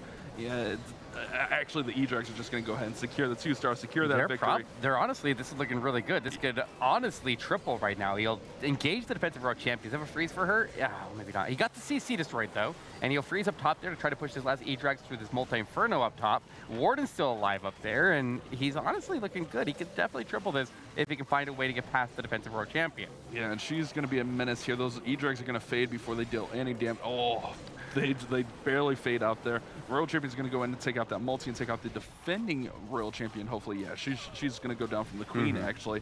Rocket Loons are in. Royal Champion will sweep through. Yeah, I think you're right, Eric. This is looking really good. All right, well, the missing streak of the night shift has ended, and I mean, maybe it was they just got to stop playing during the daytime. I think that was the problem, you know? It's night shift, it's nighttime. Yeah, week 2 is the night shift, you know? Yeah, Week 1 was the day shift. They just needed to shift over. They have now stepped up to the star counts that we've seen them capable of in the past there, racking in the 12-star victory above the Golden X, and effectively, that might be close to the end of the season here for Golden X. So we'll see how they are able to do later on. Maybe some miracle would get them into DreamHack San Diego, but their chances are looking pretty grim here. Yeah. But the night shift has now moved up their record, and I think that puts them at a 2-1 now. Yeah, Chase, can I get statistics on E-Drags for this war, please? Tweet that at me. Thanks, bud. Appreciate it. Nice attack, bud. Way to secure the victory for your team, and a very clean triple to finish off this war. You're right, Eric. It was a very safe play at this, but also a very effective play. Getting that Eagle out early was nice. No drama. No drama at all. No, that was clean. The best play for the base, and it works out really well. It doesn't have to really fight the sweepers. Gets that CC dealt with early. Heroes just sweep through. Yeah, I mean, the only thing that you really could have done differently to improve that attack was just a little bit cleaner freezes while he's getting the Raw Champion down. Aside from that, like his 3-star wasn't good enough, is what you're saying? I'm saying he could do it better. I just want some drama in this war, Eric. He's like, if I can't get it in the war, I'll get it with Eric. I want some drama in this war, brother. No, that's always the thing with the E-Drags is the freezes are very crucial. But, I mean, it works out. When you get that much of a push through with the E-Drags, the heroes can sweep through there. Dude, I love the face cams. I love having face cams on for challenge. Definitely my favorite thing. A commanding victory for the night shift, and that's exactly what they needed to keep themselves alive here, Glitter. I mean, they looked good. We were almost right. I wasn't. Almost right, Eric, with the star count, but you know, we'll take it. It was close enough.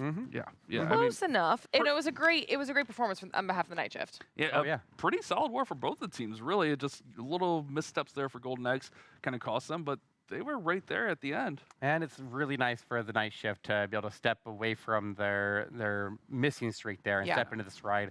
This is what they're capable of. We know that they can put up the triples, and hitting a 40% hit rate in a war is the mark that they need to be hitting, and they need to now carry the momentum that they have in this one and carry it into the next 2 weeks, because if they can get another 2 wins, there is a very high chance that they can make it on to San Diego.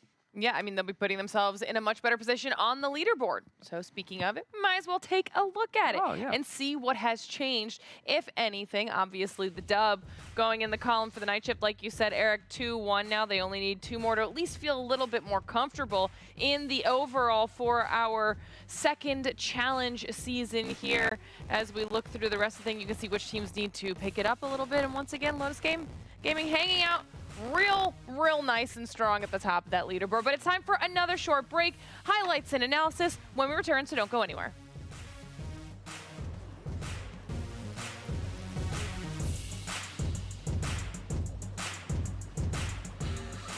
The Snapdragon Pro Series powered by Samsung Galaxy is brought to you by Snapdragon Elite Gaming, Samsung Galaxy S23 Ultra, Monster Energy, DHL, and the U.S. Air Force. Welcome to the place where dreams come true, where everything you want can be yours, if and only if you're willing to work for them, you're willing to hurt for them, but most of all, you're willing to be first for them. Ha! Look, I'm going straight to the top. I don't know how I would stop, like it or not. I got some goals that I'm hitting. You hear what I'm spitting? It's hot. Look what I got. Whole lot of passion and pain. The road to success is insane. Stay out my lane, cause I'm on a mission. I'm getting what stands in my way. Yeah, I'm a beast. I wouldn't play with me, baby. The way that I'm training is crazy, and I do it daily. You wanna talk about drive? I got more drive than Mercedes. I never been lazy. I'm in the room, it's a red alert. You wanna compete? Well, get better first. I got 10 toes in the dirt, push through the hurt just to show them my worth. I'm the best. Yeah, I'm the best. I never stress. I know what's next. I'm who they test, like we playing chess. But I'm unimpressed, so now let me flex. Yeah, I'ma work through the struggle and hurt, cause I know my worth, and I gotta be first. Yeah, I gotta be first. Look, I don't want anyone's sympathy. I understand what is meant for me. I give my focus and energy. If it's meant to be, then it's meant to be. But mentally, I'm undefeated. They hear that and say I'm conceited. Like there's no reason. Like I don't beat them and come back again just to teach them that when you work under pressure, you reach higher measures. They'll try and bring you down, but you cannot let them, and only get better and focus on cheddar. Eye on the prize and you'll become a legend. Like, when I'm in the room, it's a red alert. You want to compete? Well, get better first. I got 10 toes in the dirt, push through the hurt just to show them my worth. I'm the best. Yeah, I'm the best. I never stress. I know what's next. I'm who they test, like we playing chess. But I'm unimpressed, so now let me flex. Yeah, I'ma work through the struggle and hurt, cause I know my worth, and I gotta be first. Yeah, I gotta be first. They don't know what's gotten into me, how'd I turn pain into energy. Through all the struggle and hurt, remember my worth, and that's why I gotta be first.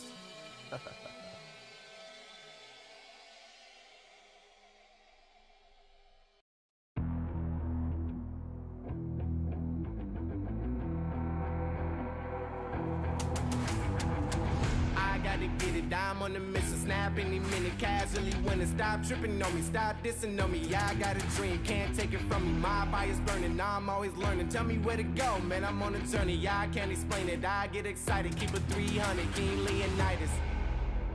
Strap in, cause it's gonna be a long ride. Working on me every single day and night. There comes a time when your worlds will collide. If it's holding you back, push it right to the side. Ain't got no time for no fear. I work too hard to get here.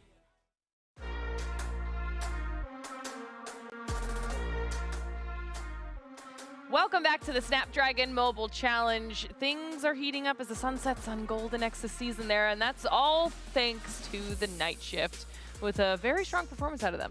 Yeah, that's a bit unfortunate, but man, looking at these standings, Golden X 0-3 now, that is going to be very tough to overcome. We've seen them just struggling this season, but if you're night shift, you're feeling good at 2-1. Right? Yeah. Now you've got 2 more weeks to get some more wins in the right column and set yourself up well for San Diego, which is what they're all working towards right now, is that San Diego land that we keep telling you guys about, so make sure you're paying attention to that as well. But we got to talk about that last war. You want to break an attack down? Well, first, exclamation point, DH Sand down there in the comments. I got you guys. Thank I got you. But we're going to take a look at Where's Perry, Recall Lala, or as I'm calling it, the Yoink attack, because we're going to yoink that queen out of there and start her on the opposite. So we've seen this be really effective, like Eric called it, against these diamond-shaped bases. So we got diamonds here, shine bright like a diamond, and it works really well here. So Queen's just going to work through here, and she's just going to charge in here. And she's basically in charge of just the town hall. And then he's going to pull her out of there. And remember, with that recent buff to the recall spell, you now get that extra capacity, so you can take out 4 healers. So notice that he keeps that 1 healer in his army composition, and that's not by accident. That's because the recall spell will allow him to take the queen, the unicorn, and all 4 of those healers out now, and then he can deploy that extra healer later. So Queen's just gonna work in here, and this one didn't have too much pressure. He's got the Expo over here, he's got Monolith tucked away, but Monolith isn't gonna be in range. The biggest thing here is just deal with this Royal Champion, and then she can deal with the Town Hall as he works through here. And really nice execution here. Did have to use the Queen's ability. I would like to have seen a freeze on the Monolith here to save that Queen ability, but obviously didn't need it. Worked out. And then he goes ahead and yoinks the Queen out of there. I'm telling you guys, this attack is called yoink. Whether you like it or not, deal with it. That's the thing now. So after you yoink the Queen out of there with the recall spell, you're going to go King, Warden, Log Launcher, and eventually the Royal Champion, and then you're going to also start that Queen charge with them. So they're going to be able to push in through the middle of the base, get to these multi-target Infernos, and then the Queen's going to be able to work through here. Actually, I don't even think Queen wall breakers in here because there's no wall breakers left. The Royal Champion ends up actually sweeping through. We'll see that here in a moment. But the Queen's just going to be able to clear out all of these exterior defenses. The Royal Champion's going to join up with everything. Like, this Royal Champion goes absolutely crazy on the attack. Beautiful Warden ability here to protect that Royal Champion even a little bit longer, along with protecting that King. And then the Lalo's not going to do too much here. It's just going to do just enough. So it's going to work through this left-hand side and get into this scatter shot. It's going to tank that scatter shot just a little bit also. Raged up Yetis out of the Log Launcher is going to get through, get to the enemy Queen and that Monolith. That's massive. Now notice the Royal Champion snuck all the way over here where the Queen can't reach. She gets that scatter shot out, and the base disappeared. Eric said it. Just like that, where'd the base go? It all happened so fast because everything was going on at the same time. We had the Lalo in from here, we had the heroes from here, we had the Queen and the Royal Champion kind of sweeping in from over there, and this base gets cleared out in a jiffy. Now, this swag here, I'm going to call a little questionable on the swag with how their challenge has gone up to this point, because this was the first attack of the war, but swags out a couple spells and eventually gets the 3-star. So a great start to the war for Perry, but very great execution on the recall, Queen charge, kill squad, Lalo, aka the Yoink. We're going to send it over to Glitter. She's got an interview with a member of the night shift. Thank you very much, Bash. That was a very official terminology. I enjoyed that breakdown. I'm standing by with Chase, who seems like he also appreciated that. How are you feeling?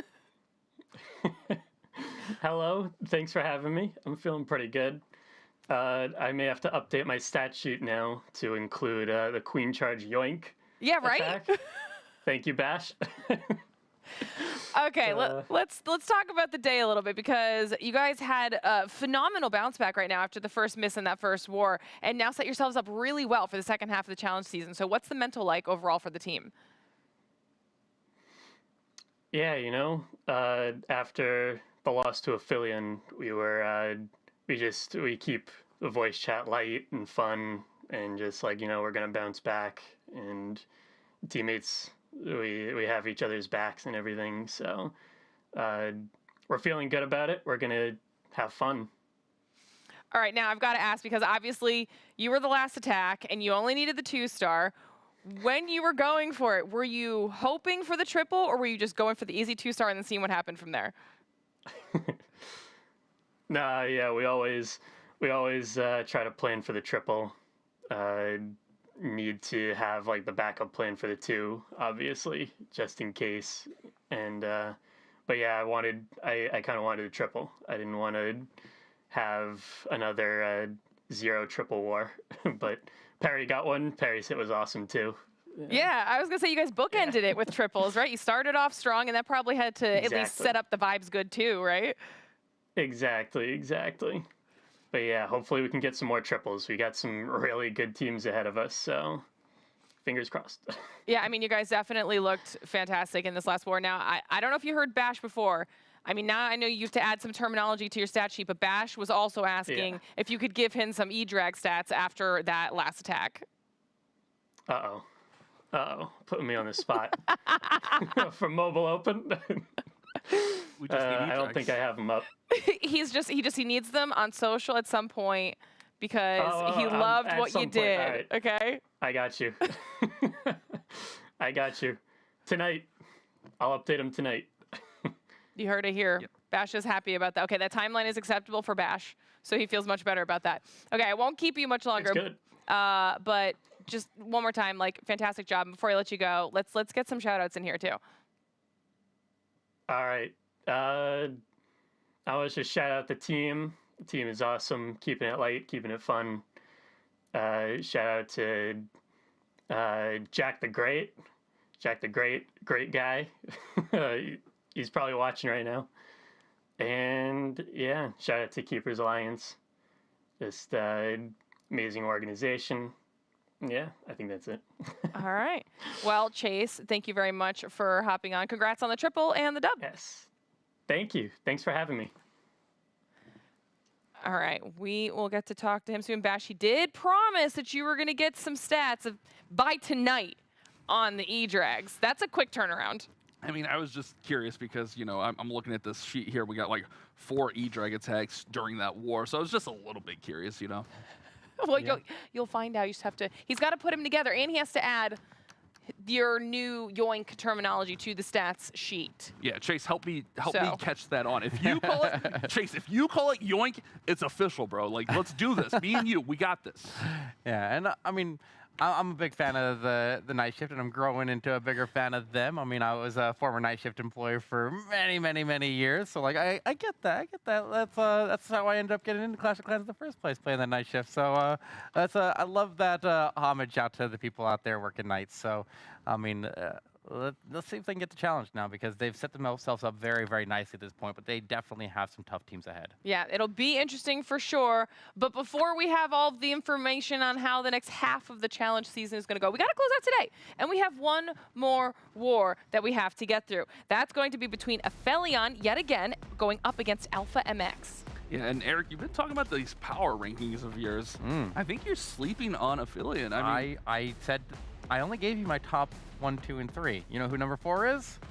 Well, I'm gonna guess you're gonna say. You're right. You're such a cheater. You got it. You're such a cheater. Look, for me, 1, 2, and 3, they're 3 for me.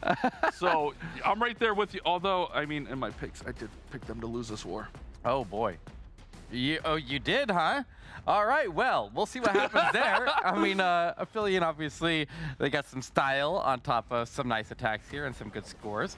And they were the team that ended up beating the Night Shift. That was the war that the Night Shift ended up with their first loss with. So we'll see what they can do here. But I mean, Aphelion is where are they sitting in the overall rankings right now?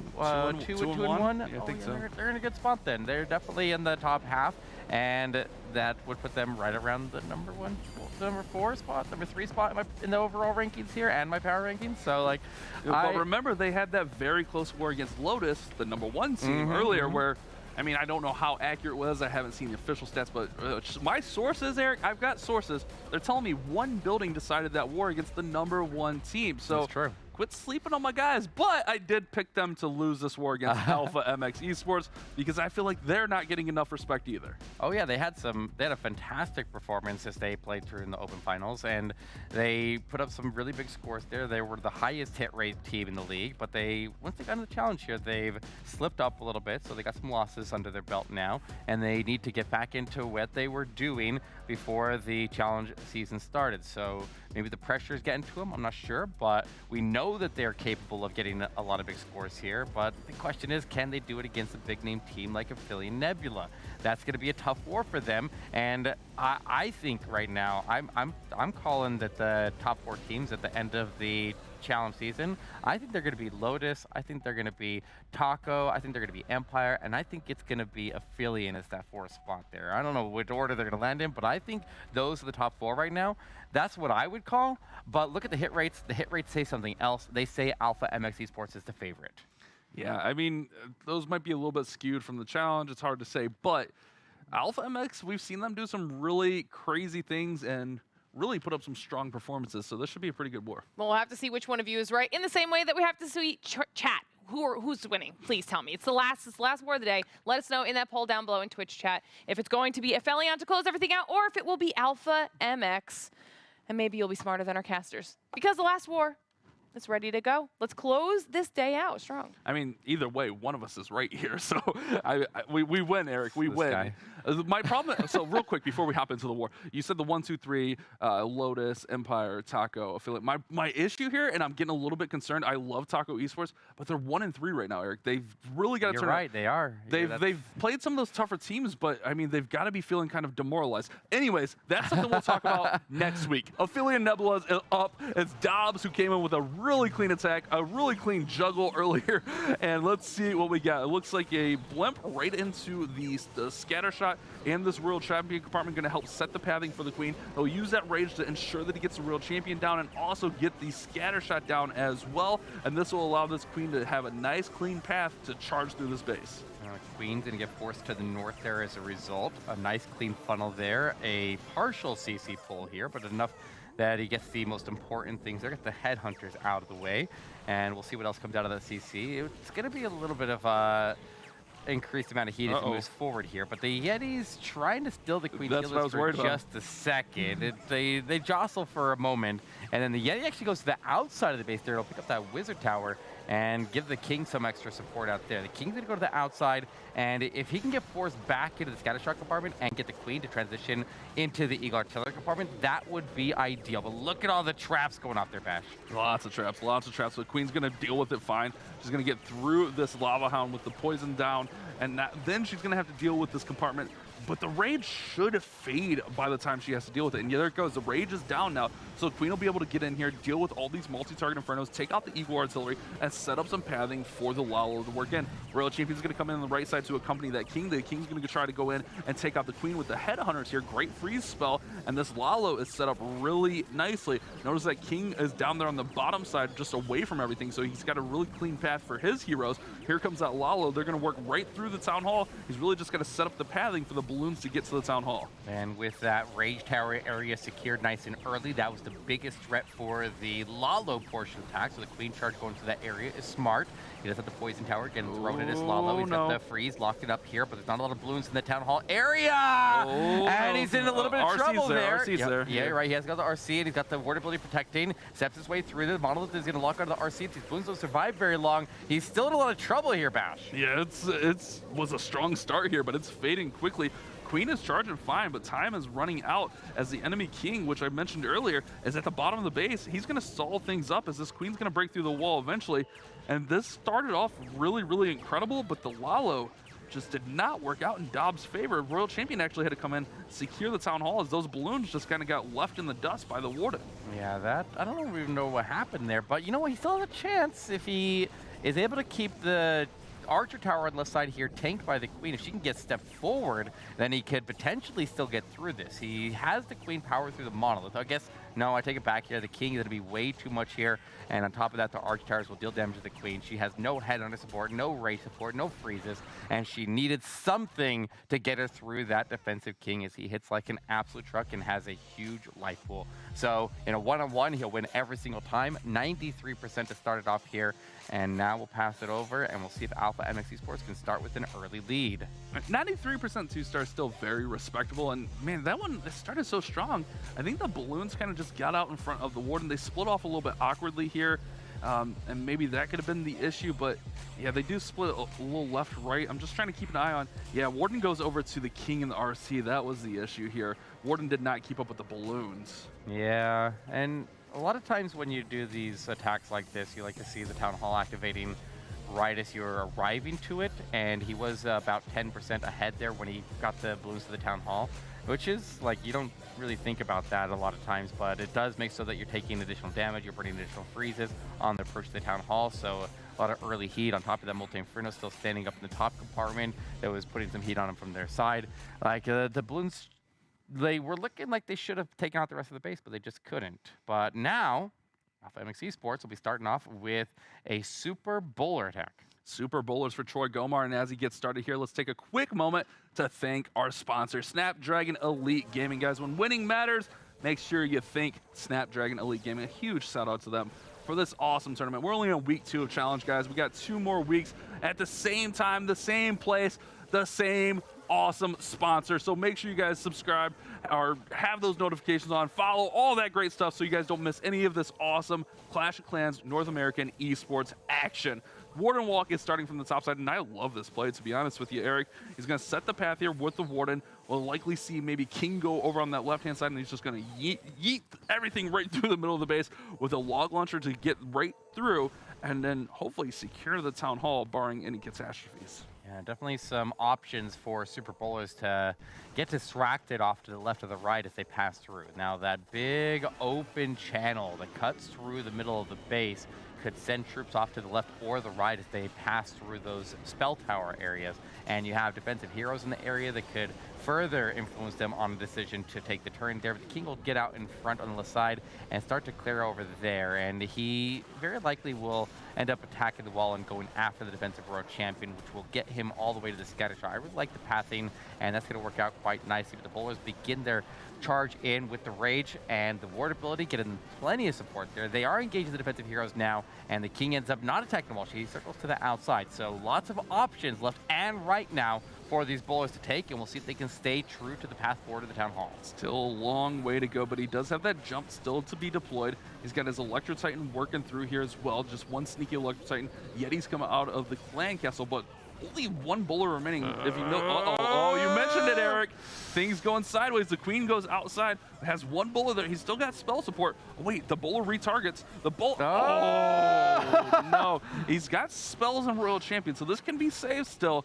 But definitely, oh man, those side flanks weren't what he was looking for. Yeah, this base is specifically built. That's why they put those channels that go across the middle of the base there. A lot of bases will run that, and a lot of times people will just take advantage of those channels to stay away from the Town Hall and go with a different method to take out that Town Hall. But as we've seen already, that those attacks have struggled a bit. But when you're coming in opposite of the Town Hall, and you have options for your troops to move off to the right or left side, then you have to account for that. He throws down that last skeleton spell there and will try to protect his Royal Champion from the Monolith. He'll rage up the Town Hall. He's got a freeze, and so he should be able to secure it. Oh yeah, it's almost done anyways. Yeah, okay, yeah, it's already weakened up there pretty heavily. He will topple that Town Hall and make his way through a couple more defenses, and if he can at least clear the trash on the outside and the right, he's in an okay position as far as percentage. I think he's in an okay position anyways. He'll still rack it in over 80. Yeah, it's a defense though for Aphelion, and after their first attack, barely missing there. That's they got to be feeling good. They're going to be up actually pretty nice, 81% there for Troy Gomar. It was a 93 for Dobbs, so Aphelion going to be up 12% to start our war. So a really interesting volley of attacks, and you mentioned it, Eric. Those channels were in there for a reason. Maybe he could have got the jump down a little bit earlier, so he could have like fed those troops in there. I think like, I don't know, me personally, I'd throw the jump over the Town Hall right now just to make sure. I don't know if it would have made a difference. Yeah, you're right. Because they chased after the Queen over to the right side. Like, watch when they get into the core of the base here. you'll see them get drawn over to that defensive queen. So Electric Titan came out of the Log Launcher, the Yetis came out of... What is that? At that point, also, a lot of stuff was faded out. Yeah, like there's only one bowler that was still alive, and it did actually continue on the Town Hall, but the queen and all of his melee troops went over to engage the queen, and I mean, that channel worked exactly the way it was supposed to. And now we'll go into more of a box-style anti-2-star style base. So Yeah, do you call this anti-2 or do you call this box? This is it's kind of a pretty hybrid between the two right, of them, right. yeah. I like the style in general. I think it's an effective way to utilize the advantages of both of those attacks. But we'll see how it goes here. It does stack the Eagle Artillery area feels a little bit more stacked because the Town Hall is on that side, and it does make it a little bit more easy to predict where your opponent's going to come from, because the most likely area that they're going to charge from is the Eagle Artillery. So keep an eye out for a lot of red and black air bombs in the area that could potentially kill the healers. All right, Warden's going to walk in through here. It's a very similar attack as the last one. Super Bowler Smash. Going to get the King working here with a Witch on that outside, just to provide some skeletons, provide a little bit of tanking in front of the King if possible. The Queen's going to go ahead and come in. He's going to throw in the rest of the healers and start working everything through the middle of the base. Has a Log Launcher selected at the current time. Wall Breaker's going to come in, get that wall. That was a beautiful wall break. Now here's a little bit of a concern. Ice Golems are going to hold everything up, but are they going to hold them up in a convenient spot or not? I think they're going to be in a really convenient spot on the exterior of the space here. Yeah, if we can get these expos off of him, that would be even better. He's got the King going to pop his ability over on the left side, and we'll get him through that. The Log Launcher is frozen up. I hope it's still intact over there. It's okay. It's frozen up by the Ice Golems, but I mean, normally you're not supposed to see your siege machines getting affected by spells, but offensive spells are different than defensive spells there. So Ice Golem locking up there. He's still got most of the walls open, and the bowlers are actually going to attack the buildings that were touching the wall, and so the walls do ultimately open up, and he does step his way through. So a little bit of a dangerous position there, but the bowlers getting some nice bounces, getting hits on the scatter shots from the left flank as they strike off in that road champion, and they take that scatter shot down. That was huge. That was a huge bounce right there. Yeah, that extra bounce able to secure that scatter shot on the left-hand side. World Champion's going to come in on the right-hand side, finish that off. This is looking really good for Soham. This is looking incredible for Soham. Still has a rage. Those bowlers are getting healed back up to max, and this is looking like it's going to be the first triple for Ophelia and Nebula, kind of giving Alpha MX Esports a taste of their own medicine, so to speak, with the Super Bowler Smash. World Champion throws that Seeking Shield, and Eric, this is all but done for. Yeah, the bowlers will easily sweep out whatever they can here, but the World Champion will pick up anything they left off. They'll get the Diggy to work with the World Champion. The Warden taking all the shots there before the World Champion can even pull through, and there's a celebration. He's absolutely got it under control, and Soham gets it done with the Super Bowlers. And Super Bowlers are great against anti-2-star bases, and they're great against box spaces as long as you can secure that Town Hall takedown. And when they want to run a hybrid of the two style bases, then it becomes an obvious option unless they trap specifically against it. I was reading his lips there, Eric. He was saying type !DH-San down there in the chat and join us in San Diego, because I'm gonna be there with this 3-star, boys. Great attack for Soham. The Super Bowler Smash working right through the middle of the base. Ice Golems coming over were dealt with in a very convenient position. If he had to deal with those Ice Golems a little bit closer to the Eagle, where all those multi-target Infernos are, it's a little bit more of an issue, but he deals with them in a position where it wasn't really affecting too much. Now the Log Launcher getting frozen by the Ice Golems, a little concerning, but it was okay. It works out for him in the end, and powers right on through. Great use of this Rages to keep these Super Bowlers going, and gets rewarded with a beautiful triple. They're already up on percent. Now they're going to be up on star. Well, I guess they could be tied on stars, but as of now, they're up on stars. Yeah, and it was a good call. I like the Super Bowlers. Super Bowlers, I feel like, are one of the stronger attacks in the meta right now, but for some reason, less used than a lot of other troops. I think a lot of people are leaning towards Electric Titans, but I see more success with the Super Bowlers, especially as more and more bases adapt to the Zap Flame Flinger Electric Titan attack there, and the Super Bowler attacks that come in opposite of the Town Hall, while being a little bit risky, like we saw in that previous one, are definitely effective. But this is going to be a Sui Lalo on the next one, or I guess more so a Kill Squad Lalo. He's got the Log Launcher selected at the moment. He's got a Golem. He's got plenty of troops that he can use for funneling, and it looks like he's just going to charge through the Eagle Artillery with the heroes. Now, I've been seeing a lot of the the top European teams breaking out this attack here, and it's been very, very effective for them. I don't know if I've seen Alpha MX Esports use this, as it is only used by more so like Lotus Gaming in the North American circuits usually. But we'll see if we can take a page out of those other teams' book and break out the big kill squad value here to step a Lalo. And notice the Queen's going to come in a little bit later here. King is actually going out of this channel. The enemy King's going to chase him in.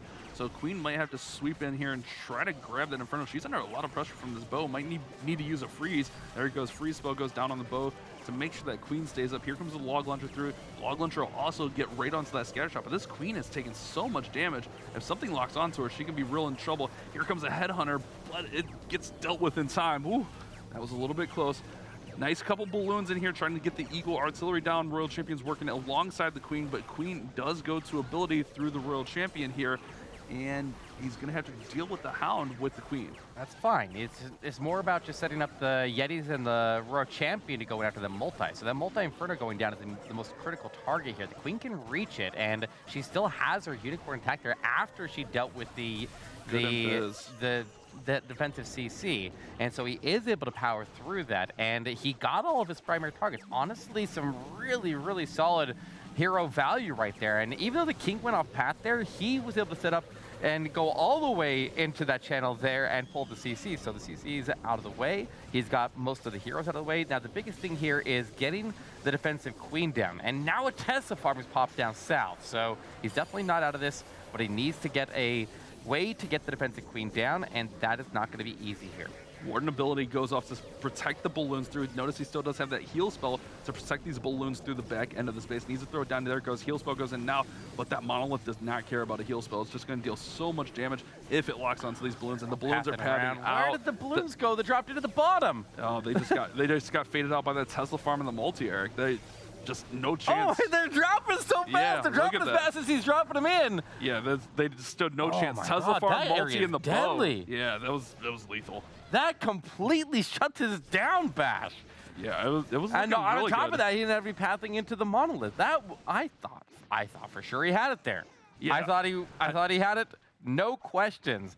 And I'm not sure how he didn't get the Monolith, because the balloon should have gone to the Invis. Well, I guess the Invis tower goes off, so the Monolith was probably invisible, so that pushed the balloons down and around. Because remember, he had to freeze it twice to make sure he got the Town Hall. But 74%, that's devastation, and Aphelion is looking commanding here so far in this war. Imagine having your heroes clear out literally half of the base, and then your Lalo takes like 25%. I don't have to imagine that, because that's how my Lalos go. That was rough. That was a big investment into a Lalo. Lots of spells. He had Lava Hound and an Ice Hound, and he had 25 balloons on top of that. Like, I can't see any reason why that shouldn't have gone through. Like, wow, the Lalo just got melted. And he lost so many balloons down at the Tesla farm on top of that. That was brutal down there. But it is now a lead for Aphelion Nebula. Now it's official. Now they actually have the star and percentage advantage here. And we'll now see if Stay Awake can lengthen the lead here, or if he gives him a chance as he goes in with a Queen charge into Lalo. He's at Flame Flinger off the left side, and he's already trying to Tesla out of the ground. I like this Queen charge here. The Monolith's on the opposite side. The real main concern here is going to be that invisibility tower paired with the single target Inferno. He'll also be engaging the Clan Castle troops at the same time. So he's going to have to manage these spells and manage this Queen charge properly here. Poison Tower goes off, which will slow that Queen down slightly as she makes her approach into the Town Hall. She's going to deal with the Royal Champion before anything else. Healers get pulled into the poison from that spell tower. That could be an issue, but I love the invis. Oh, just a split second late there. It's okay. He's got additional targets that he can go after all. He waits for it to fade. He'll freeze up again, and he will secure the Town Hall takedown. And then he can continue working from there. He's got another freeze that he can use, and he's got a Queen ability, so he can still survive through the single. But Triple Ice Golem is going to be a little bit difficult to move through. His healers have taken a lot of damage now, so definitely keep an eye out for any additional damage that may hit them.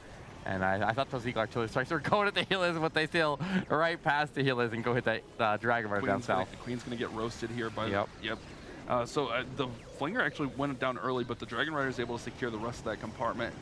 The Ice Golems are still up here, but that's going to hold up the King and Royal Champion over here just slightly. It'll eventually get him down, but man, that Clan Castle was just kind of annoying for the Queen's charge here. She went into that compartment, was looking strong, and then just once that invisibility and poison went off, it was rough. Tornado goes off, but nothing's caught in it yet. Maybe it'll fade in time. Actually, they're just going to path right around it. It's fine. Warden ability pops, and here he goes, working through the middle of this base. He's got a chance, but look at this. There's 4 Wizard Towers and an Expo just standing. Yeah, this Royal Champion's getting a nice path across the middle base there. She's going to get the stuns that is going to get her most of the way through the majority of the multi-infernos, but one will stay standing over there. Balloon's doing a nice job down south, but there's not a huge amount of them in that stack. And he's approaching 2 Wizard Towers and a multi-inferno, so that stack is going to quickly evaporate here. And then if he can clear enough, then maybe the Warden can finish off the rest of the base. He's got a chance here. And this stack is surviving decently well. He's still got the Phoenix up top that'll get some strikes out of the multi. I don't know if that multi has taken any damage yet, but this Warden is going to have to do most of the heavy lifting. There's not a lot of damage that can really affect the Warden heavily. He just needs some target direction, and he does step his way in. Gets the Archer Tower down. He does have a chance here. Phoenix goes down. He gets the Wizard Tower. Warden. He's going. Baby Dragon. Baby Dragon rages. He's got it. Closes it out. Are you kidding? How? What? Oh my gosh. How did that get through? The Baby Dragon coming in MVP. It automatically rages when all the other air troops around it die, and that boosts his damage just enough to get through. That tantrum OP, and obviously that was calculated, leaving that multi for last because all the other troops would get faded out so the baby could finish it off, right? Obviously, yep, that was the plan the whole time. Sure. Exactly the plan, guys, exactly the plan. Honestly, he managed this pretty well. The spells were really good. The Warden ability was really nice. I was a little bit concerned about all 4 of these Wizard Towers here, but the balloons, they stayed separated just enough here to get through. And like you said, the Warden came in, did a little heavy lifting, and then the one Baby Dragon, the Baby Dragon in there just to help out with the King, and then ends up winning the attack. Absolutely, that's hilarious.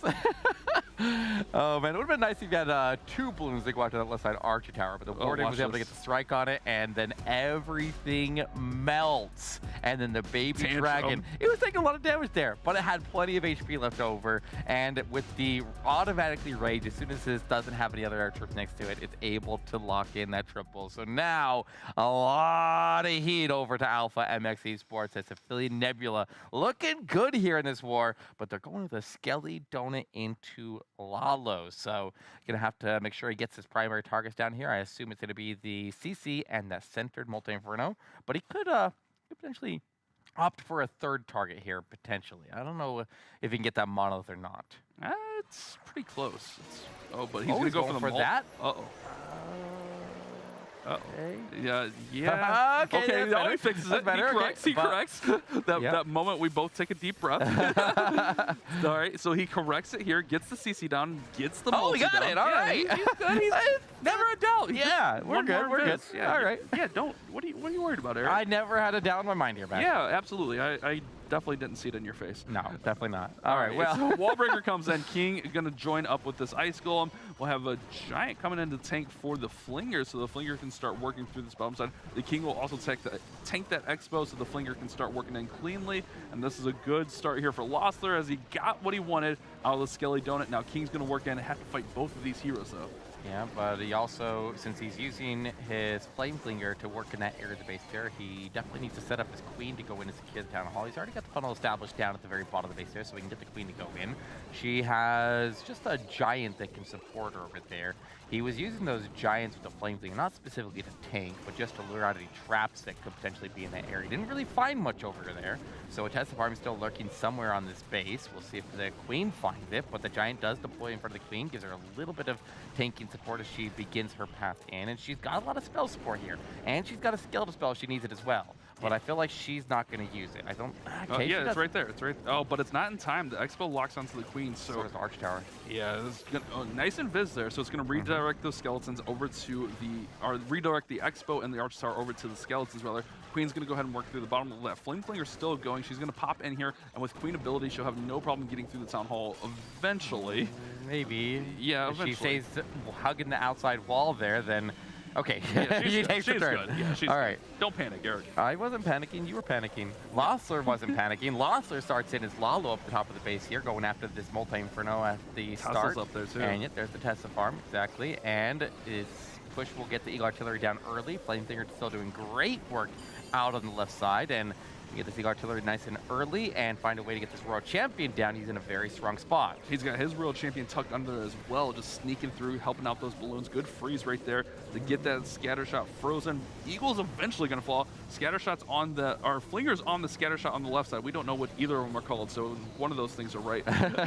Balloons working through here, but they're fading quick. The Sweeper and the Monolith are dealing damage. Now we're going to have a Rocket Loon Dragon Rider come out to finish off that scatter shot, but that single and the Monolith are doing so much work. Yeah, the scatter shot on the right side never falls down as well. The balloons that were getting inside the minimum range were getting knocked out of the minimum range of the scatter shot, and they're retargeted again by that scatter shot. So Sweeper did some good work there. The Monolith did a lot of work here, and he will not pull through on this one, and that is a triple that they definitely needed after Affiliate already has 2 on the board. So Alpha MX Esports chances to win this war are quickly slipping through their fingers here if they can't pull it back. They're running out of time. They need to turn this war around immediately. You know, I took Alpha in this one because I was hoping like we would see that fire that was lit under them under Split 2. We saw them just come out and do some crazy things, and I was hoping we would see more of that, but they're just starting to struggle here. Aphelian's base is giving them the fits and really holding them down, yet to get a triple, and Aphelion is up with 2 triples right now. We got Sir Will coming in with the Zap Titan attack, going ahead and zapping up the middle, getting that Rage Tower out, getting the multi-target Inferno, getting Expo. Great value from those lightning spells, and they got the Warden working, and have the Flame Flinger joining the Warden Walk. By the time they get into the middle of the base here, they will have that Rage Tower faded. And this is a key thing that he did here that I think is very, very important, that I've seen a lot of people attempt to do a variation of this where they end up getting absolutely destroyed. But if you're going to use the lightning to take out the expos in the middle of the base there like that, then you're usually better off to use the lightning onto the expos that are closest to your entry point. Don't try to like take out the expos that are on the opposite side thinking that you'll just pick up the expo near your entry later on, because I see those expos cause lots of problems. So I really like this approach here. He has the jump that'll carry him over to the town hall, and he will start to take the expo fire from the back end of the base, but he has a very, very clean approach in, and everything is still alive and moving strong and together as well. The Invis goes off early enough that the Queen can go ahead and pick off the Town Hall as they drive by here. The Titan's raged up, working through the back end of this base. This is a really clean approach. Ophelia and Nebula saying, Eric, move me up in your power rankings. Look what we can do, big boy. We're bouncing through this base. I really like the way this team has came out and played today. We didn't see much of them last week, but they come out today. They're looking as if they're going to go 2-1 and have that really close war against Lotus. So Aphelion really putting a stamp on week 2 here with a strong performance, and Will's going to get through here. There's not too much to stop him with Queen ability. She's going to get through the Monolith. Oh, wait, Tornado, but she's got enough. Archers. Yeah, she's got all the archers. Yeah, she's good. Wow, Will, clean attack, bro. That was exactly how you want to see the Electro Titans go if you're going to be charging at the Town Hall, and just little things like your lightning choices, and then getting the clean Warden Walk there, and then having a path that will safely secure the Town Hall without pathing directly through it. I think that's important right there. He gave access into the channel, but not access directly in the Town Hall compartment. With the Queen snipe it off as he walked by, and that was a key factor here. So like, notice how he didn't actually go into the Town Hall compartment with Electro Titans, but he gave no option for the Queen to go anywhere else but there. So as soon as the Electro Titans just walked on by and provided tanking all the way through, the Queen could reach over the wall there and snipe off the Town Hall, and he got the Invisibility Tower trigger early as well. So there was no chance that the Queen was going to still have an Invisibility Tower that would stop her from securing the Town Hall. Obviously, there is a little bit of risk in that, but that's why we hold on to the Royal Champion until after we make sure the Queen is able to secure it, and then we can use her as a backup to go in. And if the Queen misses it, then you know that the area is even more clear. So I really like that. It's a really, really strong way to do an Electro Titan attack, and where more and more bases are trapping up the lightning approach if you actually attack on the Town Hall side, this is becoming more effective. Yeah, and this is the first time we've seen that so far, is where he went opposite the Town Hall and just let everything kind of drive by and clip it, and it worked out nice. Look at this scoreboard. Alpha. Right. Alpha looking to make a statement. It was Dobbs that barely missed that 93% on the Queen charge Lalo, and everyone else was just like bing, bang, bing, boom, boom, bim, bam. We got it. And that pretty much secures the war for them.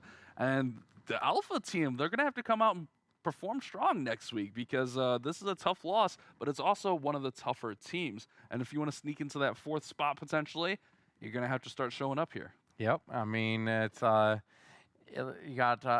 You were saying I need to shift around my power rankings. Maybe if Taco Esports can come back, because like I'm saying, Taco Esports were in my top 3 for the power ranking, and the teams that they have lost against are the teams that are like above them. So like they can still be up there. Maybe we'll see what happens. But remember, I think Alpha. I think you're right. I think Aphelion Nebula has jumped them in the power rankings a little bit there. So I'd say their position right now, they are definitely a team to contend with, and their performance this war has been absolutely stellar. So. And remember, they won Split 2 outright, so they didn't have to play. True. So, like, they're saying to both of us, because, again, I didn't pick them to win this. I'm going to delete that tweet so no one sees it.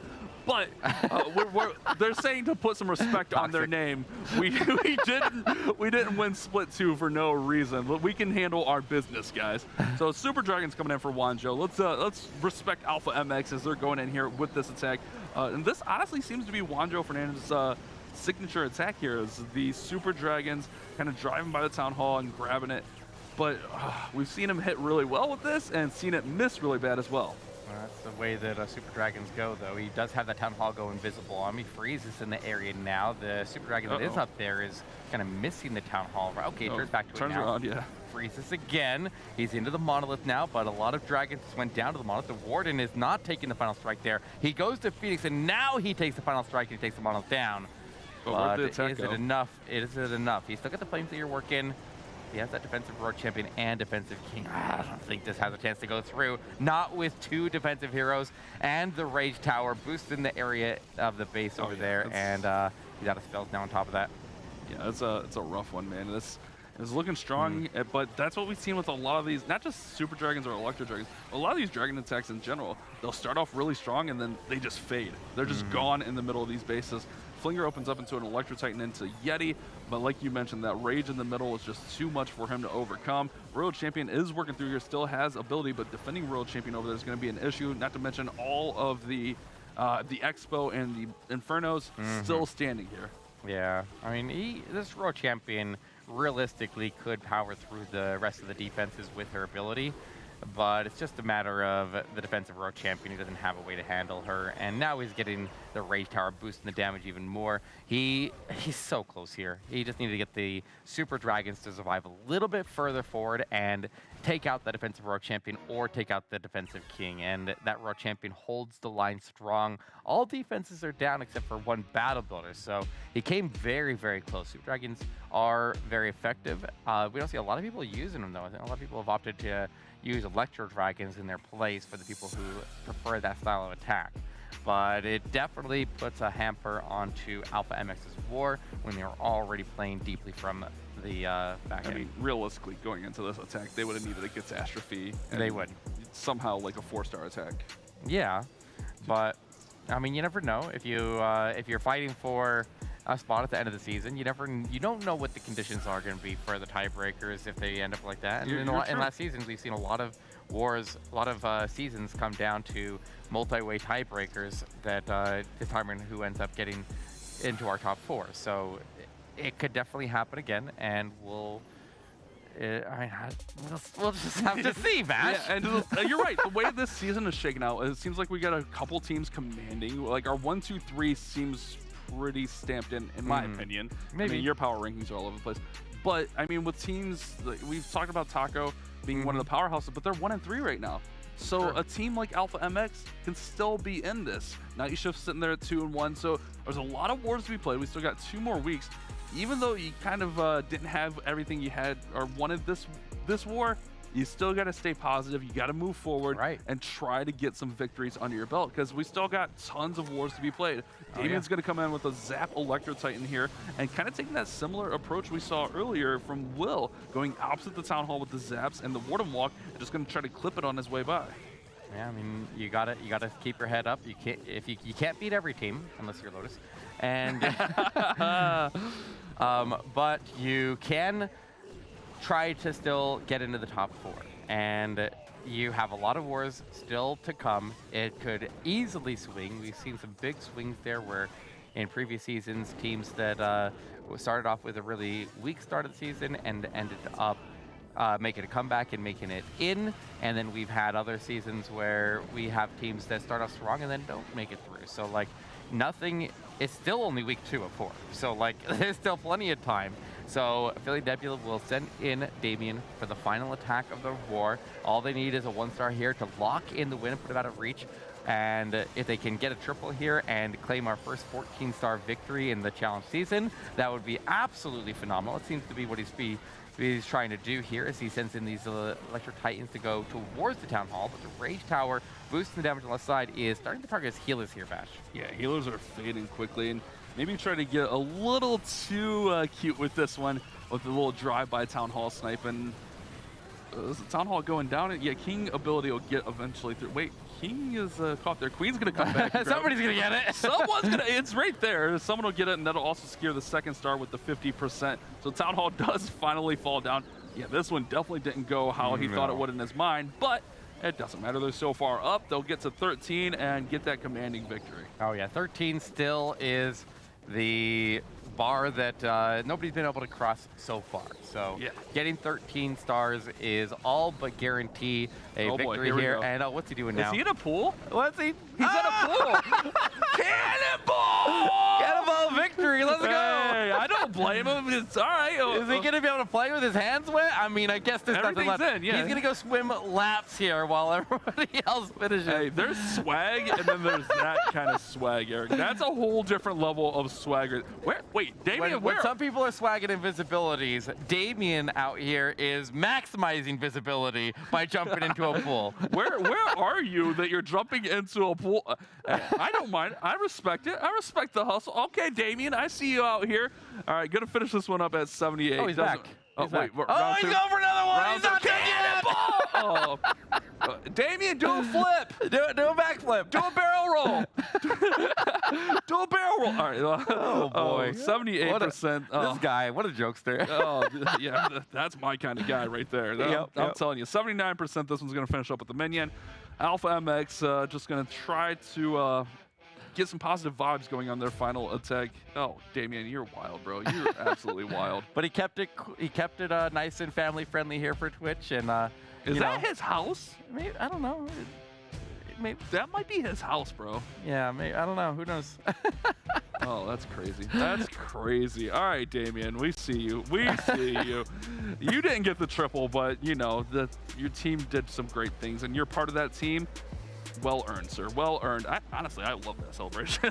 Not gonna lie to you, but this one just didn't quite work out the way he was hoping. Everything just kind of yeeted in towards the town hall, like he yeeted into the pool there. Yeah, I mean, if I had a pool, I would just drop a line of witches on the side of the base there, and all my spells are used within the next 30 seconds, and then I can just go do whatever I want. Well, if you just do zap, you don't have any spells. Exactly. That's how I would play it, and then I could go swimming and let my team handle the rest of the war. Swim the whole and maybe attack. I get a triple. There we go. Easy day. Oh my goodness! Look at his teammates. Oh, you know he does some goofy stuff when they're on voice. All right. Yeah, definitely. Marcelo, finish strong, bud. Let's see what you got here. It's a queen charge Lalo. Looks like a pretty standard composition here. No recalls, no invis. Does have 6 sneakies, but really those are just going to help out with pathing on the attack. Likely going to try to get this queen into the town hall, I would assume, Eric? Yeah, if you're doing a queen charge Lalo, you would want to get the queen to the town hall, but you also need to set the funnel to actually get her there. And with this path, it's going to be tricky. He gets the queen to try to go into the single inferno. Hopefully she takes the turn. I think she does, actually. And he tries the wall break, but the wall breakers are attacking the outside walls of the base. And he's going to have to swap out to a blimp, because that was his path into the core, and the queen will not be able to get there. So there's no possible way to get the queen to the town hall now. He has to go to a blimp, and he'll have to just Lalo and make up for it. Yeah, that's a little bit tough. I mean, technically, Queen could go all the way around and go through that little opening. She doesn't even stay on the inside loop. Yeah, she goes from the outside loop. Queen's This queen is toxic. She's like jumping into a pool right now. This is disrespectful, Queen. Get it together. Oh, man. Does make the adjustment and switches to the battle blimp, so he can throw that at the town hall and try to get it down. But yeah, definitely not the way he wanted this queen charge to go. Try to get the king to correct the queen, but queen she's gonna just keep going on that outer loop there. Here comes the balloon in. And or the blimp rather. It looks like the balloon did clear the path for that. Oh, just maybe not. kidding. It's fine. It's fine. It's fine. It's fine. It's fine. Yeah, it's fine. It's fine, Eric. Watch. He's come good. on, take He's it, good, take bro. it. Eventually. Yeah, you're right. He's good. He's Eventually. fine. I wasn't even worried about it, Bash. Yeah, me He's either. got the town hall down. His queen is still doing things that are not super effective on the outside there, and hopefully she can at least stay safe and get the multi-inferno down. But he'll charge the Lalo onto the right side of the base, and I feel like he should have charged onto the far left side, I think, and just wait for that way the queen would have time to get through the wall, because then he could have got the Royal Champion down earlier, but it's hard to say right here what is the play here. But he's got rage towers going off and tons of high density area with tons of defenses around the rage towers, and these balloons are getting shredded. Honestly, if the queen cooperates here, he'll have the stone slammer. He might have enough gas to get through it, to be honest with you. Yeah, those balloons took a lot on the crash damage. It was so It took a lot with them. condensed in there. If he has a stone slammer, he has a chance to get through if Queen goes for the town hall. Sure. But Queen hurt herself with confusion and went to the outer ring and was effective for the last minute and a half. Nice Ineffective. And yeah, if the queen could have also just stayed to the inner ring there and circled over to the multi-inferno and the scavenger, that also would have helped out a lot. But obviously that's not the way it went, and it looks like Aphelion Nebula was destined to win it one way or another. 13-10, a commanding victory, a defensive shutout, and one of the most offensive wars that we've seen this entire challenge season. Very, very clean attack. Damien had to get off cam because he's probably going to go change his pants now because he's all wet, Eric. He jumped in a pool. Eric, he jumped in a pool at the end of his attack. Could you imagine that? I don't have to imagine it. We saw it. That's right. Like, who does? All right, GG's. All right, Damien was on defense here also. Doesn't do. The base holds up strong, and really we talked about this earlier. We didn't see too many anti-twos, but this one gave Marcelo just a little bit of issues as he had to switch to the battle blimp to get the town hall. But I really think if he gets that queen into the town hall, he's able to get through this, or at least make it very, very close, because these balloons end up doing a lot. The queen's going to get through that town hall compartment, and maybe he can move the Lalo pathing just a little bit also to support it better. And once again, Alpha MX Esports is struggling with those anti-2-star bases. So they struggle with them and a variety of other bases here today. And it's just an offensive powerhouse. Aphelion Nebula locking in another win here, Glitter. Yeah, they looked phenomenal today. I mean, closing out the day with a almost perfect war. I mean, they did a really good job. Yeah. They can't be mad about that. And now we've got 2 more weeks for them to continue the snowball effect and see where that leaves them at the end of it all. This was a huge week for Aphelion. Yeah. They played 3 times, went 2-1, and had that very close war against Lotus. So they handled business. This was a very important week, and I think they showed up and, in my opinion, kind of cemented themselves as one of the top teams in NA's challenge. Oh, yeah. I mean, now that puts them very close to being able to lock in a position to go play in San Diego. And I think more than just the $60,000 prize pool, I think a lot of people, and that's nice too, but a lot of players want to go on the trip because the experience of going out to one of those DreamHack events is insane as a player or a spectator. So it's a lot of fun. All right, well, you're talking about how well they have placed today and potentially put themselves in a good spot for San Diego. So let's take a look back at the leaderboard, because you are right. They're now tied with Empire Gaming right under Lotus Gaming. I mean, that's a scary top 3 right now. Eric, we talked about it last week. The cream will rise to the top, brother. And we got Lotus Gaming sitting at 4-0. Aphelion and Empire both at 3-1. Night Shift 2-1. Night Shift was a really good week here as well, kind of cementing themselves. But it seems like Alpha and Taco, who we've kind of put up there, struggling a little bit, 1-2, 1-3 respectively. Taco's got a lot of pressure on them next week. Yeah, I feel like we've been being too hard on the night shift. I mean, for what we've been seeing out of them compared to where they stand on the boards here, like they're like slipping through the cracks, and like I feel like we're being too hard on them. They're actually in a very strong position. If they can sustain this for a couple more wars, then they can definitely get to San Diego. They're one of the top contenders right now, and they got 2 wins, and only 4 teams have 2 wins right now. So It's going to be an interesting second half of the challenge season, but I know you were worried that he was gone because of the pool thing, but he's not, because we've got Damien standing by right now, ready to chat with us for the final interview of the day. Dude, that was probably the best celebration we've ever seen on the challenge season so far. Yeah, that war was a lot of fun. Obviously, we kind of talked about it, but I was like, yeah, I could come here, set up my camp by the pool, and if we win, I'll jump in, no matter what, 3-star or not. That was a pretty bad attack by me at the end, but it didn't matter because we locked in the win, and the guys did a fantastic job. Absolutely fantastic. I'm so happy. Yeah, I mean, you have to be feeling good at that, but I have to ask, like, beautiful war, beautiful execution, but is that pool at your house or are you at a hotel? It looks like your house. Oh my God. It's my grandparents' place. Yeah, it's my grandparents' place. Fair enough. Yeah, they're currently away in Arizona. I live in Canada, so they're snowbirds. Yeah, they're away in Arizona, and so I come here in the winter to take care of the place, and I talked to my dad. I was like, you know what? I'm going to set up my camera here, and if we win, I'll jump in the pool no matter what happens, 3-star or not. Ideally, it was a 3-star, but you know what? We won, so whatever. That's absolutely awesome.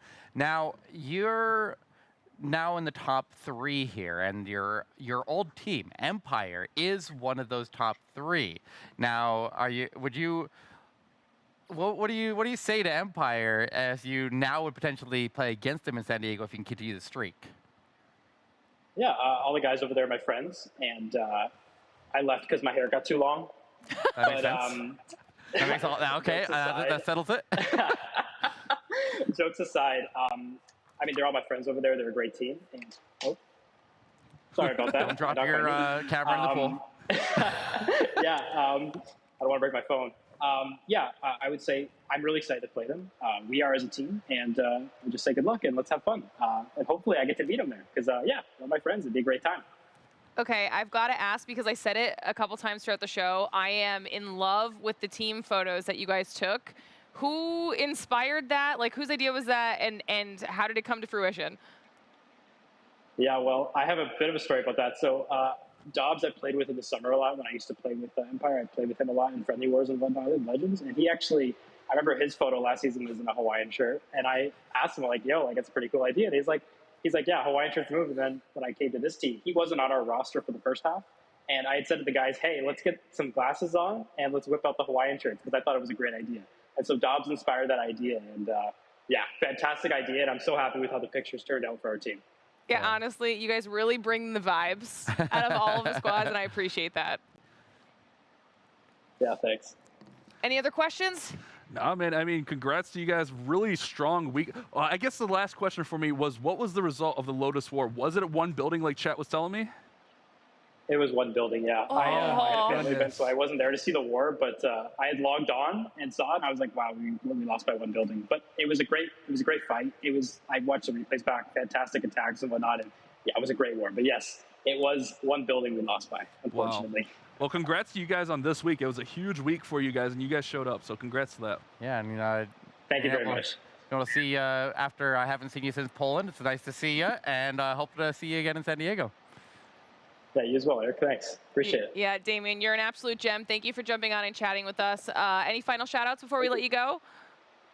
Yeah, so I want to first shout out my mom and dad, because I think they're watching right now. I want to shout out my 5 buddies, Cam, Tony, Nate, Nicola, and Danny. I also want to shout out the entire base building team, Locke, Cole, and Ninja. They are incredible builders, some of the best builders out there. I want to shout out the entire team of Affiliate Nebula. And lastly, I want to shout out my 3 best friends, Jacob, Adam, and other Adam. And that'll be all. Other Adam? What is other Adam? Beamer's the GOAT manager. GOAT manager Beamer. Shout out to him. All right, that's perfect. Thank you so much, dude. It was a pleasure talking to you. I'm sure we'll speak soon. Thank you so much. Much appreciated. Goodbye. I know we're not supposed to be biased, but he's my new favorite. I like. I'm telling Tony. I'm telling Taco Tony. Don't tell Tony. Oh man, I like the shout out to that. I mean, Affiliate showed up, and man, the one building loss there, that's a heartbreaker. We didn't get to see that war, but I think they really kind of put their footprint on the challenge this week. Huge week for them, and nothing but congrats to them because they showed up in a big way. Did. That was a huge, huge week for them, and it definitely is going to set them up nicely and very likely get them in through the challenge and through to San Diego. So they're not there yet. They don't have it locked in. Nobody has it locked in yet, but there are teams that are getting very close. No, but they also might be potentially the team that takes away the undefeated record from Lotus Gaming. So it's something we'll have to be keeping our eyes on. They already played. Oh my God. They played today and lost by 1. Right. Yeah. In my head, it's going to be taken away in the finals. It's not. Well, yeah, maybe we'll see it in the finals. No, we will. In San Diego. Yeah. Oh. They're both going to be there. Yeah. Exclamation point maybe. DH Sand, by the way. Yeah. Got you. Not guaranteed yet. It can all swing. I'm just guesstimating. Only week 2. But you know what else we need to talk about when it comes to guesstimating? God, here we go. You mean my right answer? Guess the percent. I thought we could close the show with like getting through this. I feel like my guess is bad now. I'm second guessing. Okay, well, now you've got proof of what you said. Okay, Eric, you said 97%. Bash, you said 87%. You tried to Price is Right him, and we'll see if it works because it's time to reveal to everyone what the actual percentage and the result of this attack was. Oh, it's Damien. It's Damien. It's also Damien. Best story arc. Let's go. All right. It was all planned the whole time. Damien was doing this attack against the last time they faced Alpha MX Esports. We didn't get to see the result of this attack here, and we tried to guess the percentage, and we don't know what it is, and now is your guys' opportunity in the chat to throw down what you think it is going to be. Let's see how close you can get here and see if you can do better than what me and Bash got. I'm really mad at you because my strategy for this week was I was going to guess 100% 3-star, but when you guessed 97, with me being down, I couldn't guess 3-star because I thought they were going to, lowball us and then 3-star us. But with Eric going 97, I had to go lower just to close the gap. That's risky. It is. But let's see what Damien does here. He's going to Queen Charge the Town Hall. I just noticed that Poison Tower in the middle of the base, not a Rage Tower, so that could work to his advantage.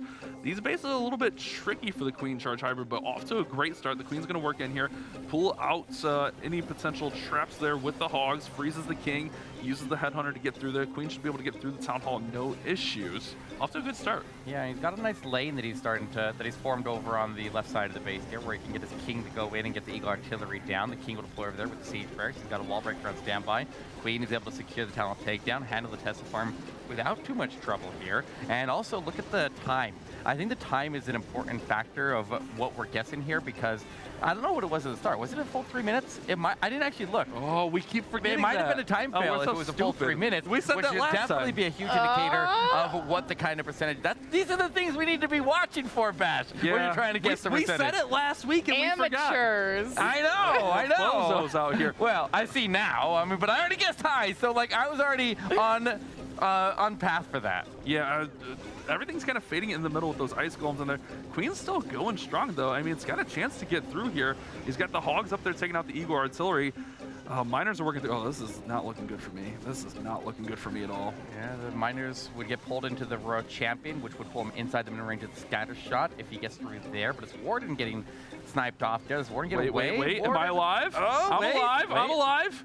Hold me. Okay. Wait, I'm at least going to be closer than you because this doesn't get through. Oh, okay. I'm gaining some ground, boys. I'm gaining some ground. Let's go. No. All right, Eric. We got ourselves a ball game, sir. I was wrong. Yeah. I was wrong. I was thinking the same thing. I thought. You know what the problem is? It's that Damien's probably jumping into a full mid-attack, and that's what probably threw it off. So I'm blaming it on that. I think it's because he's hanging out at his grandparents' house. That's the problem. I wanted to go lower because I saw the base layout and I know how I attack these, but I'm like, nah, it's Damien. He'll be good. But I guess you should have trusted your gut, Bash. You could have had a commanding lead here. I used hybrid like all Legend season, and I know how much I struggle on this base particular. But I was like, nah, bro, it's Damien. He's way better than me. But I mean, either way, I gained some percent. Now let's go. Did anybody in the chat get it right? I mean, 74%. Chat, all chat got it right. All of chat got it right. Ooh. Okay. Oh! Okay. Let's go, boys. All right. Hey, Eric. Somebody's winning. I gave you a lead on purpose there. Oh. That was my plan the whole time. To be fair, you're only separated by 2.5%, and it's still 50% of the season left. So that's fine. We can't have too big of a celebration yet, Bash. Okay. It just takes one more good guess, and we lock this baby away. Come on, chat. Hashtag Team Bash. Let's go, boys. I'm going to start asking Chad who their prediction to win Guess the Percent is. Yeah, we need predictions on top of predictions. Yeah. Like stack predictions out here, Twitter polls. We need it all. We need it all. It's a predictionception. Pretty much. Where's the Pretty top much. spinning? All right. All right. Well, now that we know you're both pretty wrong the majority of the time, let's close out the show with some final thoughts on what happened here today. For me, I mean, I've said it multiple times. Aphelion stepped up in a big way today. They hung in there with Lotus. They put up some really strong wars. I think they cemented themselves. I think our top 3 is our true top 3 as of now, and it looks like it could be that way moving into Challenge. Yeah, but the night shift is they stepped off of their miss streak there and then put up 12 stars, and I mean I feel like they're the sleeper team that has been just kind of riding under the radar, and I think that they are very, very capable, and I could definitely see a huge comeback with them, and with a lead already established right now and into that 4th spot, I think they're definitely a major contender for that 4th spot, and I do agree with you with the other 3, but I feel like that 4th spot is a little bit up in the air. There's a lot of teams that could definitely play for it, and they are definitely separating themselves from the pack. So essentially, the next 2 weeks are going to be crazy, and you all need to make sure you're tuning in to keep up with every single war that happens, because it's anybody's game. But as of right now, week number 2 of the Snapdragon Mobile Challenge is finished with Lotus Gaming sitting atop our leaderboard and remaining undefeated. Huge thanks to Snapdragon Elite Gaming, Samsung Galaxy, Monster Energy, DHL, and the U.S. Air Force for making this whole thing possible. On behalf of myself, my co-casters, and everyone behind the scenes here at ESL Studios, thank you so much for watching. We'll see you next week.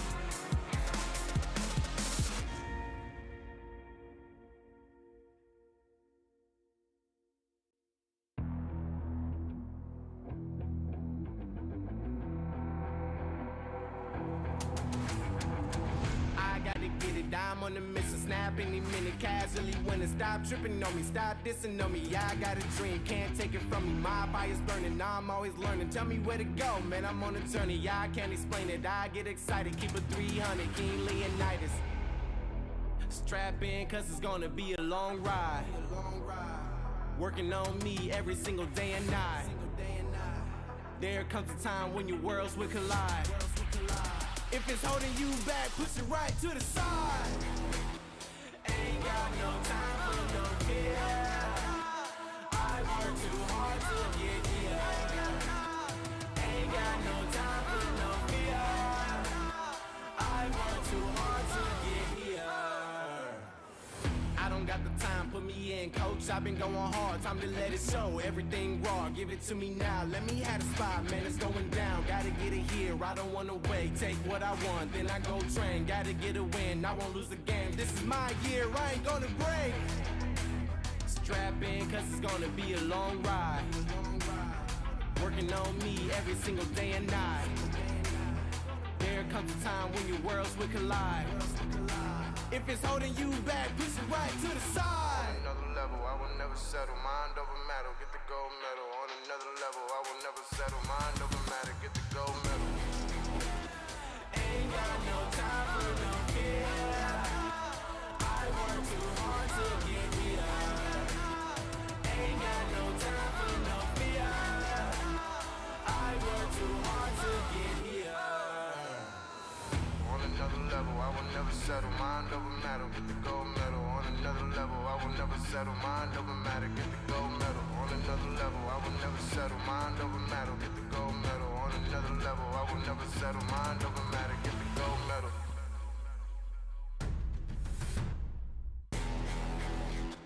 Ain't got no time for no fear. I work too hard to get here. Ain't got no time for no fear. I work too hard to get here. Ain't got no time for no fear. I work too hard to get here. Ain't got no time for no fear. I work too hard to get here.